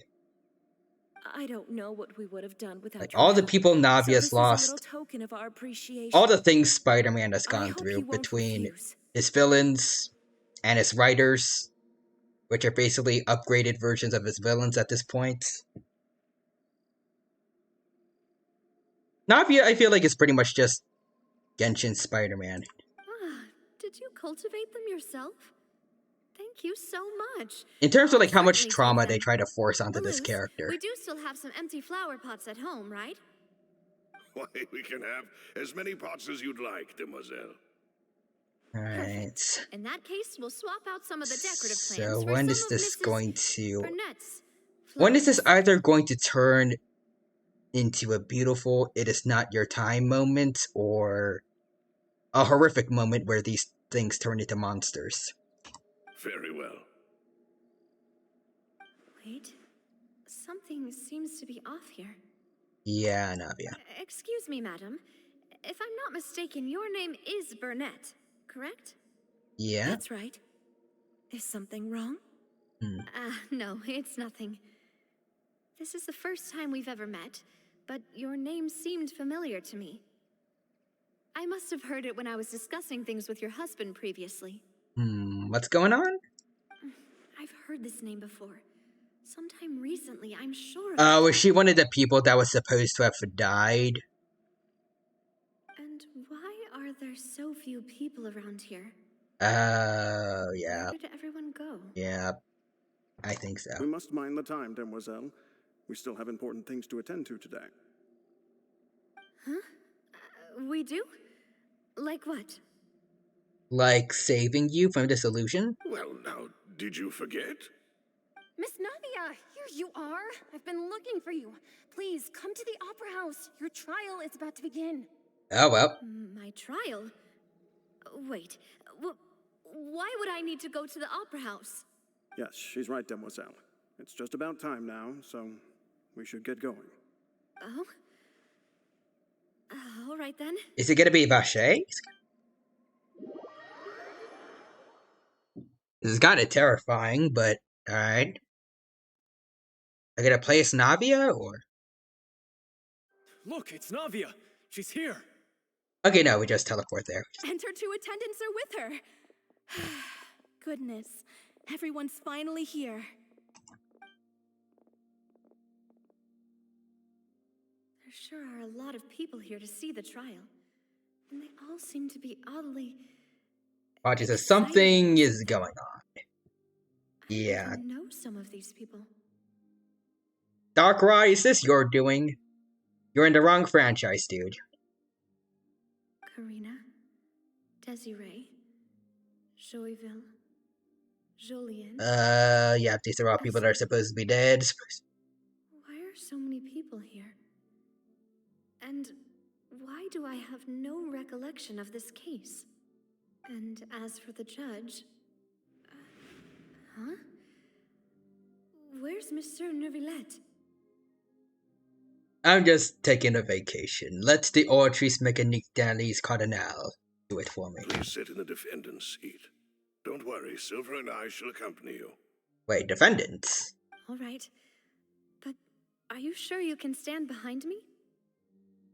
Typically, it wouldn't be allowed, but today is an exception. Well, that's BS. We've been standing by defendants every time we've been on trial. We're almost, except for Vache. We were there with Lenny. What kind of place do they think this is? Come on. Do they have any idea what they're doing? Seriously. Wait, who is that? Wait, watch his what? That's not Vache, is it? Enough with the whispering! Could someone please tell me I don't think that's where Vache. Monsieur Neuvillette is, and why I'm standing trial? I remember him having facial hair. Plus, you know, he's supposed to be dead, but I mean, that's the same thing for everyone else here. My dear Miss Navia, Joinville. have you not yet realized what you've done? In that case, allow me to explain. As all here know, you are Master Callus's successor, the head of the Spina di Rosula, someone held in high regard by every soul. There's still the weird watery filter here. Oh, wait. I think it'll start to make sense. If she's on... I think I get it, too. At least this is my theory for now. She is on trial, so... And she's the defendant, so... She's the defendant. She's the one being prosecuted, I think. I think this is the like, all the people here were those that died during the poison disaster. I think this is her literal guilt about not saving all these people being manifested in her head right now. Like, right now she's trying to, like, she's facing the fear and guilt of, like, I think she needs to comes to terms with the fact that all these people are dead. I stuttered a lot while I was saying that, but I think that's what's going on here. Literal manifestation of survivor's guilt. But also questions. Yeah, that's what I thought too. After you took over the Spina, you treated all of us just like the late Right, so that's what I thought had. too, but... If anyone in need reached out to you for help, you didn't say that's what I think too, so... Is it actually wrong? Not only you, but your butler, your subordinates, nearly everyone in the Spina di Rosula fought for the well-being of those in Poisson. Wait a moment. Aren't you just proving that I'm a good person? I'm not confirming anything. I'm just saying that's what I thought when I played. Okay. Yes, correct. Absolutely right. And that is why you stand accused. You have helped so many people get through so many difficulties. You are one with us. We are inseparable. Oh, wait, I think I'm getting it now. Is it like what I mentioned before about, like, the Oceanid we saw that was made by Vache's victims? Like, all the people that get dissolved in the primordial seawater, like, they can combine. It's actually, I feel like the coloring of the filter here, it's similar to what all the ghosts of Vache's victims looked like before they killed them. Is this how they combine consciousnesses? If that's the case, though, considering all of Vache's victims had their own free will, I feel like the Mainless and Silver should already be doing the whole "it's not your time now" and probably fighting against the other consciousnesses. I don't know. Oh, but also Quadras is when day breaks, be like, that's what I said. It's literally like that. It's like it's using people that you once knew, using their voices and actually no, when day breaks it was just their voices, but here it's also using like their bodies, their faces, like their everything, including your memories of them, to get you to become one with them. It's terrifying. We are one big family. All of us who are from Poisson, inextricably linked. Inextricably and with linked. You being so important, we couldn't possibly do Wouldn't without. possibly do without you, so combine brains with us. Combine. Therefore, this fair and honorable court shall declare you guilty, and you shall stay here. You will be together with us forever. There it is. Huh? What are you saying? Oh. So now I'm just thinking, like, is this what everyone that got dissolved had to go through? Because that is terrifying. Everything you have said is correct. I have indeed done a lot for my hometown, and I would be willing to be with you all, but what is the purpose of having me stand here like this? What is there to discuss? Ah, well, if that's what you think, then I have no further comments. Okay, join village. How wonderful, Miss Navia!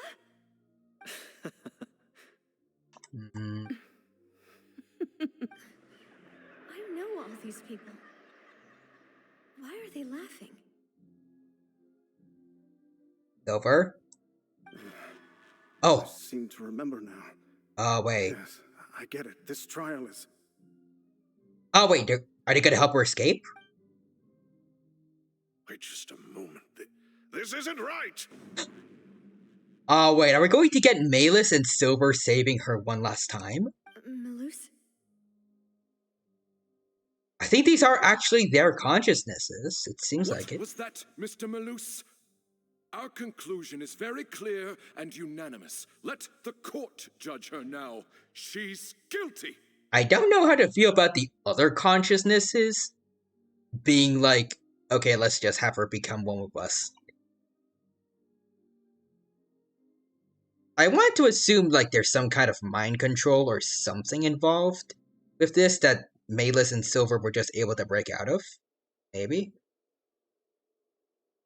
Otherwise, that implies a lot of the people that Navia met within Poison might be bad people. Stay here, Navia! You're one of us! Or selfish, at least. Demoiselle, don't admit guilt. This trial means to keep you here forever. Oh, but yeah, there you go. They're saving her.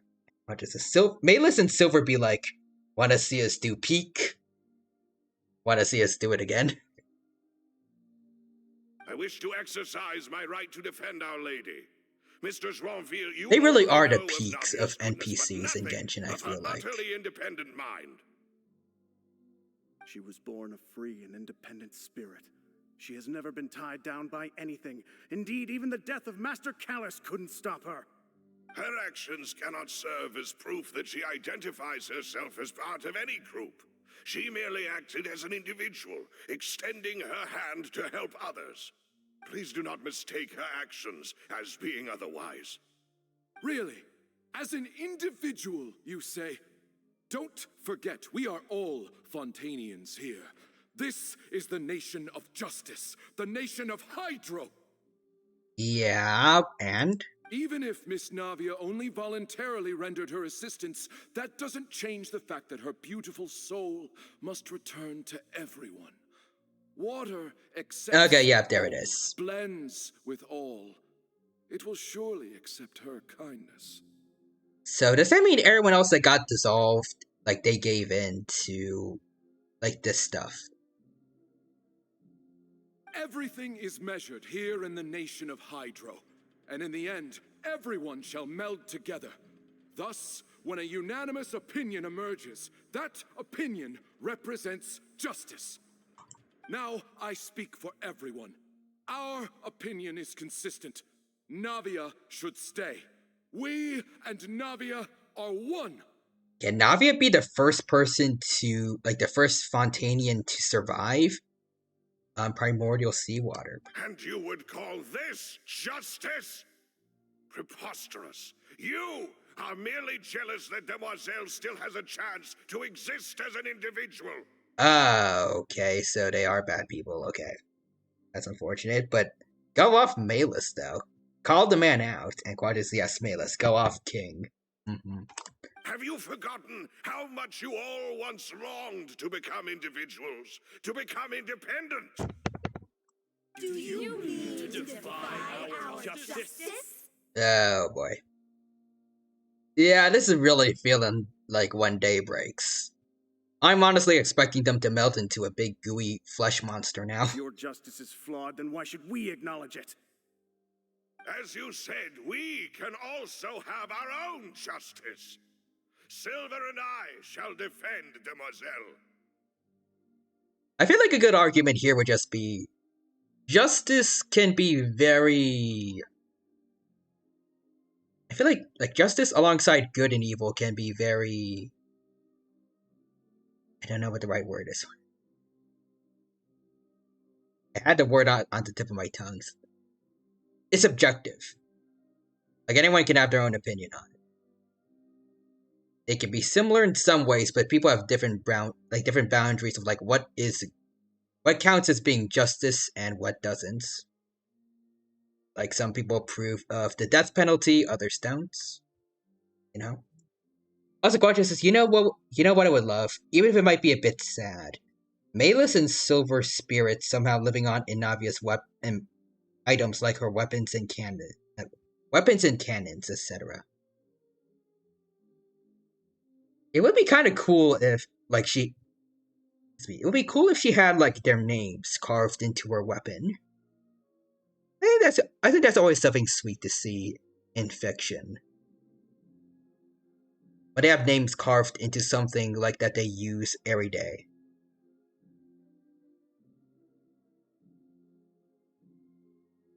Rogers is like when you use their bursts, you see their spirits shoot out of the cannons. I'd love to see that. That'd be kind of funny.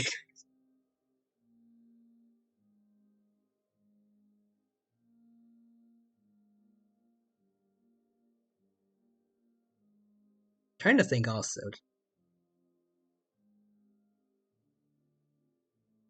It would be kind of weird, but I guess we already have summoners to some extent in Genshin. It would have been kind of cool to see her at least maybe summon the spirits of Malus and Silver somehow, so they can fight beside her.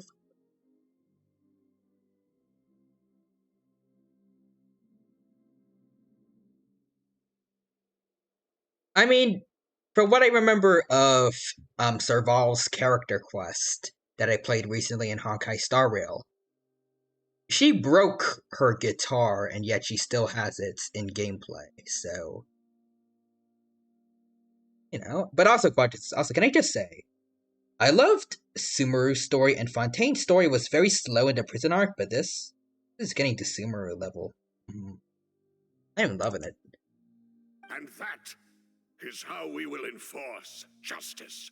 I feel like a lot of Fontaine's story is fairly comparable to Sumeru's story.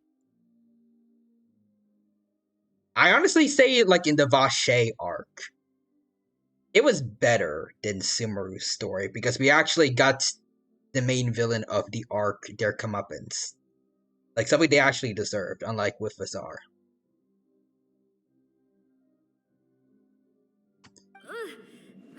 And again, yeah, I agree that the prison arc was pretty bleh, but now for me, this feels like we're more so getting back on track. And Quadra says, I think I prefer Sumeru's, but Fontaine's is very close. It's only worse for me due to pacing. Demoiselle.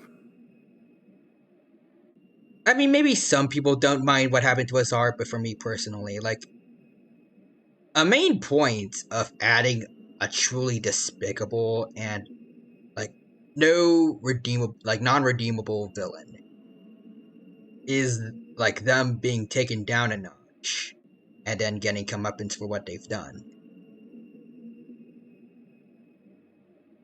Like, think of, like every classic Disney villain. They all got their comeuppance in very fulfilling and unfitting ways.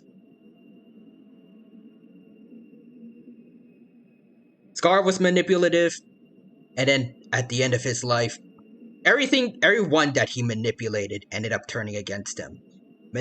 He groomed Simba as a cub to help set up the whole wildebeest trap to kill his dad. Simba defeated him, took his throne. He had the hyenas at his beck and call. Made one mistake of putting the blame on them when he was cornered by Simba. When he saw the hyenas again, they ate him.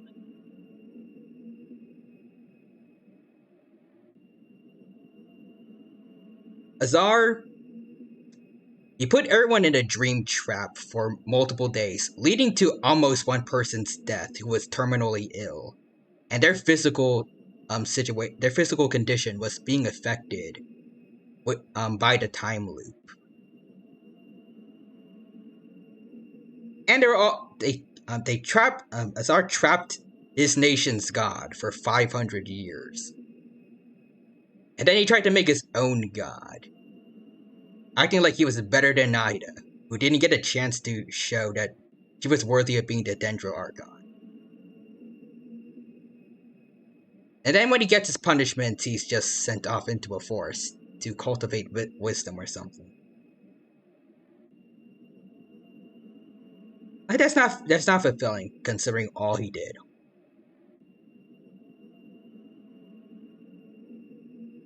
Nasaquatris. I might also be biased as Nahida is my favorite Archon. Yes, but I feel like she was a bit light on the enemies, or at least maybe at least Sino could have ruffled Azar up a bit before saving Nahida. I don't know. We had the one cutscene of him threatening Azar before Nahida was released, but that's about it. Silver, it hurts. My head is spinning. All I can see is stars. Like, I don't think I've ever seen a story where the main villain mostly gets away with what they did, and everyone was like, "Yeah, that's cool."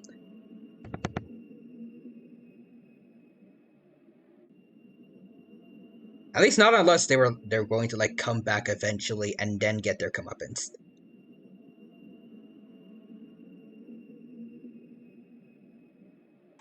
I remember now. Everything that seemed odd from the very beginning. Alright, here we go. Karina, Desiree, Joyville, Jolien, Essen, and Mr. Giverny and Mrs. Burnett, who we met earlier. They all dead. Even Malus and Silver.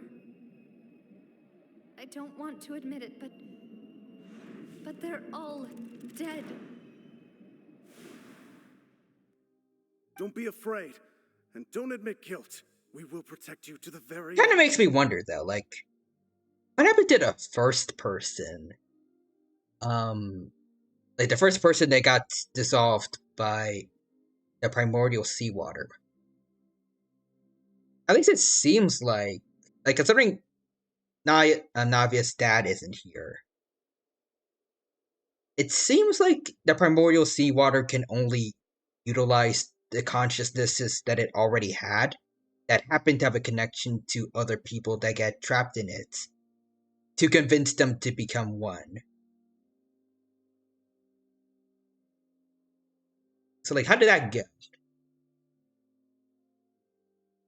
Like, Navia's being confronted by all the people she knew that got dissolved by primordial seawater. But for the first person ever to be dissolved by it, were they just in an empty courtroom, or Actually, that sounds even more horrifying because that sounds like it would be like a back rooms kind of thing. The giant's courtroom, no one else being there. You're just by yourself. You have no idea what's going on. I don't know how it worked though, but also Quadras is yeah. Aether must feel awful seeing Navia dissolve in front of his eyes. That's probably very terrifying, unless maybe she isn't dissolved yet, or if she is though, they're probably horrified. But maybe she'll come back. I highly doubt Navia's gonna die now. Absurd! Who are you to say that she cannot be judged? We are the majority, and in the nation of trials, the majority is absolute justice. We are the will of all.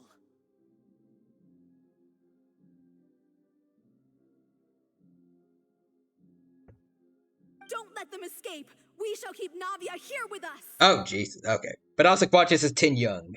Be like, gee, it must be nice being able to come back. Poor Tin Young. Someday, maybe. But also, Gentleman Eldridge says, bad to Jojo Dino. How are you? The Dino is doing good. Thank you for asking, Eldridge. Hope you're doing well, and hope you have a good time here at the stream today. Welcome, welcome. Right now, we are just having a good time here with the Genshin Impact Fontaine story. It's going well so far, and I hope you have a good time here with us. Welcome, welcome. Right now, Navia just got put in primordial seawater, and she is having a crazy hallucination of people that she knew that are dead now, wanting her to become one with them. Mr. Malus and Mr. Silver, must you be so stubborn? Well, I think I saw a weird flash there. Also, Eldritch says, don't we all? How could the two of you possibly hope to stand against nope. I was not wrong. Not resist. This I saw some weird red. Navia what was that though? To us. I saw something there. After all that happened, oh wait, what? Be left alone in Poisson. Oh, that's an Oceanid. Oh. Well, that explains Vache's victims. I guess everyone gets turned into Oceanids? What are you saying? No more excuses. Okay, yeah, we got more of them. She says we're jealous. Jealous? How could she possibly be an independent individual? That's a lot of Oceanids. I hope we aren't gonna have to fight them all. What's with these people? Who's jealous of her? She belongs to us. Oh dear. Navia. Oh god, is that annoying boss? Oh god, I'm thinking back to Albedo's story quest, I think, where he was like, I think he mentioned something about bringing 7 Oceanids or something. It's literally that. Silence. Oh, whoa. Nouvellette? Is he here right now? Like, is he saving Navia? Like, did he enter her hallucination? That's... Oh? Monsieur Neuvillette. He doesn't have to, I don't think he doesn't have to filter. In the court. The accusations you just presented are nonsense and cannot constitute a proper trial. Is it the real Nouvellette? The court will adjourn for the rest of the day. In this, I shall hear no objections from any unauthorized party. Well, the Oceanids got told off. Oh, thanks, Monsieur Neuvillette. Please leave with me, Miss Navia, while there is still time. It sounds like it's the real him. Also, Quadras is Nouvellette. I am the storm that is raging, destroying. I draw clouds in isolation. I can't sing, sorry. But also Eldritch says, hey, it's the memes. But... Go on now, demoiselle. There we go. This is your only chance to leave this place. What, can't bear to leave us behind or something? Oh, here it comes, I think. Loose. My apologies. I couldn't resist making one little joke once I realized that this shall be our last goodbye. I appreciate it. I appreciate the sentiment, but I don't think it's helping Navia here. Jokes work for me too, though, Malus. Malus. Silver. Them too. Quickly, you must come now. Goodbye, Demoiselle. Oh. Why does Malus know? How dare you hurt me? Damn. Silver had one last farewell, too. So, was it Neuvillette that saved her, or? No, wait! Just a second! Well, we see the Traveler in Paimon. Navia? Did she fall into the primordial seawater, or no? You're awake. Good. Oh, Neuvillette did show up. Man really came in like Batman. Just swoops out of nowhere, saves the day. I want to know though, what happened? Did she like take a dip into primordial seawater and then Neuvillette saved her? Like, he pulled her out? I was like, wow, this is not gonna lie. When I got to this scene, I can understand. Very touching moment. Yeah, what got me was Malus saying this will be our last goodbye. I must have been dreaming. Malus and Silver were still alive, and they were defending me at some insane trial. Yeah. It looks like you're all right. So did he like jump into her dream, or does he have the same powers as Nahida, or? Did all the sad feelings cause you to have a nightmare? Paimon could give you a hug. The ruins you were exploring suffered a cave-in. When I arrived, I found you falling toward the water. Okay, so she didn't fall? You were just about to be dissolved within, but I... So she was just about to be dissolved, but she was saved. What about you, Neuvillette? If you went in to save her, you seem okay right now, so... Are you immune to primordial seawater, or...? What is it? I think I saw 2 Oceanids protecting you. It was only for a moment, perhaps even a fraction of a second, but they gave me the chance to retrieve you. It was them. It was Malus and Silver. But also, if he only saw them for a fraction of a second and then retrieved her, was that whole thing for everyone else like a couple seconds, or?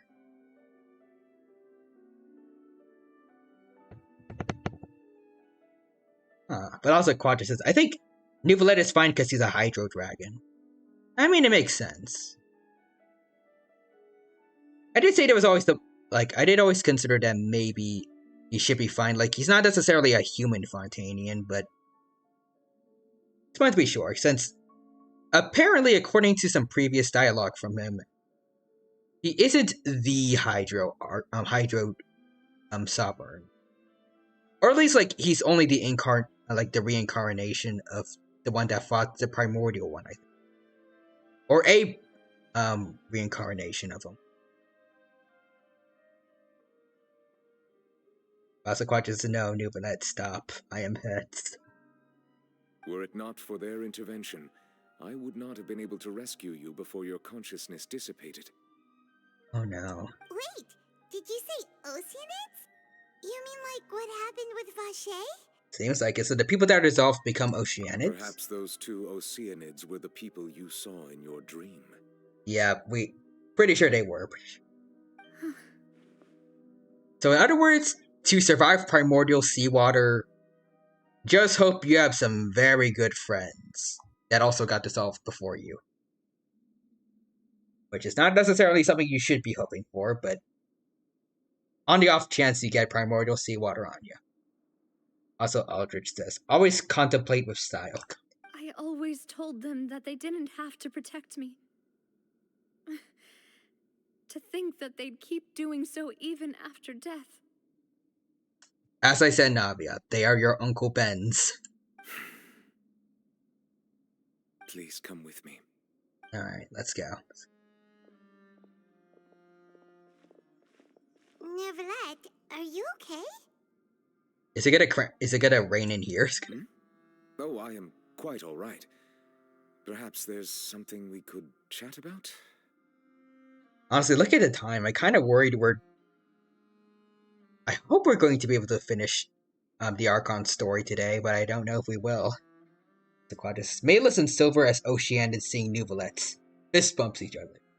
It's been an honor, bro. Silver. Same to you. And then Nuvolet saves her. And then they disappear. They'll go down in history as the greatest NPCs in Genshin, or at least one of them. Wait, two of them. Also, Aldrin says, with great responsibility comes great power. Why do you look so stiff out That's there? probably Nuvolet. He was born being a nice, responsible man. He gets free great power to come with it. Oh, Paimon knows. You're the type who feels awkward when there's nothing to talk about, right? I merely thought that we should give Navia some time to herself. Yeah, Nuvolet has... Even though he doesn't seem to quite understand human emotion, he is less tone-deaf than Paimon. Huh?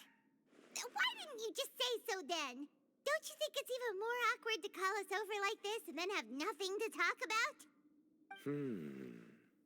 I suppose so. Oh, by the way, Sequin sends her regards. And Quadra says, you know what I would love? 2 peaceful Oceanids staying around where Navia lives. That'd be kind of nice, actually.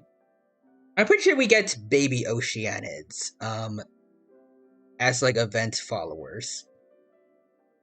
I don't know what to call those.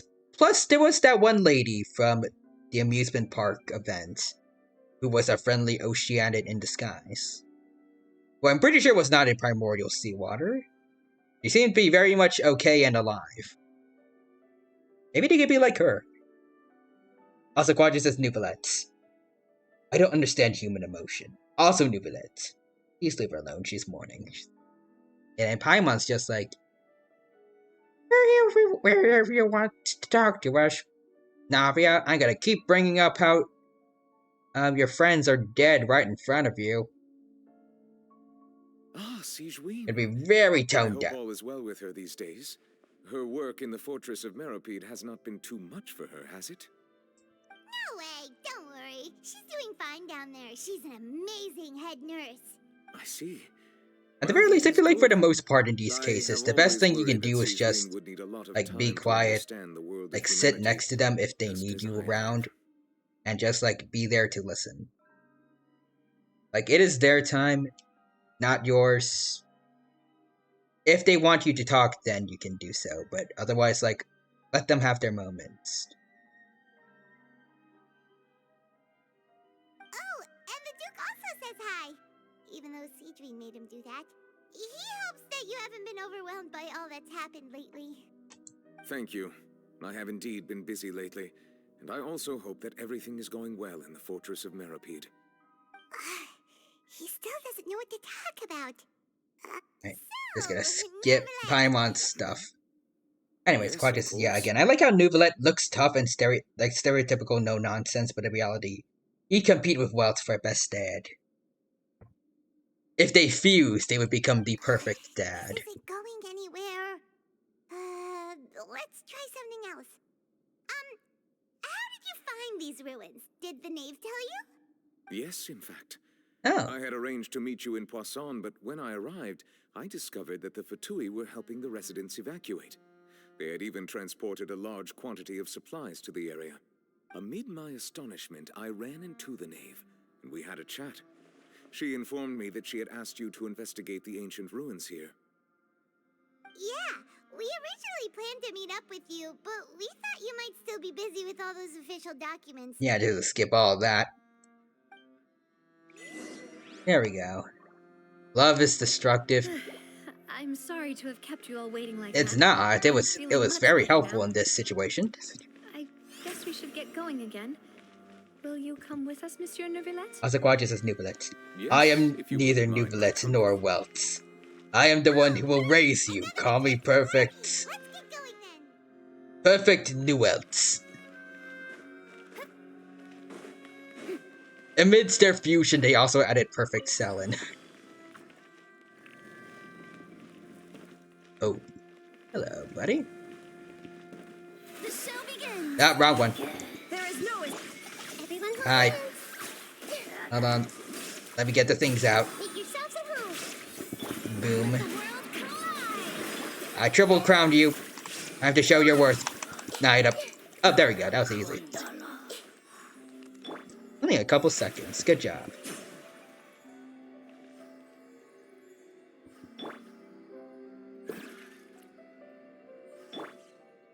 Oscar says, oh, it's the enemy I hate from the abyss. Yep. I've been having a lot of trouble with these guys while exploring Fontaines. Not the most trouble, they're fairly easy to take care of, but a bit annoying.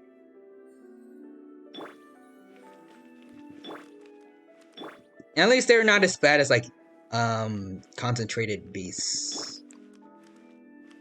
So it's kind of hard to be as bad as those. So in Abyss, they are a nightmare. Oh no. I don't want to imagine. Oh. Camera. The camera changed a bit. Alright. Make sure you don't miss any treasure chests. Come on. Oh, oh. Oh, okay. Oh, shoot.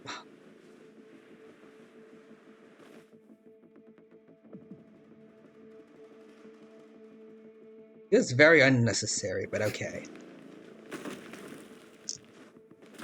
Let's just run. There we go. Oh, but I was about to say, like, just full hold on the sprint key, but I almost... Oh.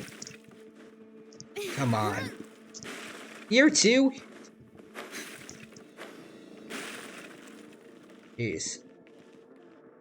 Is all the parkour really necessary here?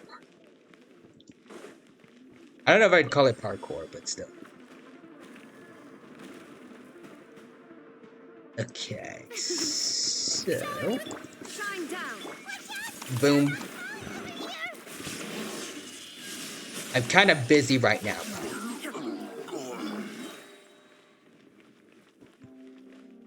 I think there were rocks falling or something. Oh well. Okay.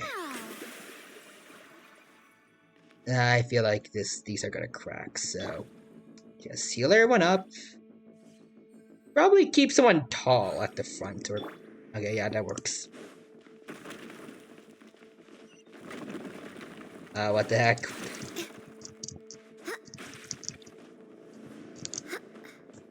Okay. Also, they are falling. They were falling. You killed them too fast. Okay. Oh, come on. Are the falling rocks necessary?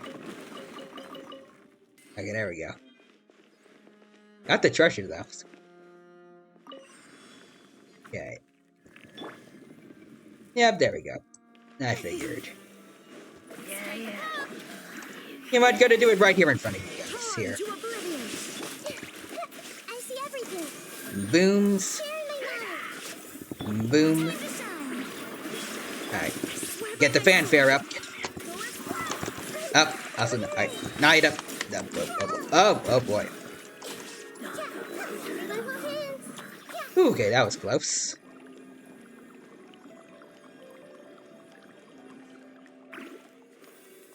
There we go. Also, Quadras is Cosmo and Wanderer stonks. Enforcer says yes.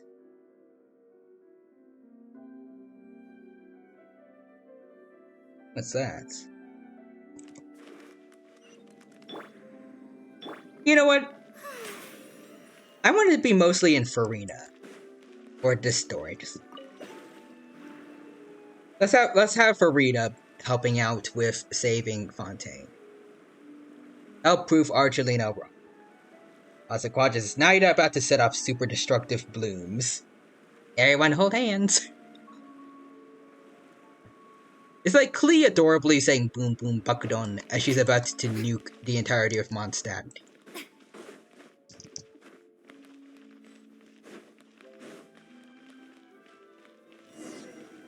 Alright. Sweet. Alright, let's see what's up ahead. Looks like we've reached the end. This is the place. There should not be any other hidden spaces in the vicinity. The path sure had some twists and turns, but it turns out that this place isn't actually that big. There seems to be something on the walls. Look at this photograph. Stone slates? It seems like they were put here as an offering. Could we take them down and have a look? Also, Quadra says hello to Forrester, and I see and your emails from Forrester too. Perhaps we should just leave them be for now. There are 4 locations in total, but only 3 stone slates. The slate that should be in the first empty spot is missing. Please tell me this isn't like a side quest thing. The surrounding walls also show signs of damage. There's something written below. Let Paimon see. Reason dictates. Also, Quadra says, look at this graph. Shows Genshin sales graph. Of its future here in its past. Nice. Say what? It feels like someone left these slates and these words here for a purpose. But does he mean that Fontaine should be destroyed? That would fit the circumstances dictated by the prophecy, yes. Indeed, the slate's contents correspond to it. Take the second slate, for example. There's a person kneeling here. She seems so dedicated. And there's a whole bunch of other people behind her doing the same. She's facing this... what is this? Some kind of Celestia? island in the sky? And is that Lady Farina in the third image? Did the Hydro Archon fall into the water? And there's people surrounding her. And is that looks a creepy. ring of people around her? Paimon doesn't quite get it. Are they all in the water? The fourth image. I know this one. Oh, yeah. This exactly matches the content of the prophecy. The people will all be dissolved into the waters, and only the Hydro Archon will remain, weeping on her throne. They do seem to match. Also, Quadra says Whoville from Grinch stole Christmas feeling. They're just dancing as they get dissolved.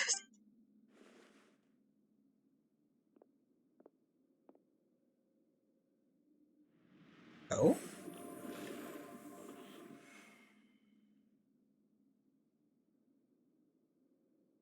More information should be hidden in these slates, but I fear I cannot easily uncover it.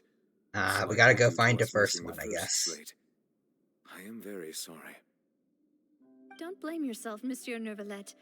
Deciphering ancient stone slates isn't one of your duties. Ooh, Paimon's getting the chills just looking. This says that it's the history of... Yeah. I really hope it doesn't mean that. Still, Paimon...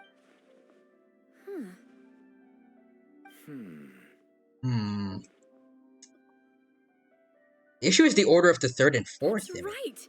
If the images are in chronological order, shouldn't the fourth, the waters drowning Fontaine, come before the third, where the Hydro Archon herself falls into the water?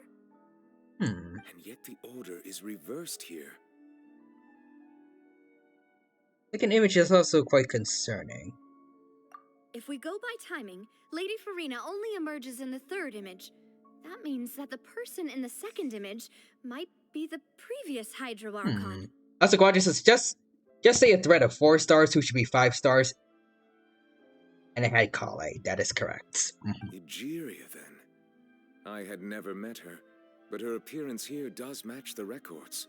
I see. The previous Archon kneeling before the floating island in the skies, as if confessing a sin. Did she herself commit that sin? And if not, why would she be in such a posture? Also, I'm still wondering why these ancient stone slates are here at all. Judging from their contents, could this place be the origin of the prophecy? Does that mean that someone, or some people, once saw these slates? But who would have created these? It seems that any further clues will have to come from Farina. Oh. In that case, there's no Does time she to know? lose. There's nothing else to be gained here, so let's head back first. Yeah. Alright. Better get somewhere safe for now. What does the picture of the people surrounding Farina mean? Ooh, I'll take the treasure, though. let's see. So, chronological order. Was like this. People around Farina. Then there's her crimes. There's the missing thing here.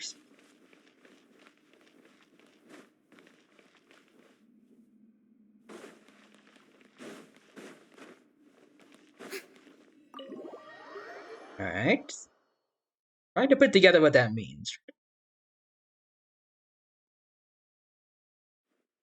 Let's split up here. I'm going to check on what's happening with the Spina. You know how it is. There's some things you just need to be there for yourself. Quadrius, imagine if Farina really is Jesus. You still have energy for that, Navia? She better not die for her sins. I'm fine with her just being Genshin Jesus by walking on water. Works for me. Back to the Fluvsandra and have a rest then. Thanks for keeping me company all this time. I'll depart as well. Thanks for your hard work today. Also, Eldridge says Jesus. Traveler, that's very fitting when you consider her idol animation involves her eating cheese. I'm sure that you're concerned about this matter as well. If you have time, drop by my office. I will share the results of our discussion with you. Okay. Are you really gonna talk to her about this directly? Oh, I see the emotes there. That is the true Jesus. Paimon's getting a little scared now that it's come to this. She has long been harboring secrets and will not give them up easily, which makes it all the more my duty to ensure that she understands the present situation. Alright, hopefully those secrets have a reason to be secrets, though. I will be carefully considering my words tonight. Traveler, Paimon, our safe house at the Fluvsandra is always open to you, as ever. So please don't think you're an imposition. All right. I'll be on my way then.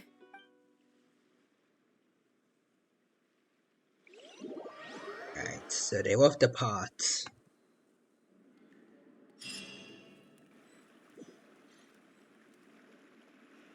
Also, Eldridge says, according to the Oatrice Mécanique d'Analyse Cardinal. Wait, now it's on to the Oatrice Mécanique d'Analyse Cardinal. According to the judgment of the Oatrice Mécanique d'Analyse Cardinal. Also, Forrester says, and then he went to talk to Farina, and it kickstarted the watery Duma Fontaine. The issue was that he was not supposed to mention it at all. And then as soon as he does, like, oh, well, shoot. Yay! And there's good food too! No, the boss is the best. It's like the Scarlet King from SCP. You weren't supposed to just not talk about it, and then it becomes weaker. But the more people learn about it and talk about it, then it becomes stronger. Mona? What's she doing here? Oh, that voice. Is that who I think it is? This is a surprise visit. Huh? I was not expecting you to be here. It's you two. What are you doing in Fontaine? Hi, Mona. This is quite a surprise. Also, Quadrius gasp. Mondstadt character. Finally. Respect for Mondstadt. Lady Magistus.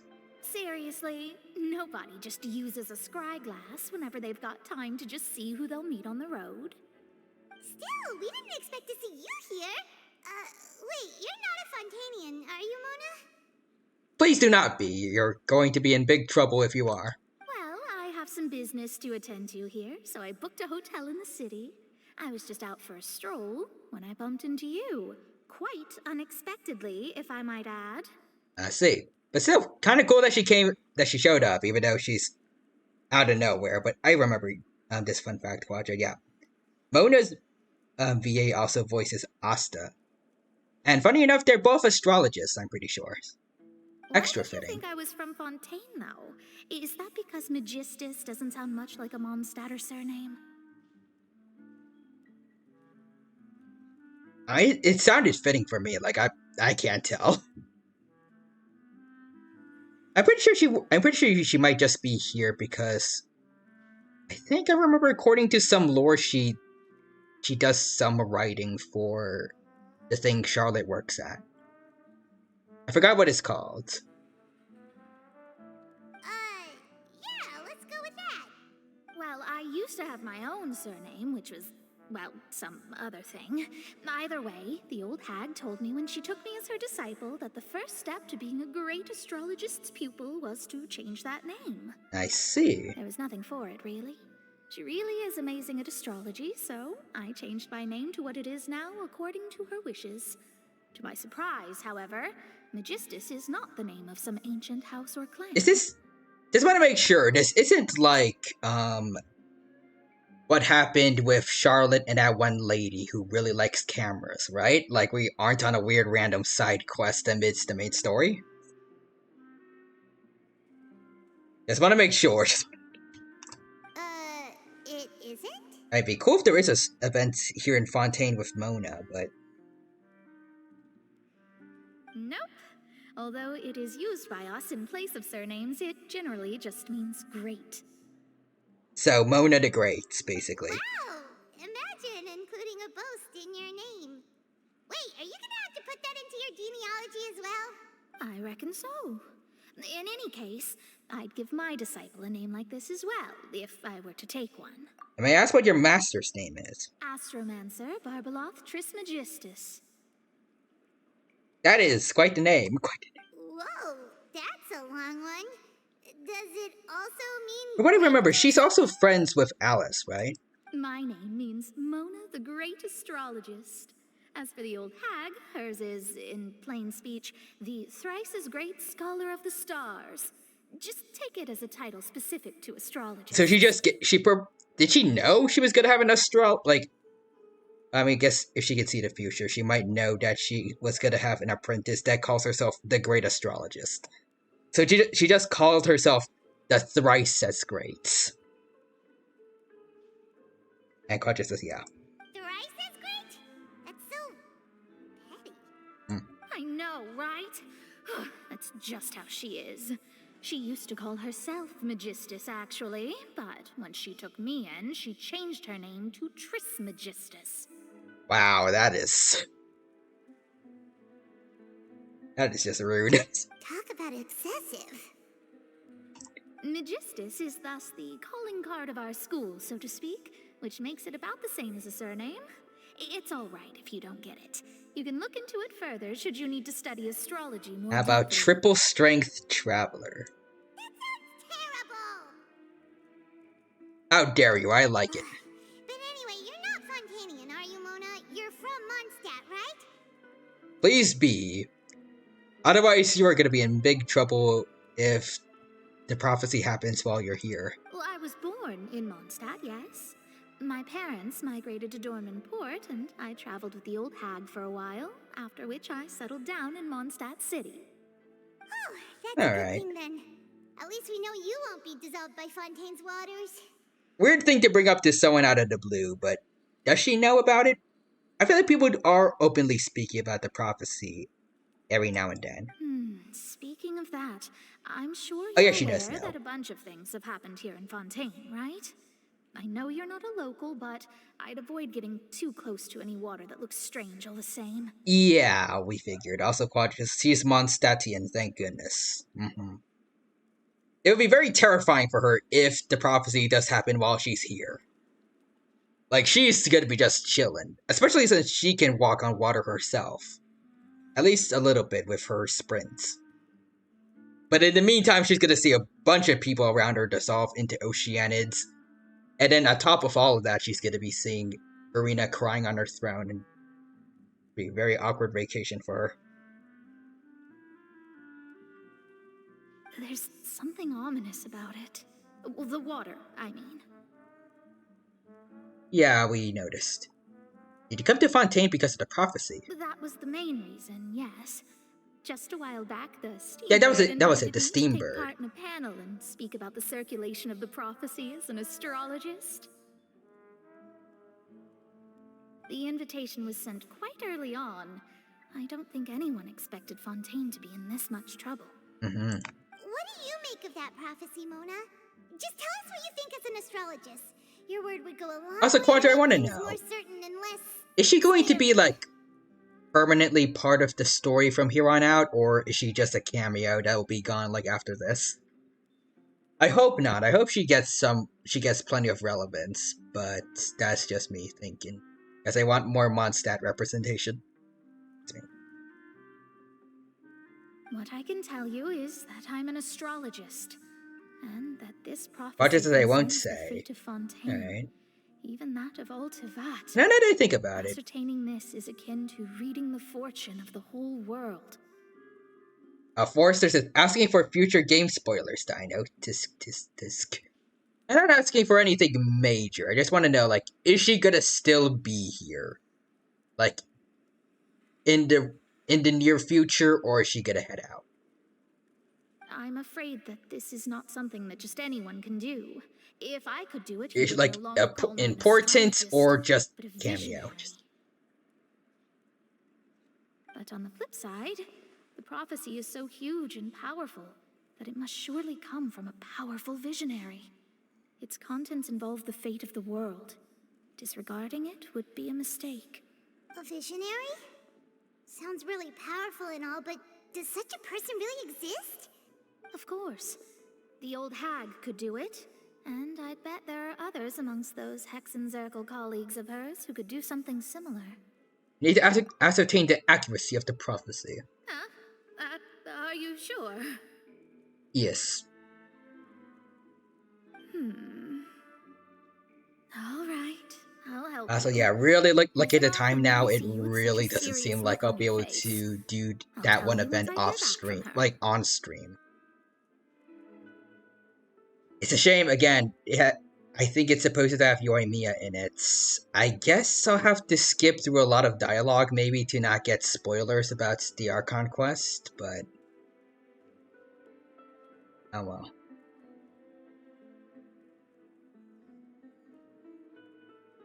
I guess I'm assuming it's going to be happening, like, after the Archon quest.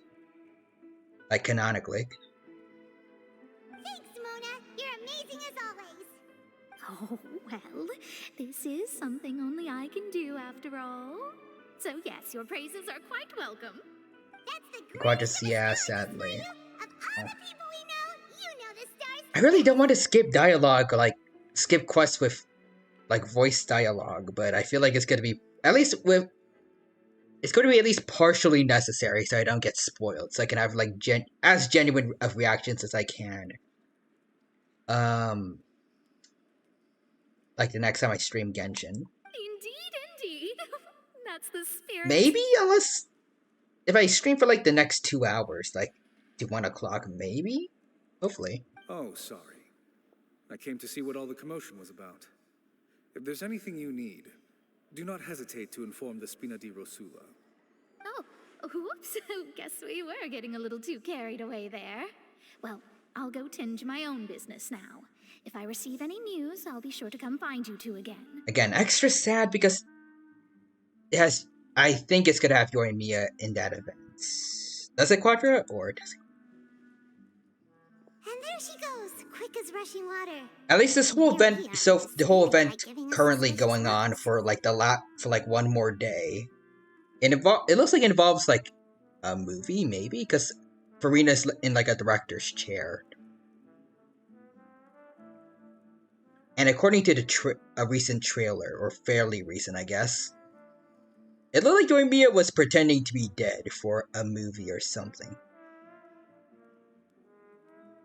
Unless maybe there's a part 2 event I can play in full? Maybe? Open for the best here. If Paimon hadn't spoken for you, it'd be you getting all the weird looks. The things that's smart. Alright, let's go. Good morning. To be honest, Paimon's still feeling kind of sleepy. Alright. But So is Mona gone, or... Okay. It looks like she's just left. Is she somewhere around here for us to talk to? They don't normally do that in Genshin, but I want to see. At least occasionally with some events. Ooh, there's some treasure there. I think Mona's nowhere to be seen, unfortunately. And Forster says, alright, enough of your noise, Paimon, into the oven. Get her out of here.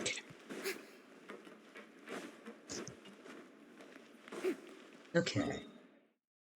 So we gotta head to Nouvelette's place. And let me see, is she? Yeah, roses and muskets. Yeah, Yaka's there. Plus this lady I don't know.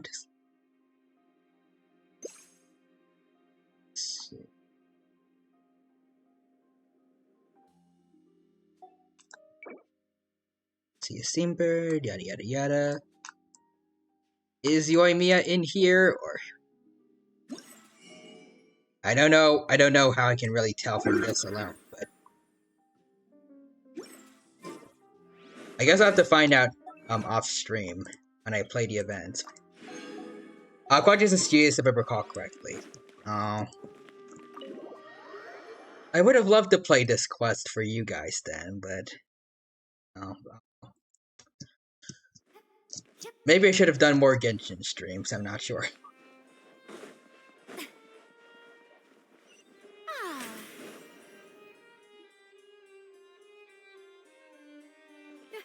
You're here, finally. Maybe if... Quadras, it happens, yeah.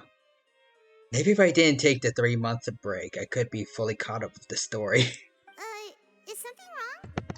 Monsieur Nouvelette and Lady Farina, they seem to have gotten into a dispute. Oh, Let's go see okay. for yourself. Again, I gotta try not to get spoiled too much, hopefully. Like I said, I've already explained everything. Alright, Farina? And yet the problem has not been properly solved. There is little space for excuses between us. It is not my intention to offend you, but please, tell me where you stand. You are the Hydro Archon Focalor, are you not? Yes? Look at this. This is a list of the victims from the recent Poisson incident.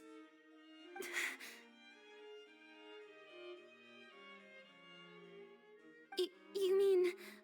they're all... Yeah.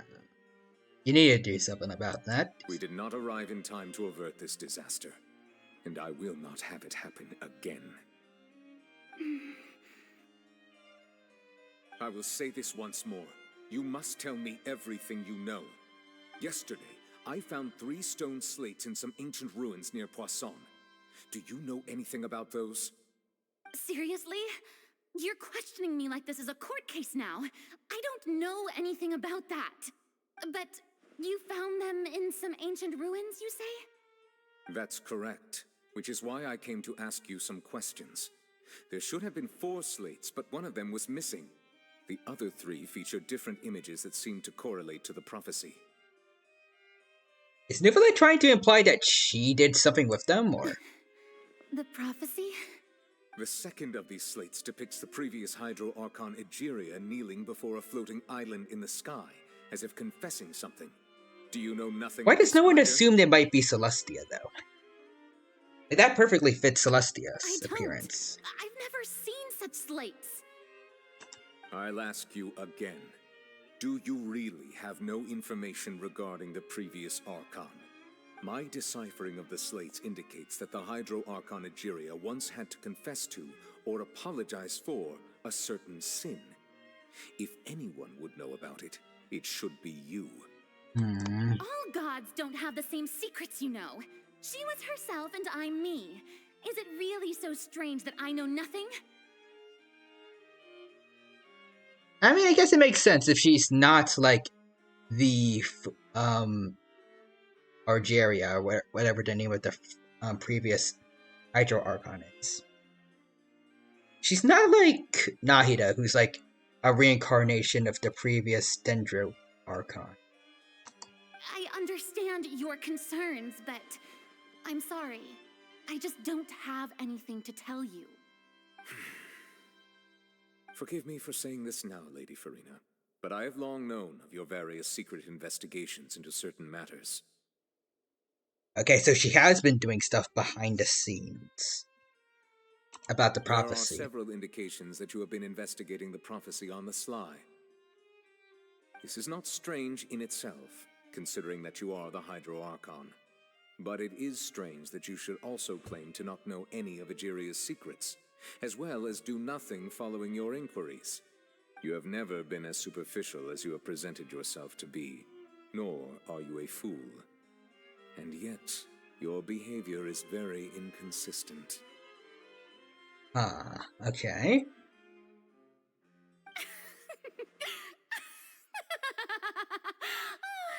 So you've been watching me all this time, have you? I didn't think you were that type. I don't think he's stalking you, Farina. You. Well, since you know about my secret investigations, then you should know I'm actually working to take care of it. There's no point questioning or suspecting me. You're the Eunuchs, but you're still my subordinate. You should be following my lead. I really don't feel like Farina has the best people skills. Like, at least I don't feel like you need to be condescending here. But also, I think this is an act for Farina, but why is this the question? I definitely do feel like she's definitely putting on the show that she doesn't know anything. Like, why does she need to lie to Nouvellette so much?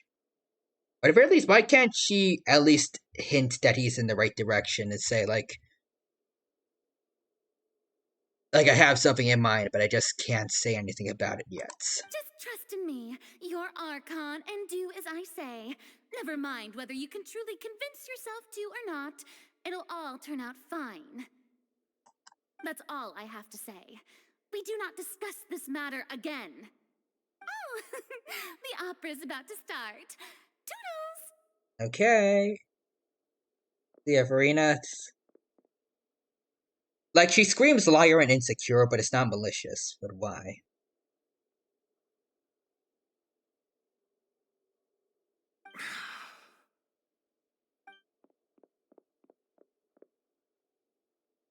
Oh, slow-mo. Did Farina not notice us standing by the door? Wonder what's up with her. She was smiling. Huh. She didn't seem in the mood to care if we were listening in or not. Seems deeply troubled. Alright, let's ask Nouvellette. I assume you've been outside for a while now? Yeah. Oh, you noticed. Seems Farina didn't even realize we were here. Is your daughter misbehaving, Mr. Nouvellette? She was in a great panic, though I cannot discern the reason. Our discussion reached impasses time and again, a state of affairs that we cannot allow to continue. Still, I do not understand. Dialogue is the basis for understanding, so why did she keep refusing to engage? Great questions alone may not suffice.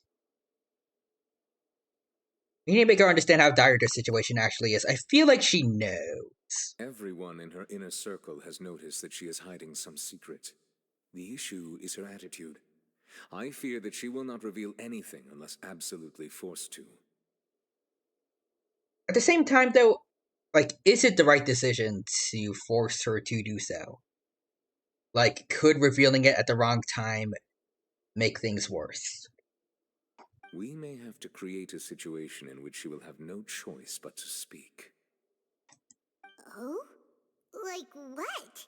Normally, people will only reveal the truth when standing trial. Perhaps we must have the Hydro Archon experience just such a scenario.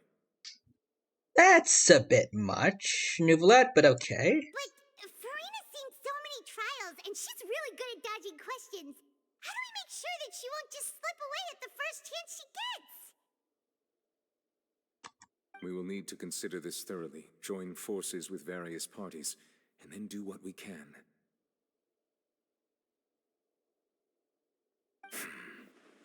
So Quachi says, nah, she deserves it.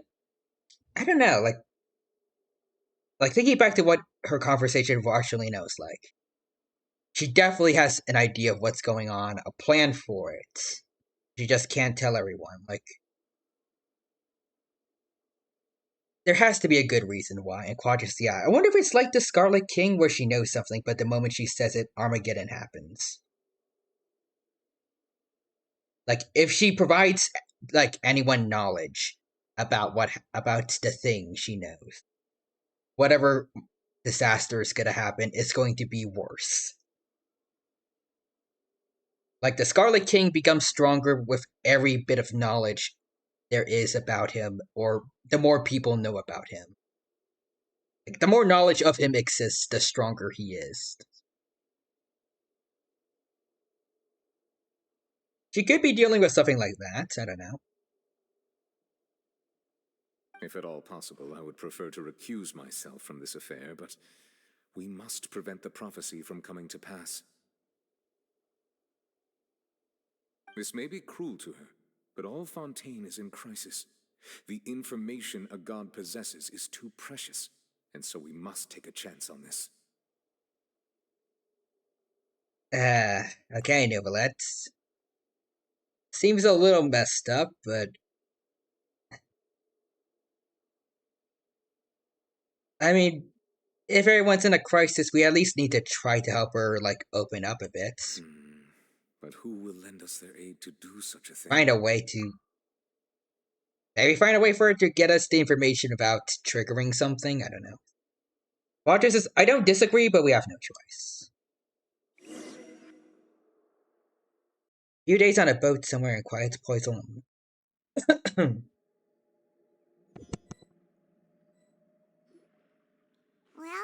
that's everyone, huh? Speaking of which, it was pretty smart of you to think of hiding here. Why? Poisson was just involved in a disaster, so it's presently presently devoid of people. That naturally makes it the best choice. And here you are drinking tea like it's the most natural thing in the world, huh? That's what families should do. Sit and enjoy a leisurely time Are we just having a tea party with, like, all the House of Hearts members, or? It's nice to enjoy tea here, you know? Care for a cup? Is it, or? Is Farina here? Lend me your ears, everyone. Okay, never mind, I don't think so. Perhaps one of you might like to start us off. How about you, friend? Hey, Femine. Me? No, I don't think I can. Then, how about you, good sir? If you target... Oh, Novelette. I fear that I will cause the mood on this boat to become as somber as it is in court. Nah, that's not true. Quadrant says, I really want the knave to be here, but she's super casual. Well then, I guess we're lucky we've got a local like me to organize things. Wonderful, the spotlight at last. I guess I'll be facilitating things from here. That was a little long-winded, don't you think? Oh, you might be right. Anyway, to cut to the chase, our friend here, the Traveler, has brought us together to discuss something. As for what that is, well, let's start by saying that we'll be pooling our efforts together to create a series of traps. For Farina, because I do not feel like this is particularly nice. How intriguing. Well, it's just an expression, really. One that I just learned from Chlorand, and used on the spot. So, let's invite her to explain in detail. A round of applause, please. Huh? Didn't you say that you would be facilitating this? Oh, come now. Your work doesn't involve much public speaking, right? This is a good chance to practice. You might even pick up some fancy oratory tricks to impress your boss with in the future. I ship it. I see. And what does my boss say? He is glad that you consider him your boss. Do go on. Alrighty.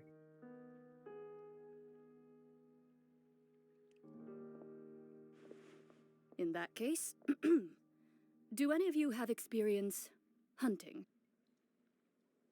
We're not gonna hunt Farina, are we? Not that I recall.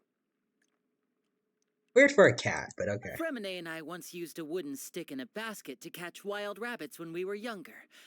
As for Lynette, oh, right. You were sick that day, weren't you? Also, Forrester says yes, and then Quadra says Clorand. You're lucky I would do anything for my wife. I mean, friend. Platonic friend. Yes. I've also Nothing gone more. diving to catch Totally. some fish before. Does that count? Kind of. I'm afraid not. You may or may not have heard, but Fontaine once played host to a group known as the Marechaussee Hunters. But also, Quadra says, be very, very quiet. We're hunting water archons. That one dude from Looney Tunes, right?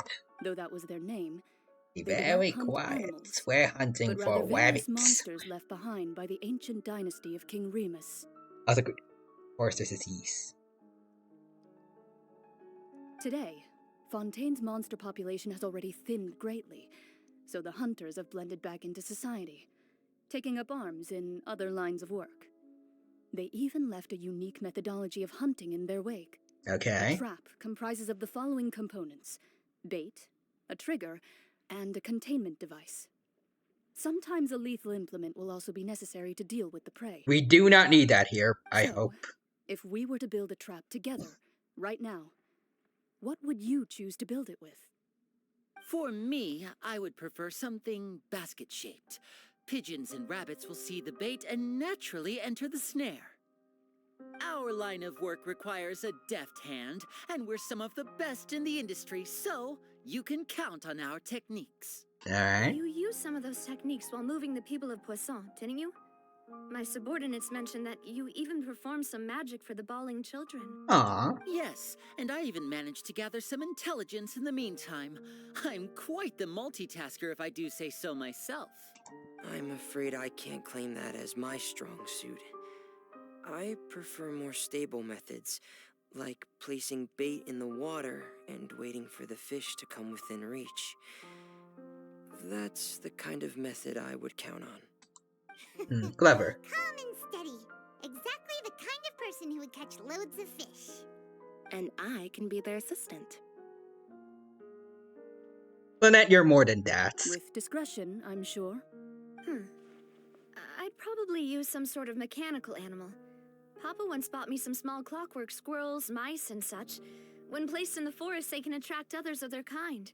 Oh. I remember that you liked those too, didn't you? Did they play together when they were kids? I did. And that would be a good way to go about it. If they're realistic enough, animals of the same kind will follow them all the way to the trap. We're going to make a fake Farina. What about you, Monsieur Neuvillette? Us, the Forsters, is a little. Imagine they literally just make a huge basket with a mechanical fishing pole in it to trap Farina. That would be something. I fear I do not have any related experience. A dragon did no hunting? Okay. That makes sense. You usually solve problems directly, without the use of any such tricks. Well, in that case, we can have a huge basket with a mechanical fishing pole, and then Neuvillette can just pick up Farina and then just drop her in it. Since he solves things directly. Question for you, Monsieur. If we were to create a trap now, how would you design it? I would like for it to be effective, but bring no harm to the prey. A more gentle trap would be ideal. So does everyone know we're talking about Farina here, or... Because this feels very messed up. With Farina in mind. However, our intention doesn't necessarily change the containment device and the type of implement we need. If we wanted to kill the prey in one strike, we would need a powerful implement. However, that also goes for prey that must be captured and safely contained. Wait, why is that? Only a hunter who's a true expert at subduing their prey can snare it without harming it. The line that divides life and death is often exceedingly thin. So, are we going hunting together? Yes, I guess. We hadn't thought of seeing ourselves as hunters. It kinda works, but maybe it's still not the best metaphor. It's not a If pleasant our one. means of capturing and dealing with our prey is to put them on trial, then the hunting metaphor is actually quite accurate. But we shall require much more courage than any hunter to judge a god, a being whose seat is an exalted throne. That's right, I guess. Oh, so that's what's going on. Sounds very interesting. Yeah.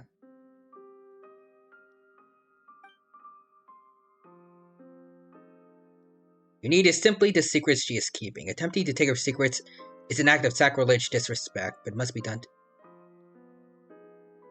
Okay, but like, again, what if this was like a Scarlet King situation and trying to take the secrets from her just made things worse?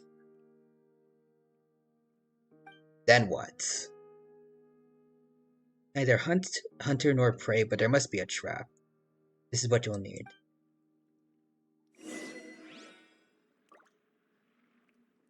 Also very awkward that Farina happens to be here right now. Oh, I'm just gonna skedaddle. Anyways. Also, Forrester says, nah, that won't happen. I see some faces there.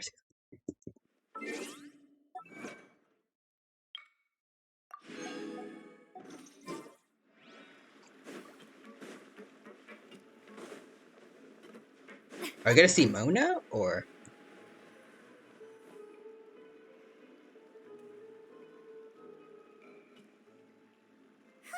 Up. Okay, I was gonna say someone's sitting here, but... Paimon thought they'd be at least a little Get more friendly. Paimon. Well, Fremine was, now that Paimon thinks... well, it's hard to say. Paimon doesn't have any experience with this sort of thing. After all, you're the most reliable person in the world, aren't you? Did you just pour some tea?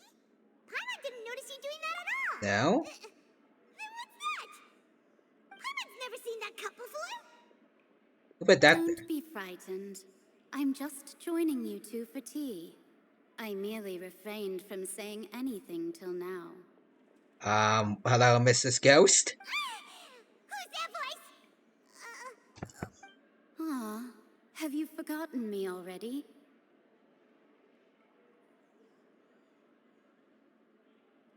Your voice might sound familiar.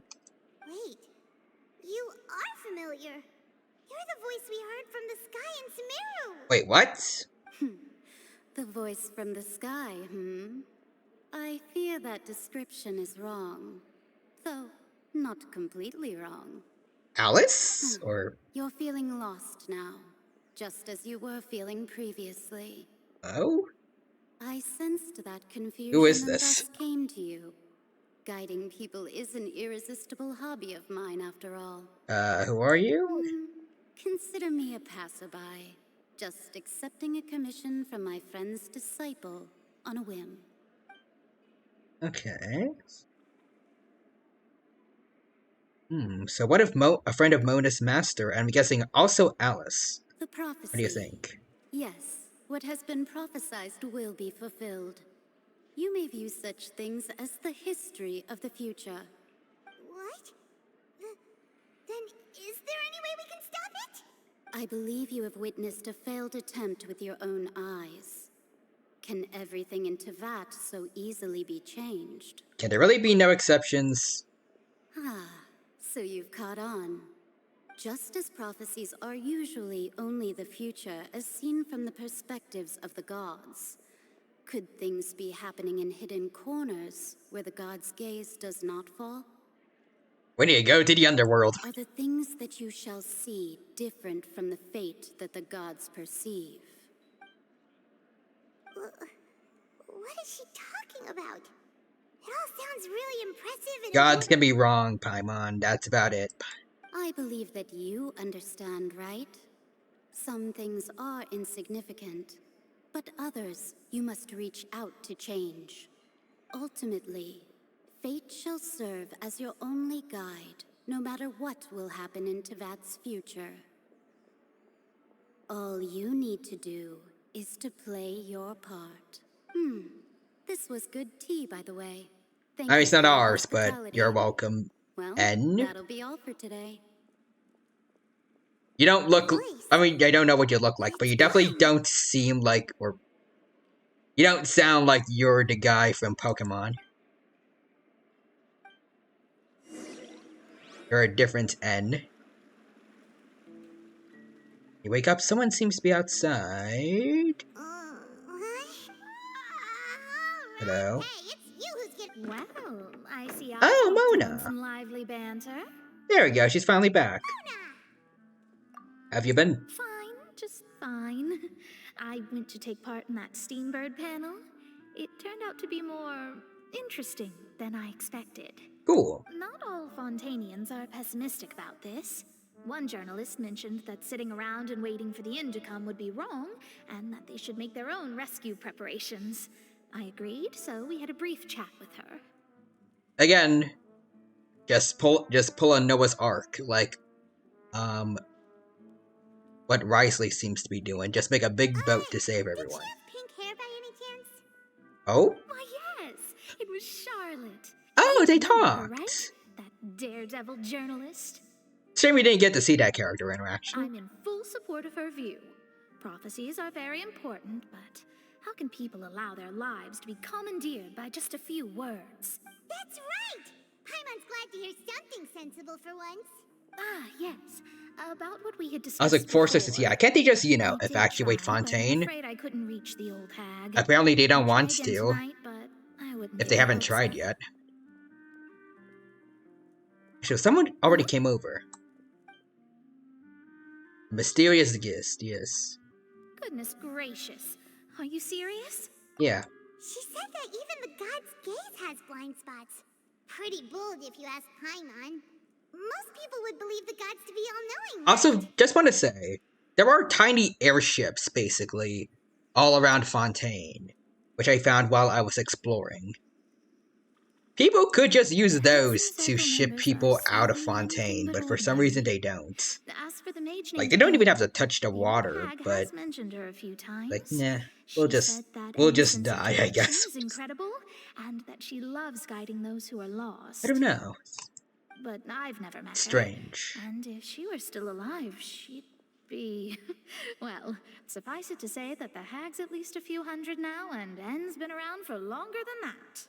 Oh, she's extra old. The Hex and Zirko sounds like a scary group. But they must really stay in shape to live so long. Their abilities alone are pretty terrifying. If she came to see you personally... I imagine they're stronger than the Sovereigns, and the Fatui. Well, it's not like Paimon could understand anything she said. Yes, she was quite cryptic, but I suspect she means that there is still a way to turn things around. She didn't say when or what that would be, though, so perhaps it is something that you cannot know right now. Alright.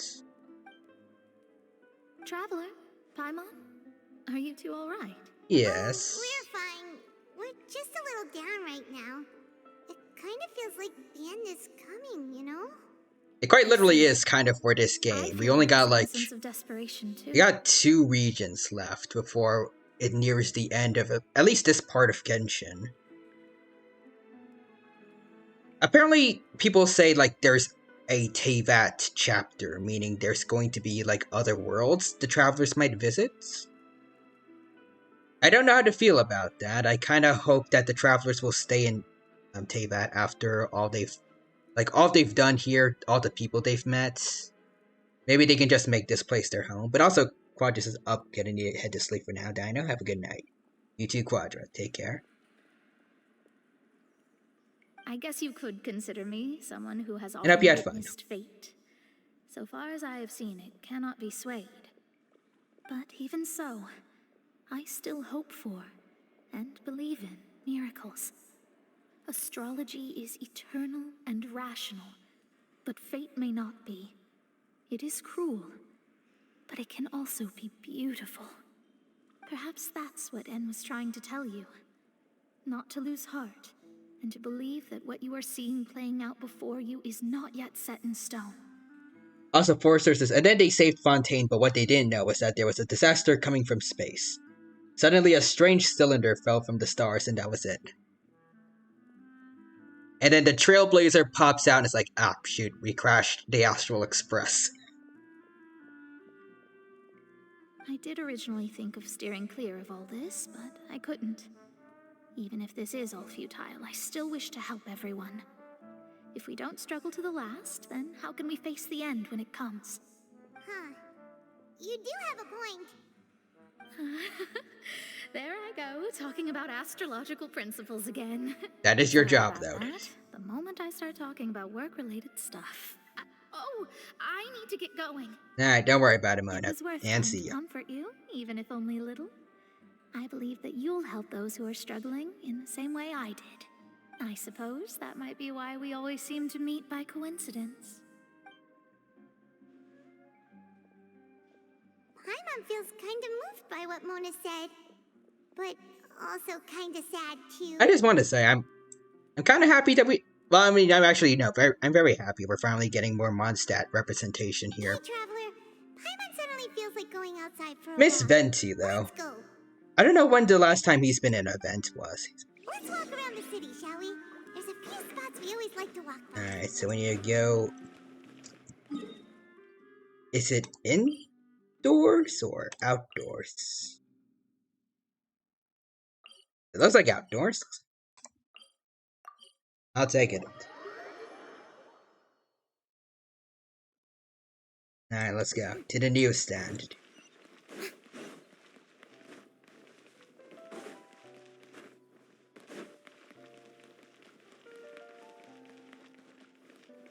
I don't see anyone here. Huh? Our names are written in this newspaper. Oh? Let Paimon see. The underwater stronghold, the Fortress of Meripede, has continued in its noble autonomy, but that does not mean that others cannot interact with it. My recent attempts to enter the fortress bore little fruit. Huh. Oh wait, we were supposed to tell Charlotte about us being at the Fortress of Meripede, aren't we? Thus, did an Outlander friend become the focus of this report? A blonde adventurer with their white fairy, legends trailing in their wake. It is said that this mysterious traveler once visited the underwater fortress. Did we ever tell her about it, or? So while the fortress's interior remains a mystery behind closed doors, do not fear, for the tales of the traveler contain surprises in spades. Journalist Charlotte's biggest scoop yet, the Traveler's Trail, World Walker. Huh. Charlotte took so many awesome photos of us and we never even noticed her. Oh wait, she took photos of us while we were in there? She hasn't been able to get a hold of anything at the fortress, so since we're easier to find, she's using us as the subject matter instead? Oh, okay. Seriously? Well, fine. Those headlines and photos do look cool, so Paimon did basically bankrupt her, though, that one time, so... we owe her a favor. So we need to go up. Where's Farina, though? I thought the whole thing for this chapter was supposed to be finding her.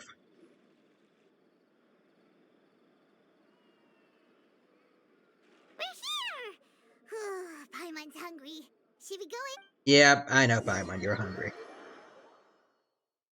One of your only two character traits. Looking for the object.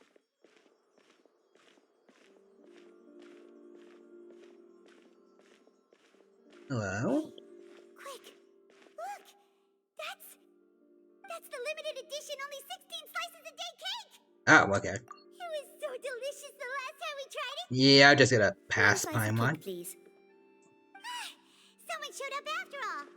Oh, That's a Melusine. one from the Palais Mermonia. Oh, are you here to buy cake too? It seems Monsieur Nervalette was right. You really can eat. Mm-hmm. Did he really say something like... That's right. Even he has his own preferences when it comes to food. As for me, I love the cake and coffee here. Do you come here often? Usually every day. Oh, nice. Every day? It's part of my daily schedule, apart from work. I shall have my cake and coffee. Then what if someone told you one day that this place would be closing soon, and you wouldn't get to eat cake here anymore? What would you think? Mean thing to say, Paimon, but also, prophecy. But why would it close? Well, Paimon doesn't know either, but... Oh, the prophecy. Yeah. To be honest, I haven't paid much attention to that. No. Still, even if there'd be no more cake tomorrow, that wouldn't keep me from having some today. Fair enough. No, it's the same for eating in general. You might not be able to eat tomorrow, but if you can do so today, then you should carry on. That's what people call living, you know. Mm-hmm. That's a very unbothered Melusine, apparently. Excuse me, could I have 2 more slices of cake to go? These 2 slices are for you. Sijuin said that this kind of expression you're making is what humans call being sad. Oh, she does know Sijuin. Oh, you know Sijuin? I sure do. She was born before me, and she sometimes comes to the surface to teach us things about humans. She said that humans are creatures that are saddened easily, yes, and you can only lift their spirits by feeding them delicious food. So please try the cakes here. I've got something else to do, so I'll be going now. You two try to stay in a good mood after eating, all right? Bye. Other Melusines are very wholesome beings. And there she goes. All right, let's dig in. Paimon's sure this cake. Also, Forces as well. If that's the case, I'm sad too, strange animal person. Give me the cake. Gets even better with the sip of tea. It sure would be nice. Sure would be Josh nice if we Paimon. could always eat delicious food here. I'm trying to get through as much as I can here, without you having to talk so much.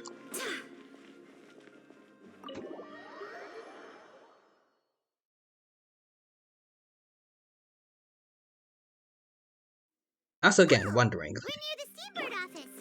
like, what is taking so long for, like, I guess the story to reach some more important stuff? I guess we gotta take a look around Fontaine to, like, I guess... Have you seen the article I wrote about you? I guess we need to think about all the stuff we're doing this for before we, I guess, force Furina to go to trial, I guess. You've got some nerve! You just used us to make some quick Mora! Paimon, you're the reason she probably needs Mora. Give her a break. Don't worry about that. I heard that you were in Poisson some time back, so I sent you a letter to discuss just that. It appears you didn't receive it, though. It's all right, though. I've set aside the amount intended for you. I've even set the table with some food. Really? Oh, you're the best! You're almost a little too easy to win over, Paimon.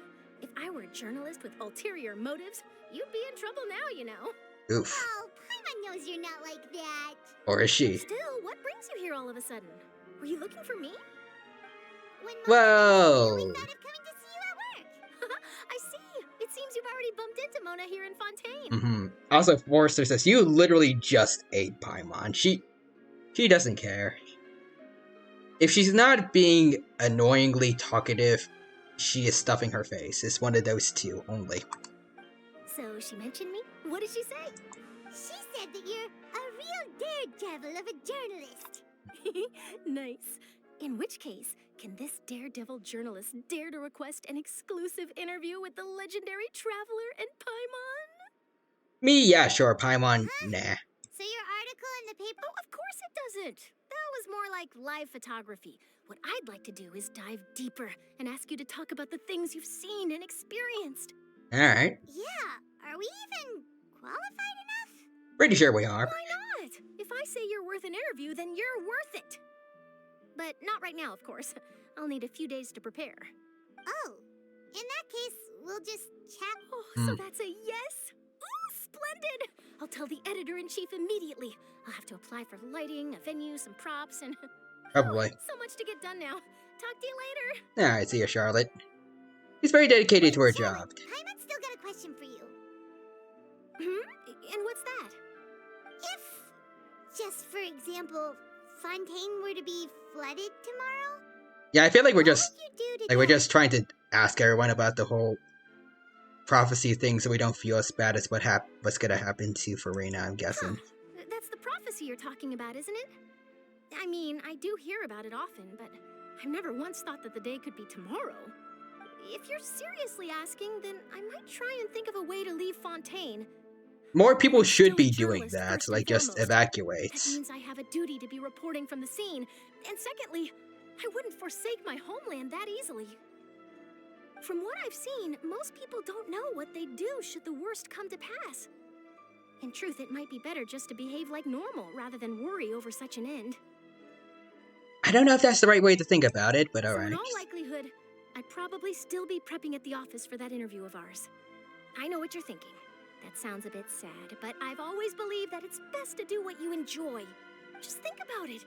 If this nation really were to be suddenly destroyed tomorrow, but I still successfully finish an exclusive interview with a truly unique person, then the story I would wind up writing would truly be timeless. And then do you know what I'd do? Well, I'd write that story, send it for printing, and use messenger pigeons to get copies out to the various nations as soon as possible. I mean, I guess that's one way to I'm not a dreamer, nor am I a workaholic, but I do love my job, and I'd be proud of leaving such an article behind. I guess you could say that I was born to be a journalist. Huh. But anyway, that's my answer.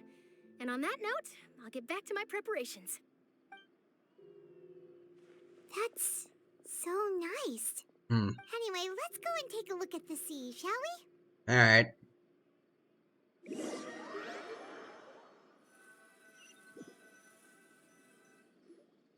The sea breeze and scenery can be a pretty soothing Paimon's been thinking. Yes? If it wasn't Fontaine, but all of Tevat that would be destroyed tomorrow, where would we go and what would we do?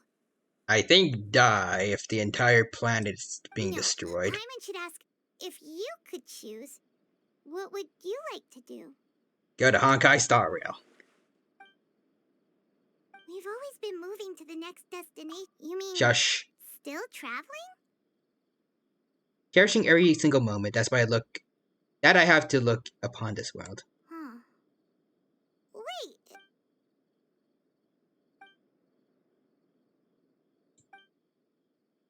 We say that, but for some reason we also refuse to help people every now and then in certain regions just because we want to find our sibling.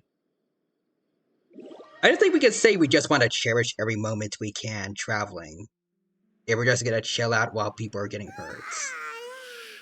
Feels like you'll grow mold if you stay here. Like in the beginning of Inazuma and Fontaine's stories, we rejected people's offers for, like, requests for us to help them deal with some nation's issues. Just because we wanted to find our sibling. Like in Inazuma, we didn't want to do anything with the Vision Hunt Decree until Ayaka basically guilt-tripped us by having us talk to people who lost their visions. And in Fontaine, we almost said no to Navias. I forgot what entirely changed there. But it's still better than the Fortress of Meripede, that's for sure. It's not only damp there, but salty too. Ah, so the two of you are still here. Wonderful. Oh, hello. You're from the Palais Mermonia, aren't you? Yes, I'm Isadora. Monsieur Nervillat sent me to look for you two before. I heard that afterward you went to the Fortress of Meripede. Yeah, I under the impression that we might be wanted criminals. Not at all. I'm well aware that you're friends of his. Actually, I'm here to pass along a message from him. Let's hear it. Is the plan going to happen? Inside the Opera House. The Maréchaussée Phantom has declared the incident a small-scale riot. A riot? A riot? Well, that said, I don't personally think it was that serious. The heck happened? Serena was watching a performance at the Opera House, and while she was resting during an intermission, some other audience members suddenly started harassing her. The heck? Loudly accusing her of doing nothing about the prophecy crisis. Oh, that. Okay, that's a bit much. And before she could respond, others started to join in. The crowd continued to grow, and protests against the Hydro Archon started to break out. So people have started to put the blame on Farina. Guess they finally found an outlet for the pressure they've been under due to the prophecy. Seems like it. I agree. So I feel people will naturally rely on gods, as is customary. But the moment people feel threatened, gods are also the first to be blamed. So what happened after that? Is Farina okay? I like how Paimon now feels concerned, but before it was okay about or at least, like, trapping her. Seeing that the situation was spiraling out of control, and at least that planning further to. argument was pointless, she claimed that she'd gotten tired of this and left in a hurry. The Maréchaussée Phantom had their hands full maintaining order and did not catch where Lady Farina had gone. Only when things had stabilized did we realize that she had gone missing. Oh. So, you mean she's still missing? That's right.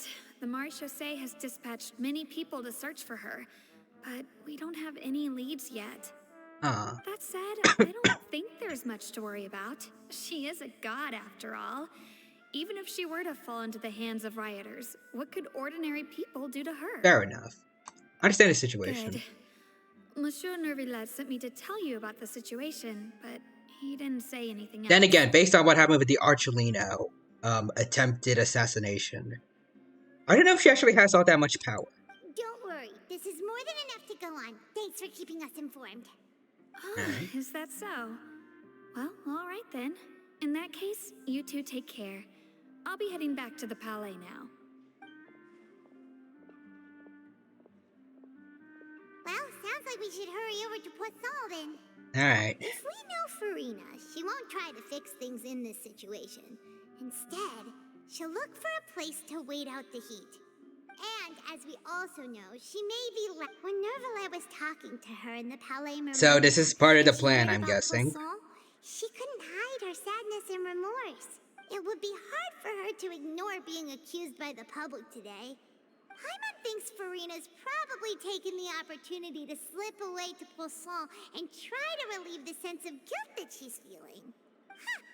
Well, what do you think? Paimon knows the answer, of course, but Paimon, in that case, there's not a moment to lose. Poisson, here we come! Alright. There we go. Find Farina and Poisson.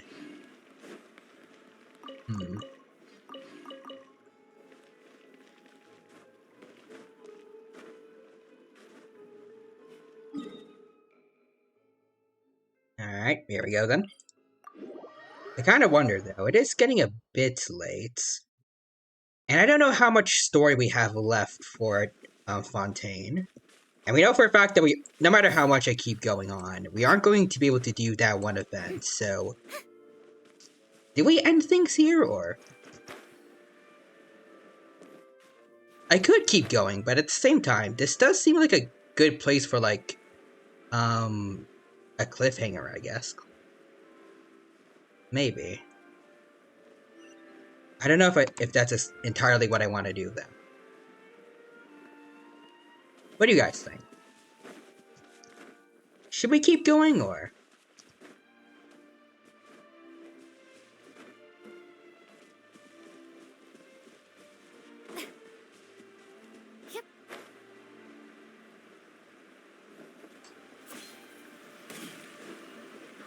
I guess if we do keep going, next stream we could finish we could finish the Fontaine story and then do some story quests. Seeing as how the current event going on right now is probably going to be definitely gone. This place looks deserted. Guess all the survivors must have evacuated already. There's that dude still here. Signs of devastation. Could Farina really be here? Let's try to find her as soon as possible.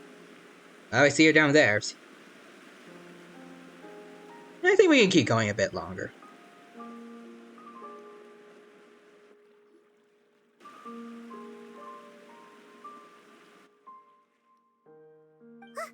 That's Farina, right over there.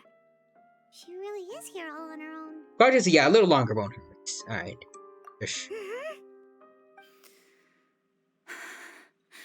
Should I just give up? This is all meaningless. You okay? Well, I mean, definitely not, but... Did happen after all. Everyone's dead. He does care. I'm so sorry. Give up, Farina. There's no point in holding out.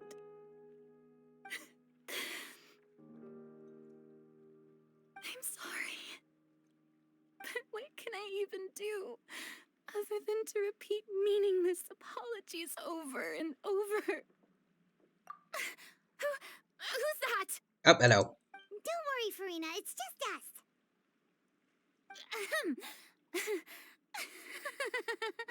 So it is you, blonde traveler from another. She's very good at acting, though, I will say. I thought you were someone from that mob of my ignorant subjects. Come to kneel and beg for my forgiveness. Yeah. Farina, aren't you? The tear stains on your face are obvious. I mean, I don't see it on her character model. What do you mean, tear stains?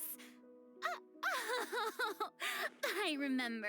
The show at the Opera House earlier this morning was You know, just so saying before, like, moving. I love the Still crying trying to animations that they process have now, but they could be doing more for the details here. Like, you could put, like, a dark line, like, below her eyes that look like a trail from a tear, but maybe make her eyes slightly red.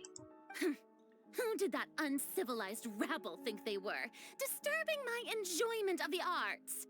They even dare to tout their Archon. I must teach them a lesson. I can just imagine their twisted and frustrated faces once they realize that I'm nowhere to be found. Oh, and I'm sure Nouvellette and those people from the Maréchaussée Phantom are freaking out right next to them, too. You're actually beyond devastated right now, aren't you? I'm not gonna say the other one. That sounds rude as heck, but yeah. Of course not. Just be more straight to the point in a nicer way. Hey, there she is! The Hydro Archon's over there! What? Quick, after her! Okay, that's a bit weird. Farina, those people seem to be after you. They are? They're just some rabid fans who want to cut the line because they haven't been able to meet me in person, aren't they? Probably not. It's best not to risk it. That's against the rules. I can't let them get their way. Okay, bye. Farina just ran off. We have to fight them, or... Quick, we have to catch up with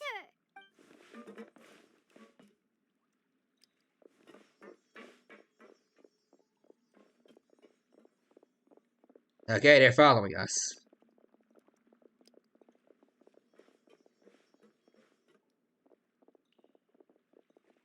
Oh.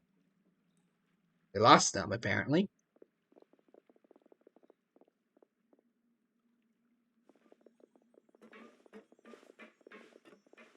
This should be the place, right? Hey, Farina! There's a good hiding spot over here. Quick, come to Paimon before the rest of them catch up to you. I really feel bad for poor Farina with what we have planned in mind for her. What is this place? Hurry, they're almost here! Fine. I suppose haste is warranted. Lead the way. Alright.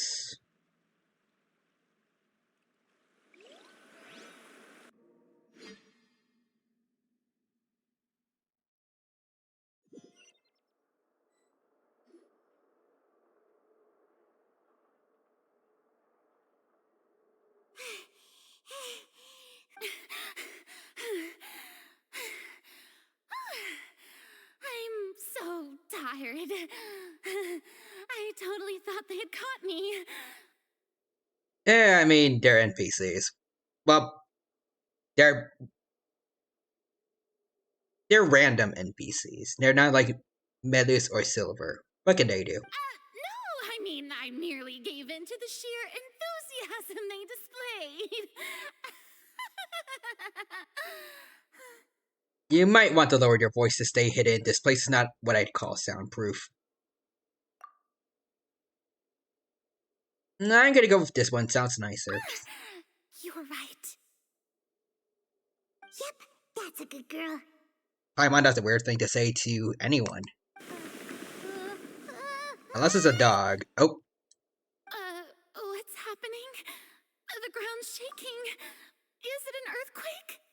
Another disaster's just struck, I guess. Yeah, a quake of this kind preceded the flooding in Pulsar. Oh, yeah, that's... It can't be. It's happening again.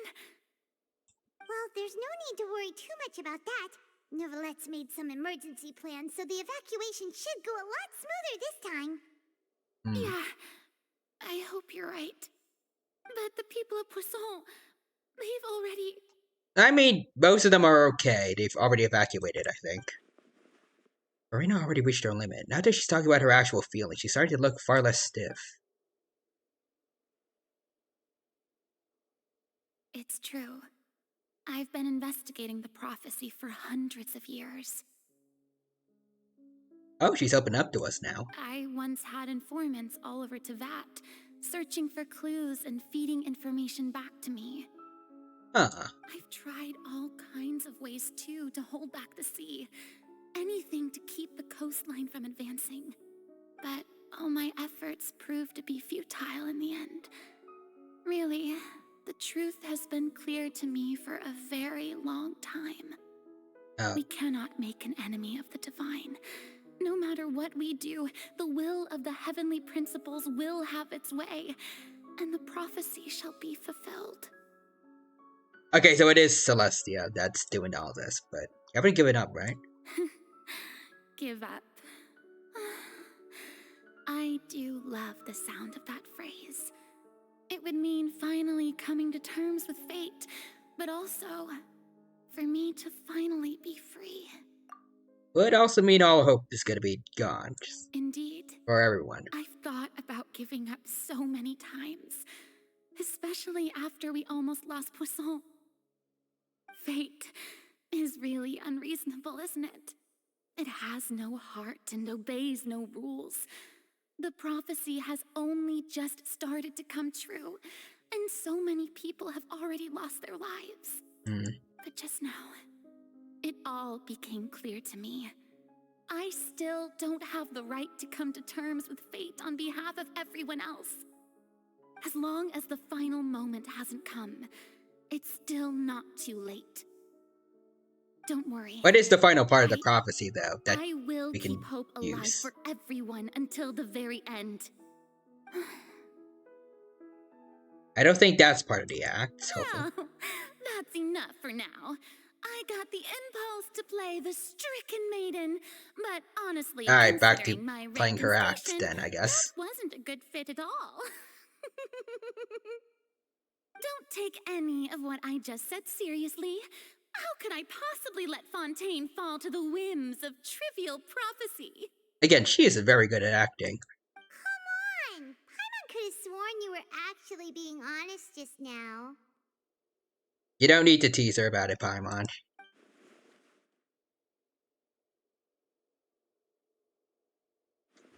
I don't like the way Traveler is speaking like we're just scheming against her. I gotta say this. Farina, you might not have to shoulder this burden alone. Just... Again, I don't know exactly what information she's allowed to say and what isn't. She did tell us quite a bit just now, but... I don't know what you might be keeping from everyone. Your people are more than willing to share your burden with you. Yeah, there we go. Share my burden. That's impossible. It was fated right from the start that this would be my duty alone. Let's see. If your burden doesn't need to be shared, you can still choose to confide in someone. Yeah, share it with me. I am what you'd call a witness. I don't like what Traveler has in mind. Knowing that he's very much okay with the plan, but... Alright. A witness. Yes. I've heard that you came to Teyvat from beyond the stars, yes. In other words, you never belonged here. And if Teyvat is, in its entirety, a show on a stage, then you're just a spectator, aren't you? I guess so, sure. If that's the case... Then Celestia hopefully shouldn't know. I guess that's true for like all the... Not usurpers, but like all the descenders, I think they're called. Because even Irminsul didn't have any information on us or our sibling.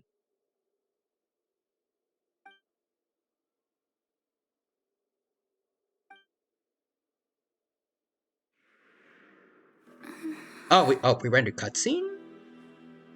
Okay. Come on. Let it out, Farina.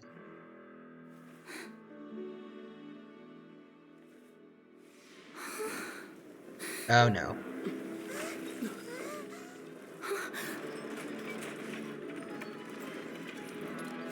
Oh, what? Wait, how did we... Oh, it's one of Lenny's magic tricks.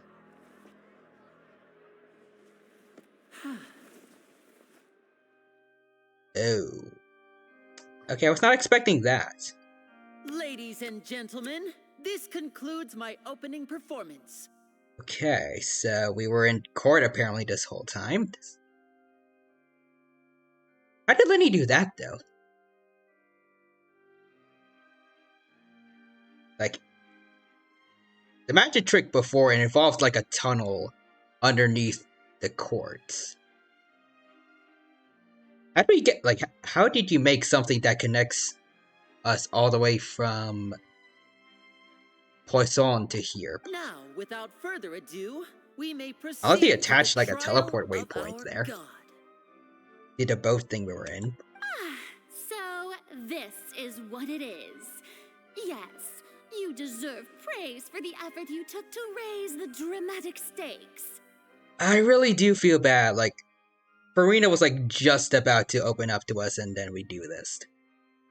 Do not forget, however, that I am Focalor, the god of justice, the embodiment of justice itself. Does it not strike you as even the least bit absurd to bring the very concept of justice to trial? May I interpret these words as your refusal to stand trial? Alright, here we go, I guess. Case, you will have the opportunity to defend your honor through a duel.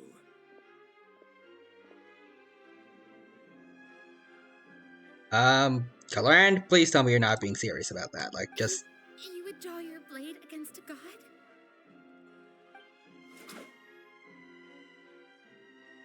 Okay, then. I see. It seems like you have made up your mind.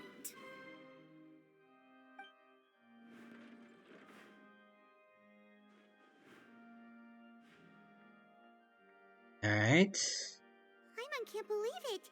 She just surrendered. She doesn't really have a choice. We didn't give her one. What the heck is going on?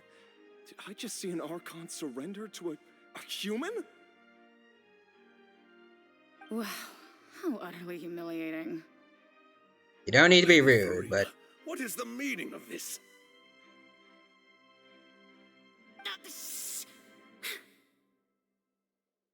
It would seem that there has been a misunderstanding. To be clear, the raising of both hands is not always an indication of surrender. Looking for excuses again, huh? Paimon, you don't need to be rude here. I raised my hands just now to indicate my acceptance of the trial. No duel shall be necessary. I will admit that I've been running away for a long time. I'm sorry, everyone. I was unable to protect the people of Poisson. It is my duty to stand trial for my crimes. You are not the only ones to be disappointed in me. I, too, am exceedingly disappointed in myself. It's opening up a little bit to everyone, I guess. But now, it is time for the Hydro Archon to show you her courage and resolve. I, Farina, will use this trial to show the world the true meaning of justice! This time, I will protect you. Is she saying that to the people, or? Applaud and rejoice. As a Quadrants, remember, Dino, this is needed. The Archon before her was confessing something like she was at her own trial. I guess that is true, but still. I don't know what she has been having to hide, but... I wish there was a way at least we could have just, like... We just had her open up to us, like, organically. And then we can make do with the information what we will. I mean, like I said before, like... As far as we know, getting this information could be cursed or something. Like, if she tells us Armageddon breaks out, but... We are putting her on trial, forcing her into a situation where she has to say it. It was gonna happen either way, but like if something like that happens, it'll happen either way. But at least if she told us herself, she could at least like warn us a little bit before it happens.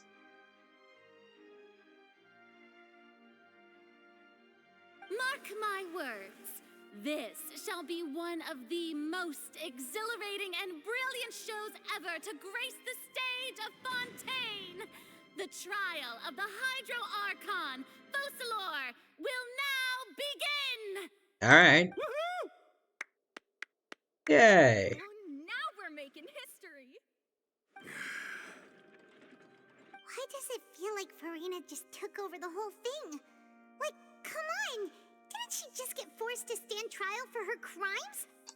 Also, even though she's still acting super dramatic, she is taking this seriously this time, right? Yes, Paimon. Alright then. Who will be my opponent in this trial? The court asks the prosecutor to please take the stand. Thank you, Your Honor. Yep, I guess we're the prosecutor. She just put her faith in us like a few minutes ago, but okay. Is that so? Very well. Then please speak, witness of Tivat, my accuser and fated opponent. We're so close to getting her to tell us the truth, and it still turned out like this in the end. At least the Traveler feels a little bad about it, but still. Not really liking the Traveler just doing this. At least apologize in the end, hopefully. Okay, as long as we defeat Furina. I guess.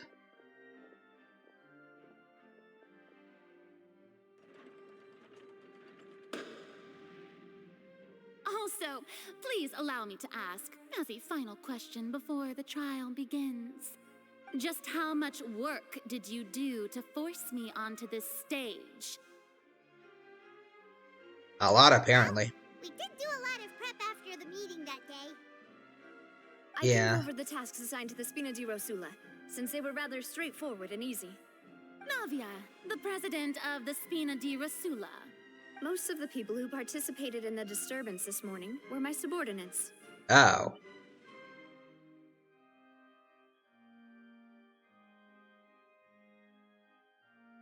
That was a bit much, but okay. They changed into plain clothes and came to the Opera House as regular audience members, waiting for the perfect opportunity to incite insurrection against you.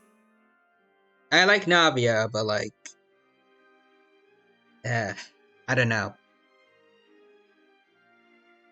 I don't feel like Furina needed this. The people's resentment against their Archon has been building as more and more of the prophecy is fulfilled. A spark was all we needed to turn smoldering anger into a flame. Moreover, according to our understanding and analysis of you, when something like that occurred, you would likely flee the scene and head to Poisson by yourself. So, we arranged for a second group to lie in wait there. That's for the people that were chasing us before. So, you mean... the ones who scoured the settlement for me were also from the Spina. And their goal was to force you to step into the giant magic box so you may personally participate in the greatest magic performance in all of Fontainian history. That's right. That house was a magic box rather than someone's residence. But like, how did it get here to the court? As the super ultimate version of the setup that I used when I first performed at the Opera Epiclese. Did you add it again? Teleport waypoints, or was increased by a whole order of magnitude, and the distance it traversed was the entire gap between Poisson and Areneas. Again, how did you cargo, of course, set that whole thing up though? Was an Archon instead of a human. My thanks, Furina. Without your help, we could never have pulled off such an extraordinary performance. You're welcome? Of course, this performance was only made possible with Father's support. The House of the Hearth spent a massive amount of labor in Mora to pull this off. We had to select a location, construct the giant magic box, dig a tunnel, and open up a path through the water. It was a lot of work for all of us. How did you make that tunnel, though? Like, that has to be enormously long. So, in other words, The earthquake that we felt within the giant magic box was just a normal tremor from the transportation of the whole house? That's right. It wasn't a sign of another disaster to come. I want to at least apologize. Sorry about that. Then, I can guess Nervilette and Cloran's parts. You gathered a crowd, prepared a stage, and made sure that the champion duelist would be immediately ready for a fight. Also that as soon as I appeared on the stage, the trial may commence without a hitch. Am I right? Yes, that is correct. Well, Clorand, I must commend you for your courage. Only the most outstanding champion duelist in all of Fontaine would accept a duel with an Archon without flinching. Thank you. As for you, Traveler, I suppose your role was to keep me distracted with conversation once you found me in Poisson. I mean, I personally wanted to actually talk with her. You'd make sure that I didn't notice anything amiss before revealing yourself as my prosecutor once we'd arrived onto the stage. No, apparently. Oh? My mission was to give you one last chance. Oh. We could have given her more time for that, though. We'd hope you shared your secret with us before the magic box arrived onto the stage. I mean, she was about to, guys. You kind of messed it up. Is that so? Then I suppose I must have missed my final chance.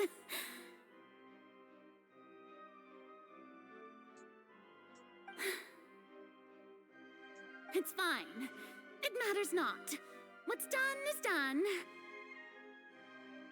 The stage is already set, so there's no reason to disappoint the audience.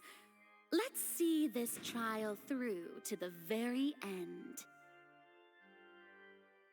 Alright.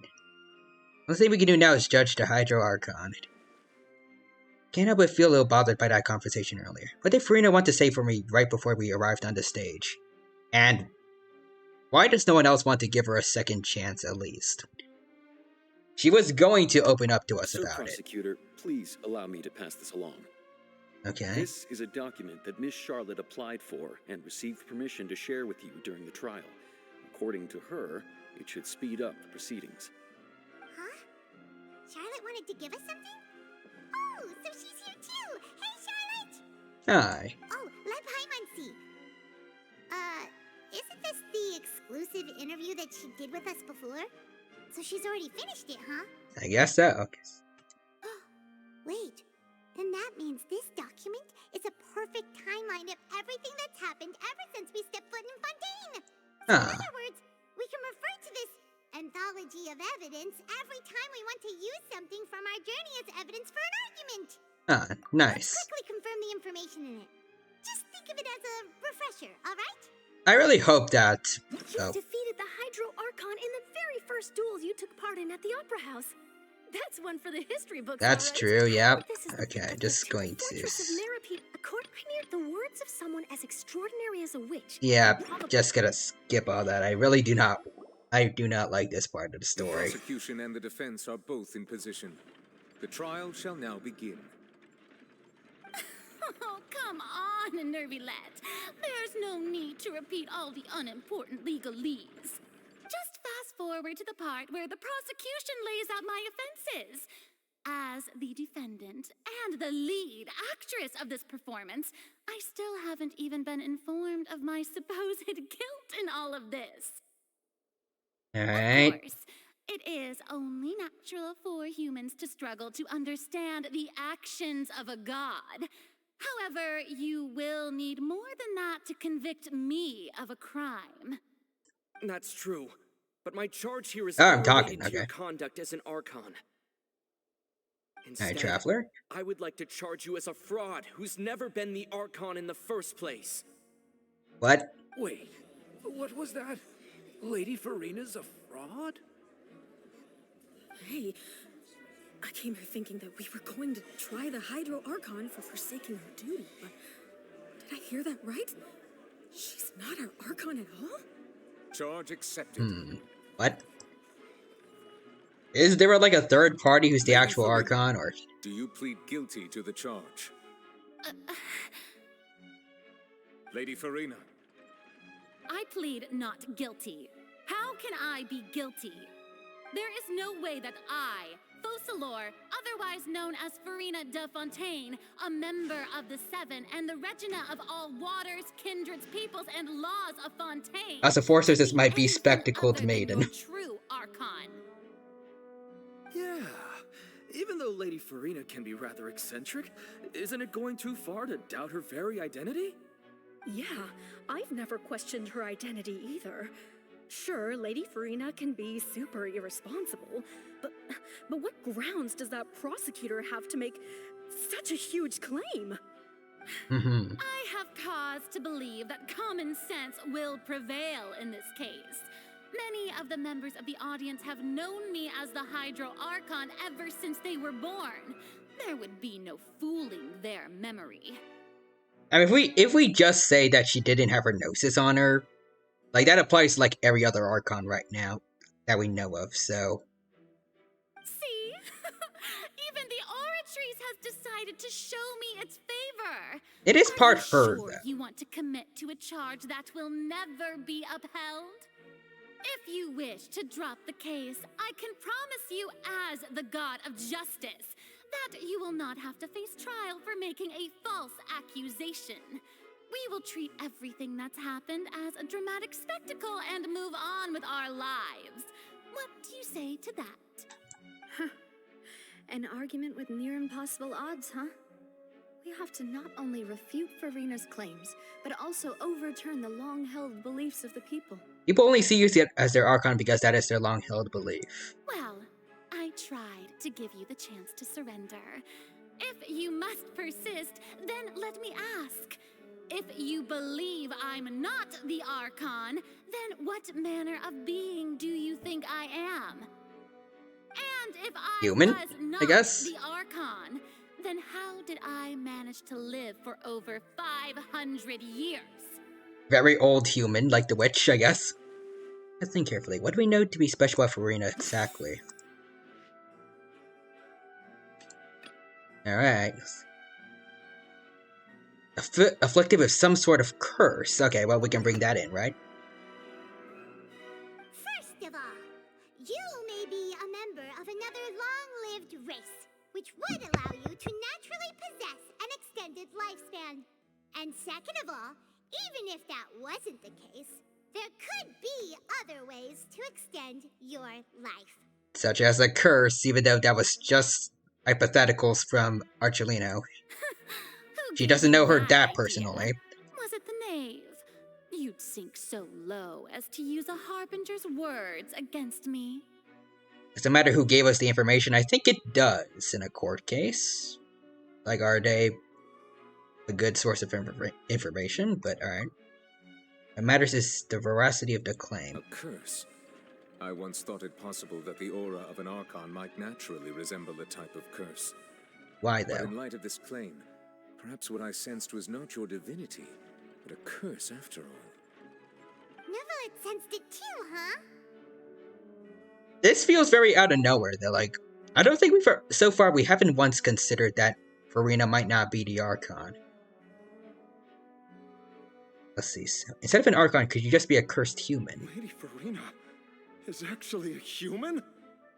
Well, it is true that it's extremely difficult to tell humans and gods apart just by looking at them. It's not impossible. I mean, fair enough. Other Archons do look like humans. Well, don't start celebrating too early now. Also, Forcer says, that's because you took her at face value like the people did. Like you said. How does that true, but like, none of the characters around here have also considered it. Like, Aether hasn't said anything about her possibly not being the true Archon. Actually, I guess Archelino did say that, but... like, it could just be more so like she just had her gnosis hidden somewhere else. Like, we have seen that before. Like, during our adventures with Inazuma. A never had the electrognosis on her. She gave it to Ye before she went into the plane of euthymia. As a force is either way, we'll find out here in the trial, apparently, yeah. Besides, everyone knows that the main difference between a human and a god is the possession of authority. Gods can do what humans cannot. That's why they're worshipped as gods. For centuries, manifestations of my authority have served the nation of Fontaine.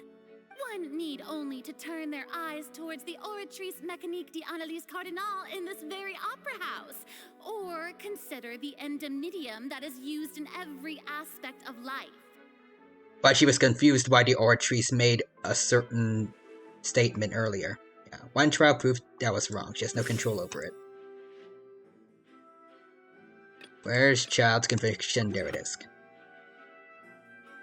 You tried to reference the Oratrice, but weren't you as confused as all the rest of us when the Oratrice declared child to be guilty without any proof? Otherwise, you should have come up with a good explanation for that by now. Didn't I make myself clear at the time? The decisions of the gods are naturally difficult for humans to comprehend. There is no need to provide an explanation. Lady Farina, I believe a reminder of your current circumstances is in order. Alright, Neuvillette. While the court is in session, the principles of justice and the law must come before all else. While you are an Archon, you are also first and foremost the defendant. Apparently the whole thing is that she may or may not be an Archon. That's apparently the point of this trial. You will prove yourself unable to defend against the prosecution's charges if you continue to withhold vital information against the rules of the court. Okay, well, I think that's the main point of this trial. We're trying to get information out of her. I never thought you'd use that kind of rhetoric against me. That was no trick of rhetoric, Lady Farina. I've merely reiterated the rules of the court. Rules that all should respect and follow. So,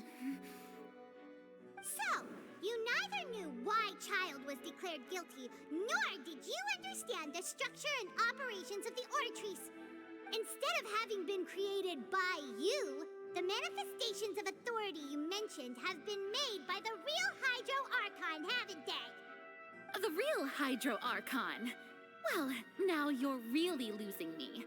It is true that I did not know why the Oratrice gave out a guilty verdict that day. But the Oratrice handed out that verdict unilaterally, and it has been operating independently ever since it was first created. You can't argue that just because a divine creation is flawed, that the god behind it must also be no god at all. She's still throwing out all kinds of excuses. Seems like she's confident that we won't be able to produce proof that she has no power over the Oratrice. Alright, Farina, can you give us a brief demonstration of your power as an Archon? My power as an Archon? Okay. There are many ordinary citizens in the audience. How can I just carelessly demonstrate the formidable power of an Archon? Other Archons have definitely been calmly able to do that. If that poses a concern, I'm prepared to extend my protection to the audience. You don't need to go that far. Let's see. A brief demonstration of your power over Hydro should be quite harmless. Surely an Archon can at least match the capabilities of a human vision. Aren't you the Hydro Archon? Or is it that you can't even wield the power of Hydro, much less the authority of a god? Indemnitium! Yes! It's all because of Indemnitium! All Archons derive their power from the faith of the people, and I've converted the people's faith in justice into Indemnitium! Okay. Thus did I give up all of my divine power to provide everyone with energy for their daily lives! Have you ever seen a more magnanimous god? Isn't that a huge stretch? I feel like so is a lot of other stuff that she's had to say so far. Yeah, no matter how generous an Archon can be, how could they give up all their power? Can a god with no power even still be called a god? I mean, some gods are not supposed to be that strong. Like Farina's excuse. At least they aren't typically that strong, like Venti. He's just kind of chill. Hey, come now, everyone. Also, a lot of gods died during the Archon Me as if I was a war. liar. I'm still the same Farina you knew, right? The one that you loved. Shouldn't you want to believe in me? Please? You've got to believe me. I still feel bad for Farina. If what the prosecutor said is true, she really has committed a grave offense. Did she deceive all of us? And all of our parents and grandparents too? And all of our ancestors? Ever since they were born? Enough. That's enough. Tell me then, if I'm not the real Hydro Archon, then who is? If Good point. You have no evidence of another Hydro Archon's existence, nor can you find anyone who can back up their claim to be such, then what grounds have you to say that I'm not actually the real deal? Wow, she came up with yet another argument. How can we refute her now? Seems like she really doesn't want to give up. See, we can't prove that she isn't the Archon. We try to prove that she's just a human, if she's only human.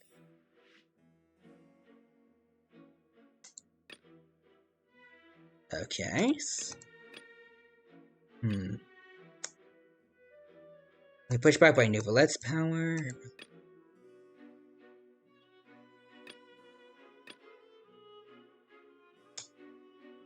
I don't think this is relevant. Navia falling into the seawater. Only the protection of the dead members of the Spina de la Risula. Push back by Nouvelette's power.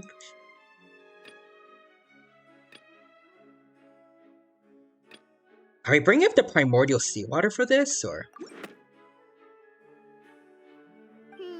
That doesn't... Are we gonna talk about how Nouvelette's? Nope, okay. This? It has been established that all Fontanians can dissolve in water from the primordial sea. And that means... If we brought primordial seawater here and we're gonna make her, like, demonstrate she's not immune to it, I think that's a bit much. Since you insist on claiming to be a god and not a human, then there's a method that you can use right here and now to eliminate all suspicions of you being the latter. Miss Navia, please apply to serve as a temporary attorney for the prosecution before addressing the court. Though you act in partnership with the prosecutor, you must still adhere to proper procedure. Super sorry, Monsieur Chief Justice. I swear this really will be the last time that I'll speak out of turn. Guess I have a habit of doing that in court. I've brought some seawater from Poisson. As everyone knows, a massive flood struck the area not long ago, taking many lives, including those of some of my closest friends. Yeah? So, Miss Farina, would you dare to touch some of this seawater? If we are to believe that you are indeed the real Hydro Archon, touching this seawater would have no effect on you. All it should do is strengthen your case. This feels immoral, I feel like. If you don't dare to touch it, then we would have basically proved the reverse. Oh, and I must remind you that after the disaster at Poisson, nobody wants to see any more people dissolve. I do hope you'll act prudently and choose the simpler path of admitting guilt. Okay, I guess that works. Navia from the Spina di Risula. The Spina has governed Poisson for many years.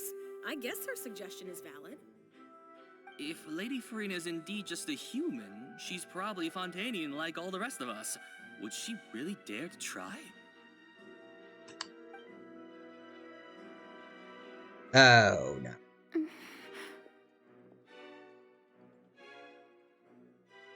Farina, are you sure you want to do this? Lady Farina, this test has been unilaterally proposed by the prosecution. As it falls outside the realm of standard court proceedings, you possess the right to decline participation. Well, of course he had to tell her that. But refusing to participate is basically the same as a confession of guilt. She's just staring at the water without saying a single word. really does seem like she's quite terrified of it. That could only mean... What's going on? Is she really planning to... that's not what we thought she would... Well, clearly she is serious about this, whether or not she's the real Hydro Archon. She wants to help. Though again, feels like this is really going a bit too far. Due to the inherent risk of the test, Lady Farina, you may... Oh no.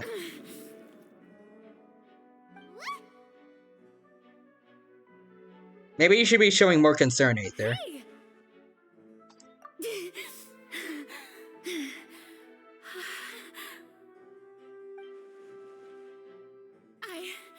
I'm fine! Look at me, everyone! My hand is still here! I haven't been dissolved!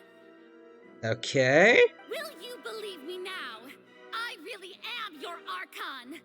I'm nothing like a normal human who would fall apart as soon as they touch this water!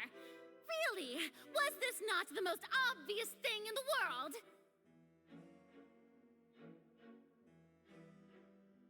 Is she okay?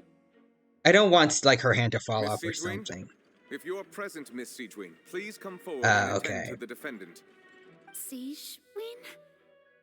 Don't be nervous. It'll just take a few seconds. Let me see. That should be enough. Please announce the results of your evaluation to the court, Miss Siegwyn.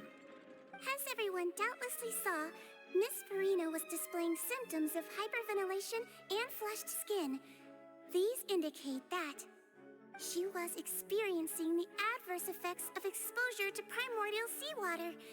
The extent to which she was affected is the same as other humans when exposed to primordial Forceress is a seawater trap. at a similar concentration. Oh, wait. So was it like a safe dosage of primordial seawater? Like what Fremine got affected by? Oh, it's not really safe, but like... I guess it was like partially diluted by other water? Thank you, Miss Siegwyn. Lady Farina, you may return to the defendant's stand. Oh, wait. What did she just say?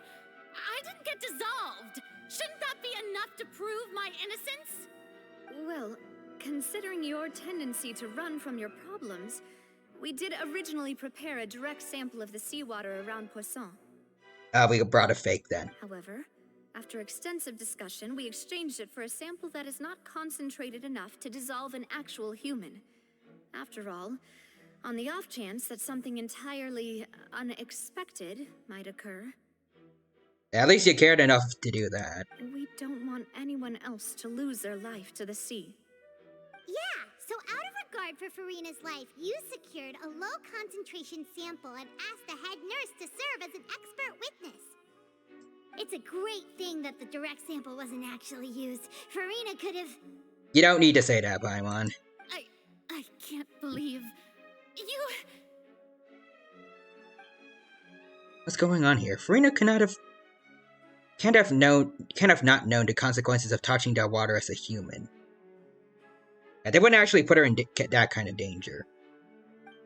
It's too unlike how she normally acts, unless it's actually more important to her to keep up her facade than to save her own life.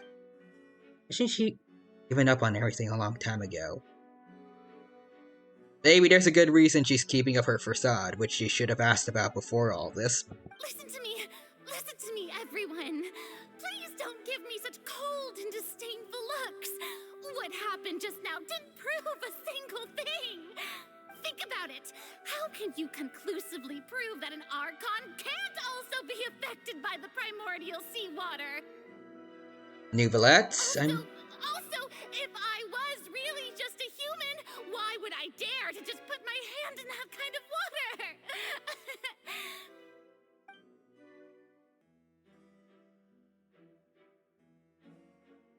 Please, everyone. Oh no. Anyone, just listen to me.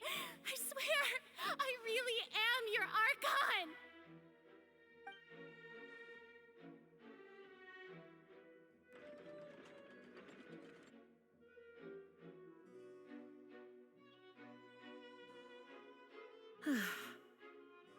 I don't think anything she says at this point will sway anyone. The odds are just too stacked against her now.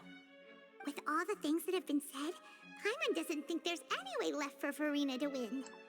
I believe the time for arguments and presentation of evidence has come to an end. If there are no objections, we will move on to the final judgment. Alright.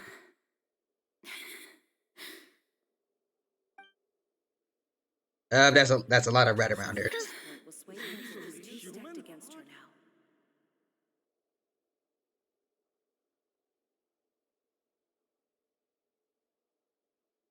Furina? In my capacity as Chief Justice, I shall now render judgment on Furina's misrepresentation of herself as the Archon of Fontaine. As a human who knowingly deceived her fellow citizens, Furina is guilty. I don't like how it all, like, just now it showed us walking away from her. Like, I'm guessing in our mind, like, we kind of did betray her here. He was going to open up to us, and then we've just kind of revealed that she's a fake.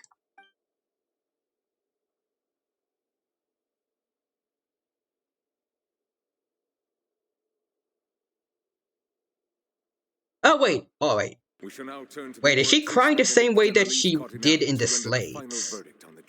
She was crying on her throne.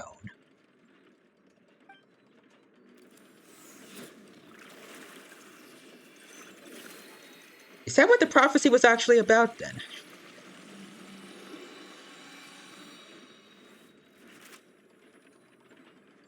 According to the judgment of the Oratrice Mécanique d'Analyse Cardinale, Furina is... Oh?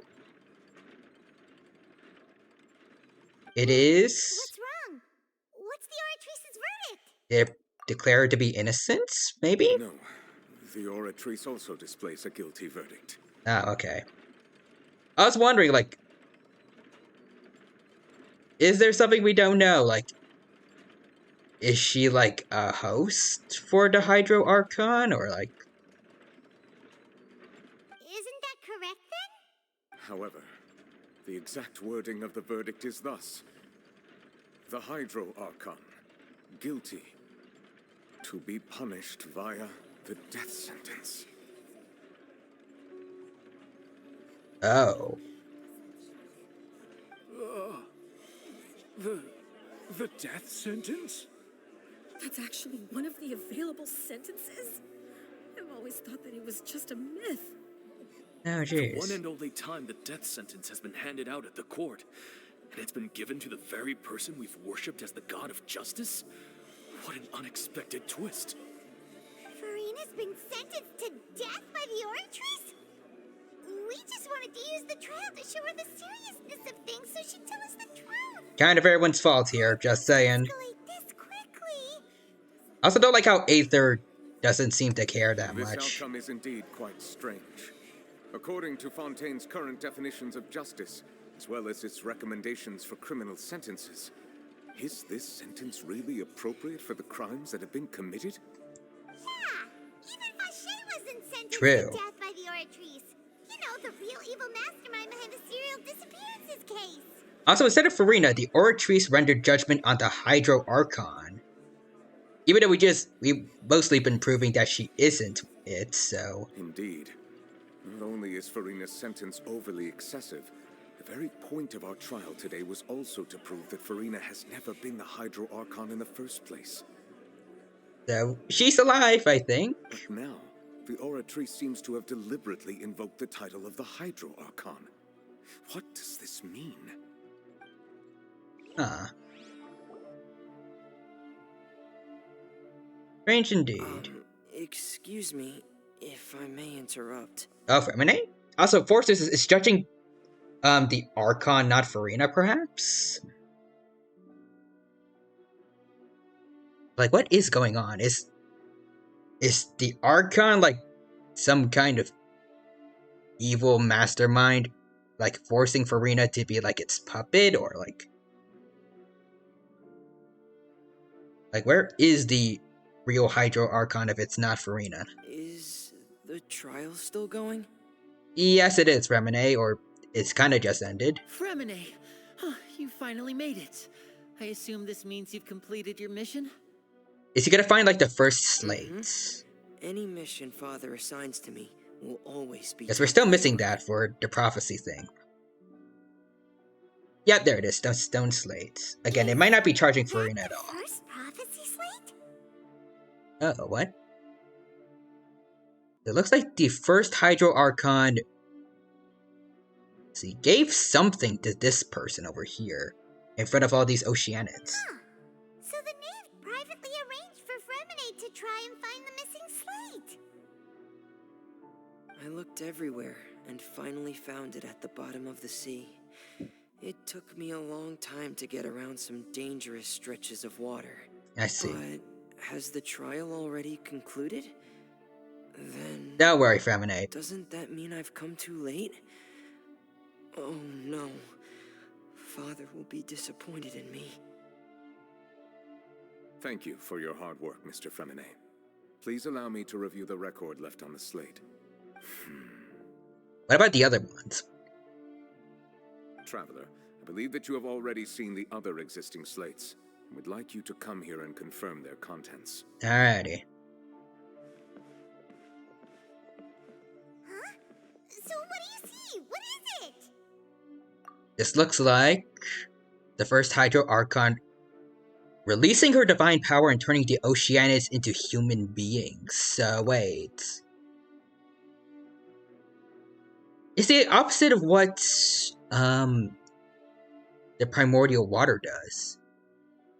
Can the Hydro Archon reverse the effects of the primordial seawater then? I believe I've now made sense of the Hydro Archon's crime. It has to do with Fontaine's lost history. Alright. Huh? Isn't the Hydro Archon just guilty of deceiving her people? Oh, wait, no, that's Farina, and we've already proven that she's not the Hydro Archon. You don't need to bring that up, Paimon. So when you say Hydro Archon, do you mean the real Hydro Archon we've been kind of talking about? Last one? In truth, everything that you've encountered in Fontaine up until this point can be traced back to the contents of these stone slates. However, I'm uncertain as to how much sense they currently make to you. Okay, let's try to recall the contents. Just gotta avoid that, because I really do not like listening to Paimon right now. Alright, let's see.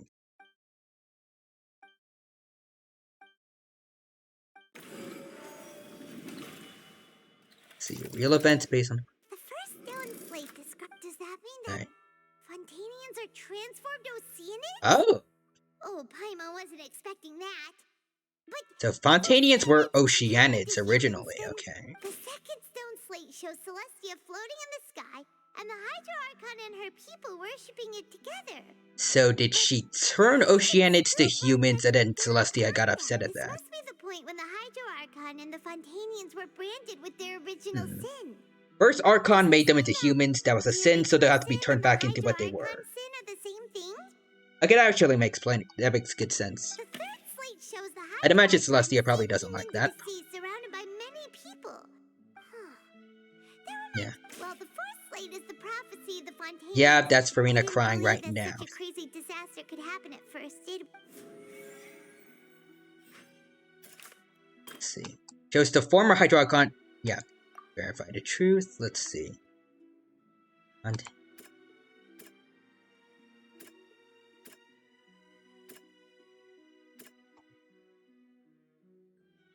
this works, right? What? I mean, this confirms that that Oceanids are people, but okay.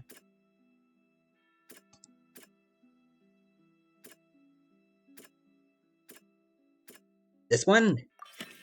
We know How? from the case of the serial disappearances of young, and the first stone slate tells this might be the reason that Fontanians can dissolve. Okay, I guess that makes sense. Let's see. Fontanians can dissolve. Let's see. Dissolve in primordial seawater and become Oceanids is proof of their origin. Okay. It shows Celestia float. There we go. Finally, someone figured out it was Celestia instead of just calling it a floating island. Celestia floating in the sky, Hydro Archon and her people worshipping it. Heaven still brought judgment upon them.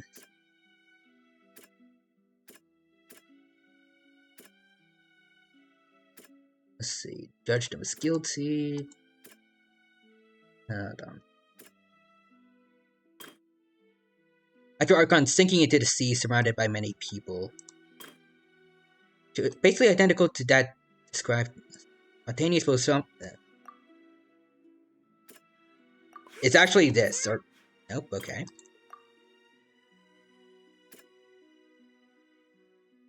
Is it this? Perhaps what is about to take place has all happened before, and the original sin cast down on the people of Fontaine by Celeste. Hydro Archon sentenced to death. Then Hydro Archon sinking into the seas, surrounded by many people.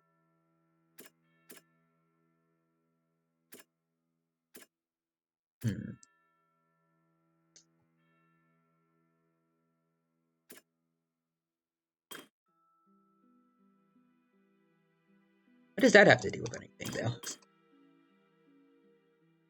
Hydro Archon surrounded by people. She was surrounded. Navia was surrounded by people. It's not as simple as falling into the sea. When Navia fell into the sea, Subjected to. The stone slates show the people gathered around the Hydro Archon in the sea. Could that So be she encountered something similar to Navia, maybe. And then the last one. Identical death as described. Let's see. Spontaneous will be dissolved. Hydro Archon will sit and weep. This. Shush. I guess Nouvellette? The prophecy from the stone slates found its way into society. But not many people. The fortress of Meropide was nearly flooded with if we hadn't dealt with it in time. Alright. They'll dissolve into the primordial sea but won't cease to exist. Their essence will flow in the seawater, converge, and take the form of an Oceanid. That makes that one Oceanid boss a lot more terrifying now. The Hydro Archon was sentenced to death in court, shocking everyone present. Perhaps this means that her... I'm just going to ignore Paimon, honestly. Into the water inside those... Yep. The eruption of the primordial sea at the stone slate's content can all be There we go. Verification complete. So the prophecy was about right now. Huh? Oh, Paimon gets it now. So that's how you can make sense of it. But then it feels like we're going to have to share some truly shocking revelations. Let's hear them. Alright. First light reveals Spontaneans are not real humans. Incredible. Linny, did you hear that? Yes. We're not real humans. Oceanids, apparently. Spontaneans were originally created by the late previous Hydro Archon, with the evidence for that can be found in how only Fontanians could dissolve in primordial seawater, and how all the girls Vacher dissolved were also turned into Oceanids.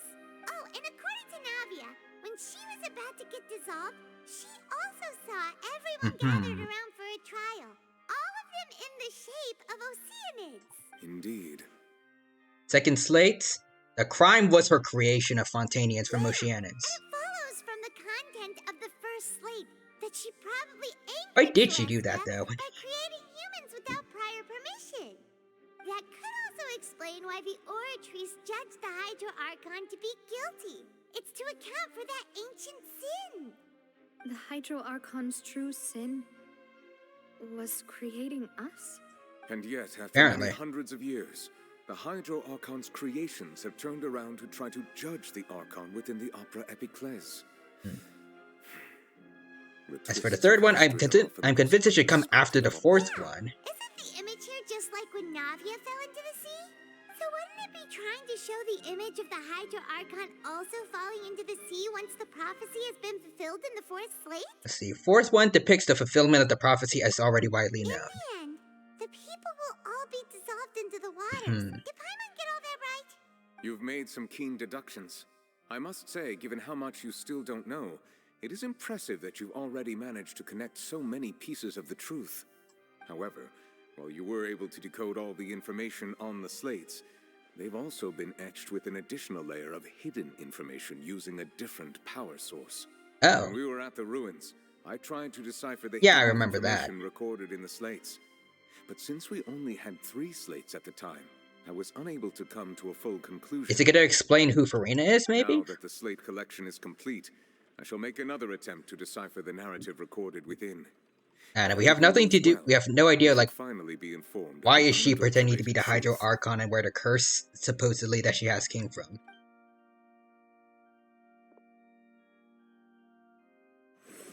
There we go. So, are they going to change the slates, or? Well, did you get it? You don't need to be impatient, Paimon. The slate is not going anywhere. I believe I should share this truth not only with you, but with all the people of Fontaine as well. Oh, okay. I'll try to briefly summarize it for you. Your hypotheses regarding the origin of Fontainians and the sin of the Hydro Archon were both correct. Okay. In the Fontaine of old, the previous Hydro Archon sensed the yearning of her Oceanid familiars for life on land. Oh, okay. So it was well-meaning, I think. She just wanted them to experience what life was like on land. But Celestia didn't approve. Were enamored with the beauty and romanticism of human beings, and wishing to have those experiences for themselves, expressed to the Hydro Archon their desire to become of a similar kind. That's kind of sad. However, even though water as an element is intricately linked with the power of life, the Hydro Archon, as one of the 7, did not possess the authority to create a new form of human life. Not one to give in, she eventually found a way to create permanent humanoid bodies for her familiars by appropriating the power of this planet's primordial sea. She poured primordial seawater into the Oceanid's blood vessels, creating humanoid mimics in the process. But if Fontainians were to ever come into direct contact with water from the primordial sea, the power within their bodies would escape these artificial restraints and return to the sea. As a result, their forms would collapse, and they would be reverted to their original forms as Oceanids. Oh. Of course, the Hydro Archon never received permission from the heavenly principles to create a new human race. So they got mad. The Hydro Archon and all of her creations came to shoulder the original sin of appropriating the power of the primordial sea. That is the true history of how the people of Fontaine first came into being. I feel like a lot of people suddenly just got an existential crisis after showing up, hoping to, expecting a normal trial. So we were all Oceanids before we turned into human beings? That's seemingly way too much so. Information for me. I think I'm just going to pretend that I never heard a single. Yep, I was right. They're all freaking out. Wait, but if that's the truth, we can't let the Hydro Archon be sentenced to death. After all, her only sin was creating us. True. This really might be too much information for your regular Fontainian. But again, what about Farina? Like, where does she come into this? Alas, your hypothesis regarding the 3rd and 4th stone slates was inaccurate. The slates' respective positions are, in fact, correct. Ah. So the Traveler was wrong. What does the 3rd one represent? The key point of the visual on the 3rd slate is how all the individuals depicted in the water are humans rather than Oceanids. They have not been dissolved, which implies that the water depicted in this slate is not water from the primordial sea. The nation of Fontaine is the nation of Hydro, as well as the nation of trials and justice. Instead of being the literal element, the water in the scene symbolizes... So the people around Farina, well, around what looks like Farina, is... You may also recall Navia's experience. When she fell into the sea, her consciousness was surrounded by that of many others who intended to hold a trial to determine her fate. Therefore, the meaning of the 3rd slate is our trial against Farina? That the people of Fontaine shall try the Hydro Archon at the court of justice. Yes, it refers to our present situation. I think I'm following now. So, what you're saying is, even though we decided to put on this trial to avoid fulfilling the prophecy... Y'all made it happen. In truth, everything we've done has happened exactly as the prophecy foretold. So now, it seems, we're the ones making sure it comes true. Y'all fudged up. What should we do? So if we let Furina talk it out with us, we could have fixed this. Huh. No matter what, the prophecy will be fulfilled. It is everyone's fault here. Is this what it feels like to be a prisoner of fate? If that's the case, does that mean the scene in the fourth slate will also be fulfilled soon? Traveler, I would like to point out another small Also, Forcer fallacy says, no, in it's not. It deductions. must have been. About the fourth slate. You probably thought that the eruption of primordial seawater beneath the fortress of Meripede served Well, as not the if I was in surest control of sign that the Aether. prophecy was about to come Then to it wouldn't pass, happen. yes. However, I believe that rather than being a sure sign, that eruption could in fact only be a small warning of something far worse to come. Like right now? As for the root cause of the catastrophe, I believe you've already encountered it once before. Wait, could it be... what?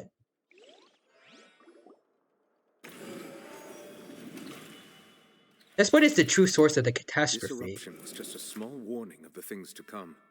We must find the root cause of the disaster. Oh, okay. I guess I gotta do this now. Oh, wait. Alright, just this one. Let's see. Prophesized disaster will likely spread from here.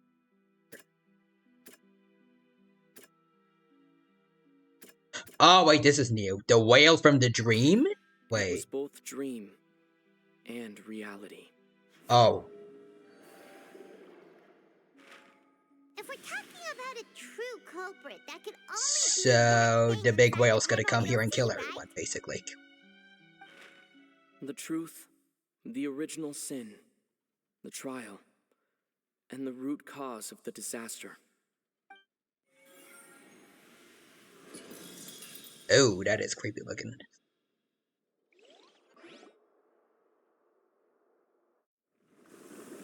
Oh, we run cutscene. Well, prophecy's starting to happen. Have fun with that, everyone. Oh.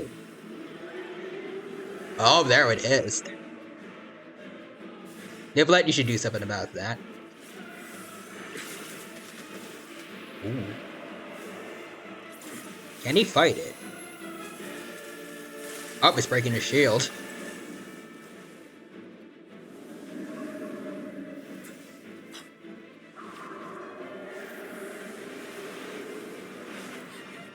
Oh. Ooh, child. Found legacy, too. Nice.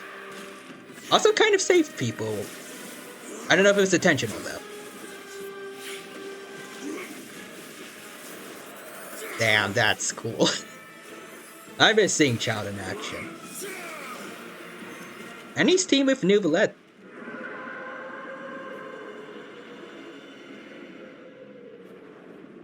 Okay, now it's left. That was fast. Alright, Child? It looks like you're falling apart there.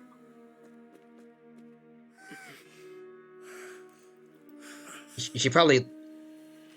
Okay, yeah. Someone could have helped him there. You could have just not let him fall in. That was way too close! How did that thing just burst into the opera house? Wait, was that the huge whale you saw in your dream? Yeah, which is also the one that Child saw when he was young. So we've met it at last. I understand very well why it is chosen to make an Also, Forcer says it's a canon event. You know, instead of having a family member killed, the child just fell into the abyss again. The whale does not belong just like when he was a kid. It is a monster that has traversed the stars, weeping all the while. So it's not from Teyvat. It has been greedily consuming the energy from the planet's primordial sea, using it to grow. That is the main cause for the rising sea levels. So everyone is at risk of dying because a whale got hungry. And once it has finished consuming all of the energy contained within the sea, its next step will be... You said that when the Hydro Archon first created Fontanians out of Oceanids, she filled their blood vessels with primordial seawater. Oh, is just gonna eat the people. Precisely.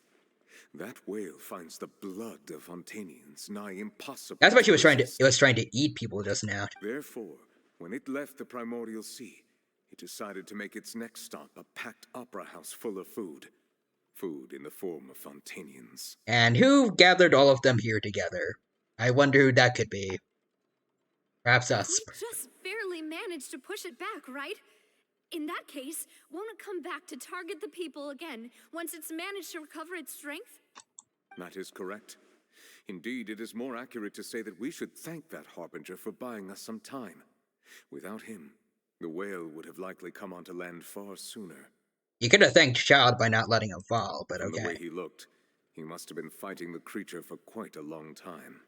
2 Hydro characters that I really like in this game. Really getting the short end of the stick by everyone else. That battle maniac. We've always known that he had a special connection with that whale, but we definitely didn't expect it to help us out like this. Anyway, now that we know that this whale is the actual cause of the disaster recorded in the prophecy, all we need to do to stop the prophecy would be to find a way to beat it up, right? Maybe. Fossil Force says it doesn't matter, it would have come for them eventually, but we could have had, like, I don't know if Farina telling us about the prophecy could have made it come out earlier, but at least it wouldn't have had a bit like a full-on buffet in the courts.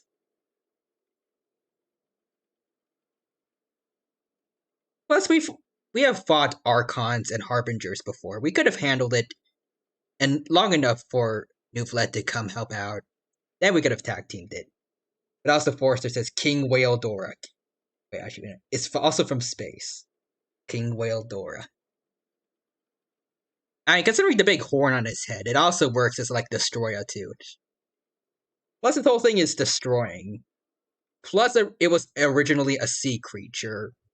But it was a sea creature, just like how Destroyer was originally like a small crustacean. It is too late. Yeah, but it's not from space. King Gear Destroyer. It had already absorbed too much of the Actually sounds primordial terrifying. sea's energy before we could notice it. At this The point, three-headed it has destroyer. become practically integrated with the sea itself. Even if the entirety of Tevat were to be destroyed, it could still survive and swim off towards some other world. It's kind of like a whale version of Galactus, I guess. That's not something I will accept. We've already done everything we can, and we even found the true culprit. We've come so far. You can't just tell me that the last hurdle is some impossible foe. That's just not fair. Indeed, that's not how a grand performance should end. I'll fight it to the end, no matter what. Alright. So the prophecy will be fulfilled no matter what, huh?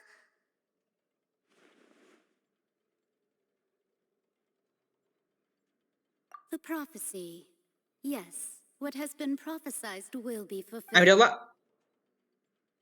the last slate just looks like how Farina cried just now when she was on the chair. Didn't necessarily say that we had to all get eaten by a big whale. Ultimately.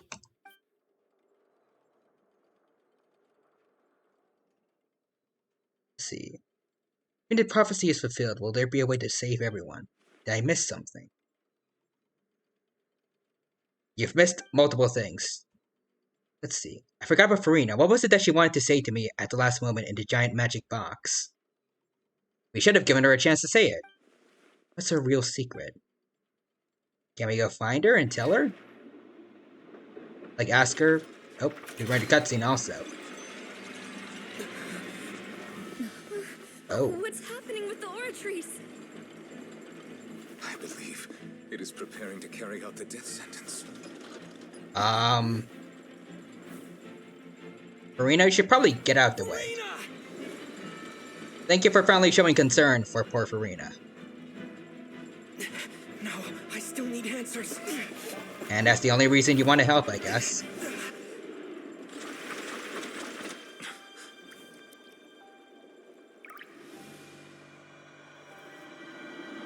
Oh.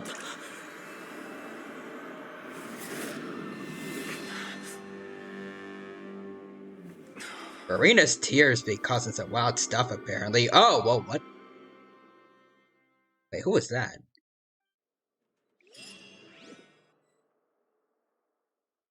Okay, that's... Huh. Looks like Farina. Different hair, though. Different clothes, too. You. Nephilet looks happy to see her, I think. A much more mature voice than Farina, though. Sorry. That shocked expression on your face is just too amusing. Is it still the same VA? I like the calmness of her new voice, if so. You are not Farina. And good range. Ah, the sweet sound of bewilderment. Marvelous. A sure sign that my attempt to deceive everyone was a resounding success. But to answer your question, I am Focalor. You know, the god. I like how she acts very similar to Farina a bit. Focalor, why did you deceive us? Fair question. That wasn't my goal, of course. Goodness, no. But I had to fool everyone else too, if I was to stand any chance of deceiving the heavenly principles.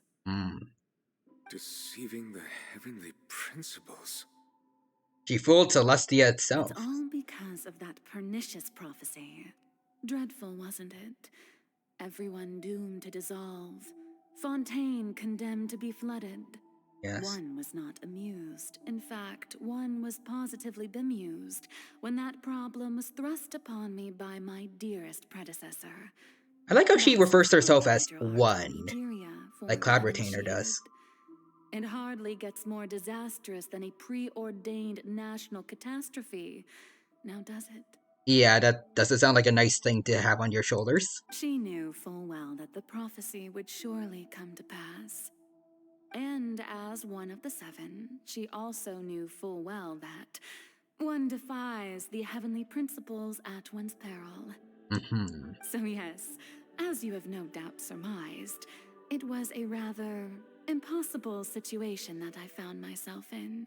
I spent a terribly long time mulling it over, alone on the ocean floor. And I was almost growing barnacles by the time I finally realized there was only one possible solution to this confounding conundrum. What was it? I had to outwit the heavenly principles, allow the prophecy to be fulfilled, ostensibly at least, while saving everyone at the same time. I see. I'm a genius, I know. I can only assume that's why Egeria chose me as her successor. She certainly has the same flair as Farina. Although, looking back now, it was hardly the inheritance one dreams of. Between the task of saving the nation, the quotidian duties of the Hydro Archon, and not to mention the original sin of creating a new race of humans, I dare say she left me quite a colossal mess to clean up. Yeah, one could say that. But one can only play the hand one is dealt. I did not choose this, any more than I chose to be one of her Oceanid familiars. Oh? So you were also once one of the Oceanids, transformed into a human by Egeria's hand. I guess it's like how Venti used to be like a small air spirit before he became an Archon. Yes, I was. I always dreamed of becoming human. And I still do, even now. That's a big sword above her. To be human is to be part of the greatest opera ever known. After becoming a god, I separated my divinity from my body and spirit, leaving behind only a self that was as naive and bewildered as my past self on her first day as a human being. So, technically Farina is the Hydro Archon, she just separated her own divinity. The me you see before you now is that divinity. And the human counterpart I left behind, I named Farina. She could feel joy, sorrow, and everything in between. She could be as vain and conceited, or as meek and vulnerable as she wished. Her strengths were of a kind only a human could possess. as were her shortcomings. But in my eyes, Furina's humanity was what made her perfect. She was perfectly human in every way. The person I always wanted to be. Yeah, benefits and flaws. Like all people, yep. Anyway, so then I cursed her. That's a weird thing to say out of the blue, Folklores. Why did you curse her? The plan, of course. The plan to deceive the heavenly principles. Okay. Do you still remember the final scene of the prophecy? The Hydra Archon alone, weeping on her throne. That was Furina crying just that now. The prophecy might appear fulfilled. I invited Furina to be an actress, to play the part of the Hydro Archon in the prophecy. Under the curse I placed on her, so long as I, Focalor's divinity, continued to exist, she could not die. But nor was she free to live her life in the pursuit of happiness. Focalors was kind of mean to poor Furina. Instead, she was forced to take the stage in the opera house, to embrace the role of leading lady, to forever play the part of the god from the prophecy, all to create a deceitful appearance of that prophecy coming to pass. Did Furina know about like this whole acting thing this whole time? Like, was she talking with herself? Why your court is called the Opera Epiclese. But Furina is only human, isn't she? Even though she has had a long life, her mind is no stronger than that of any other ordinary human being. I mean, if she's been surviving for this long and can keep up her facade, I feel like she probably is stronger than the average human. I cannot begin to fathom what she has had to endure. It must have been torture for her. Probably, yeah. It has indeed. And then we betrayed her. Although she is, in a sense, me in human form, I most definitely owe her an apology for it. Yeah, probably. It's been 500 years.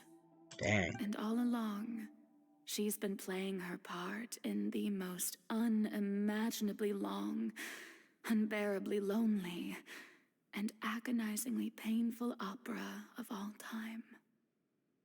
Dang.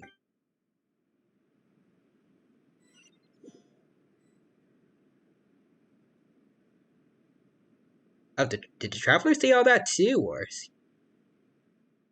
came into contact with Furina's tears? If I remember correctly, tears often come from a being's strongest emotions.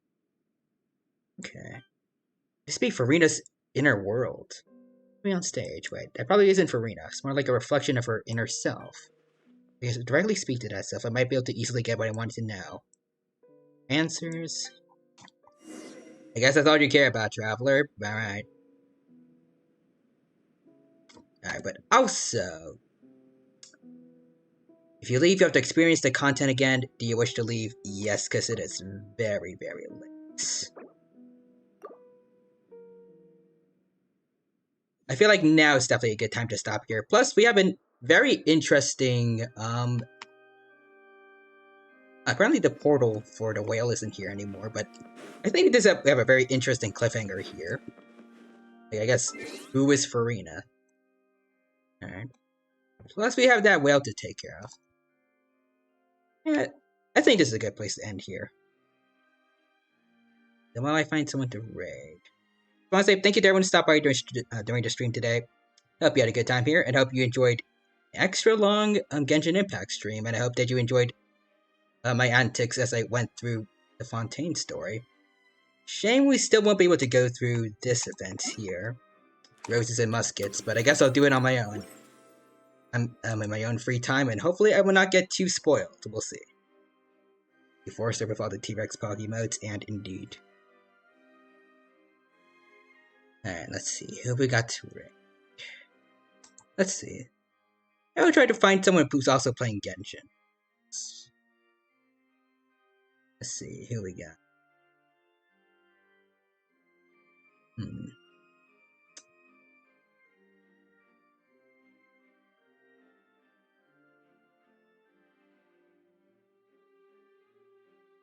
Someone named...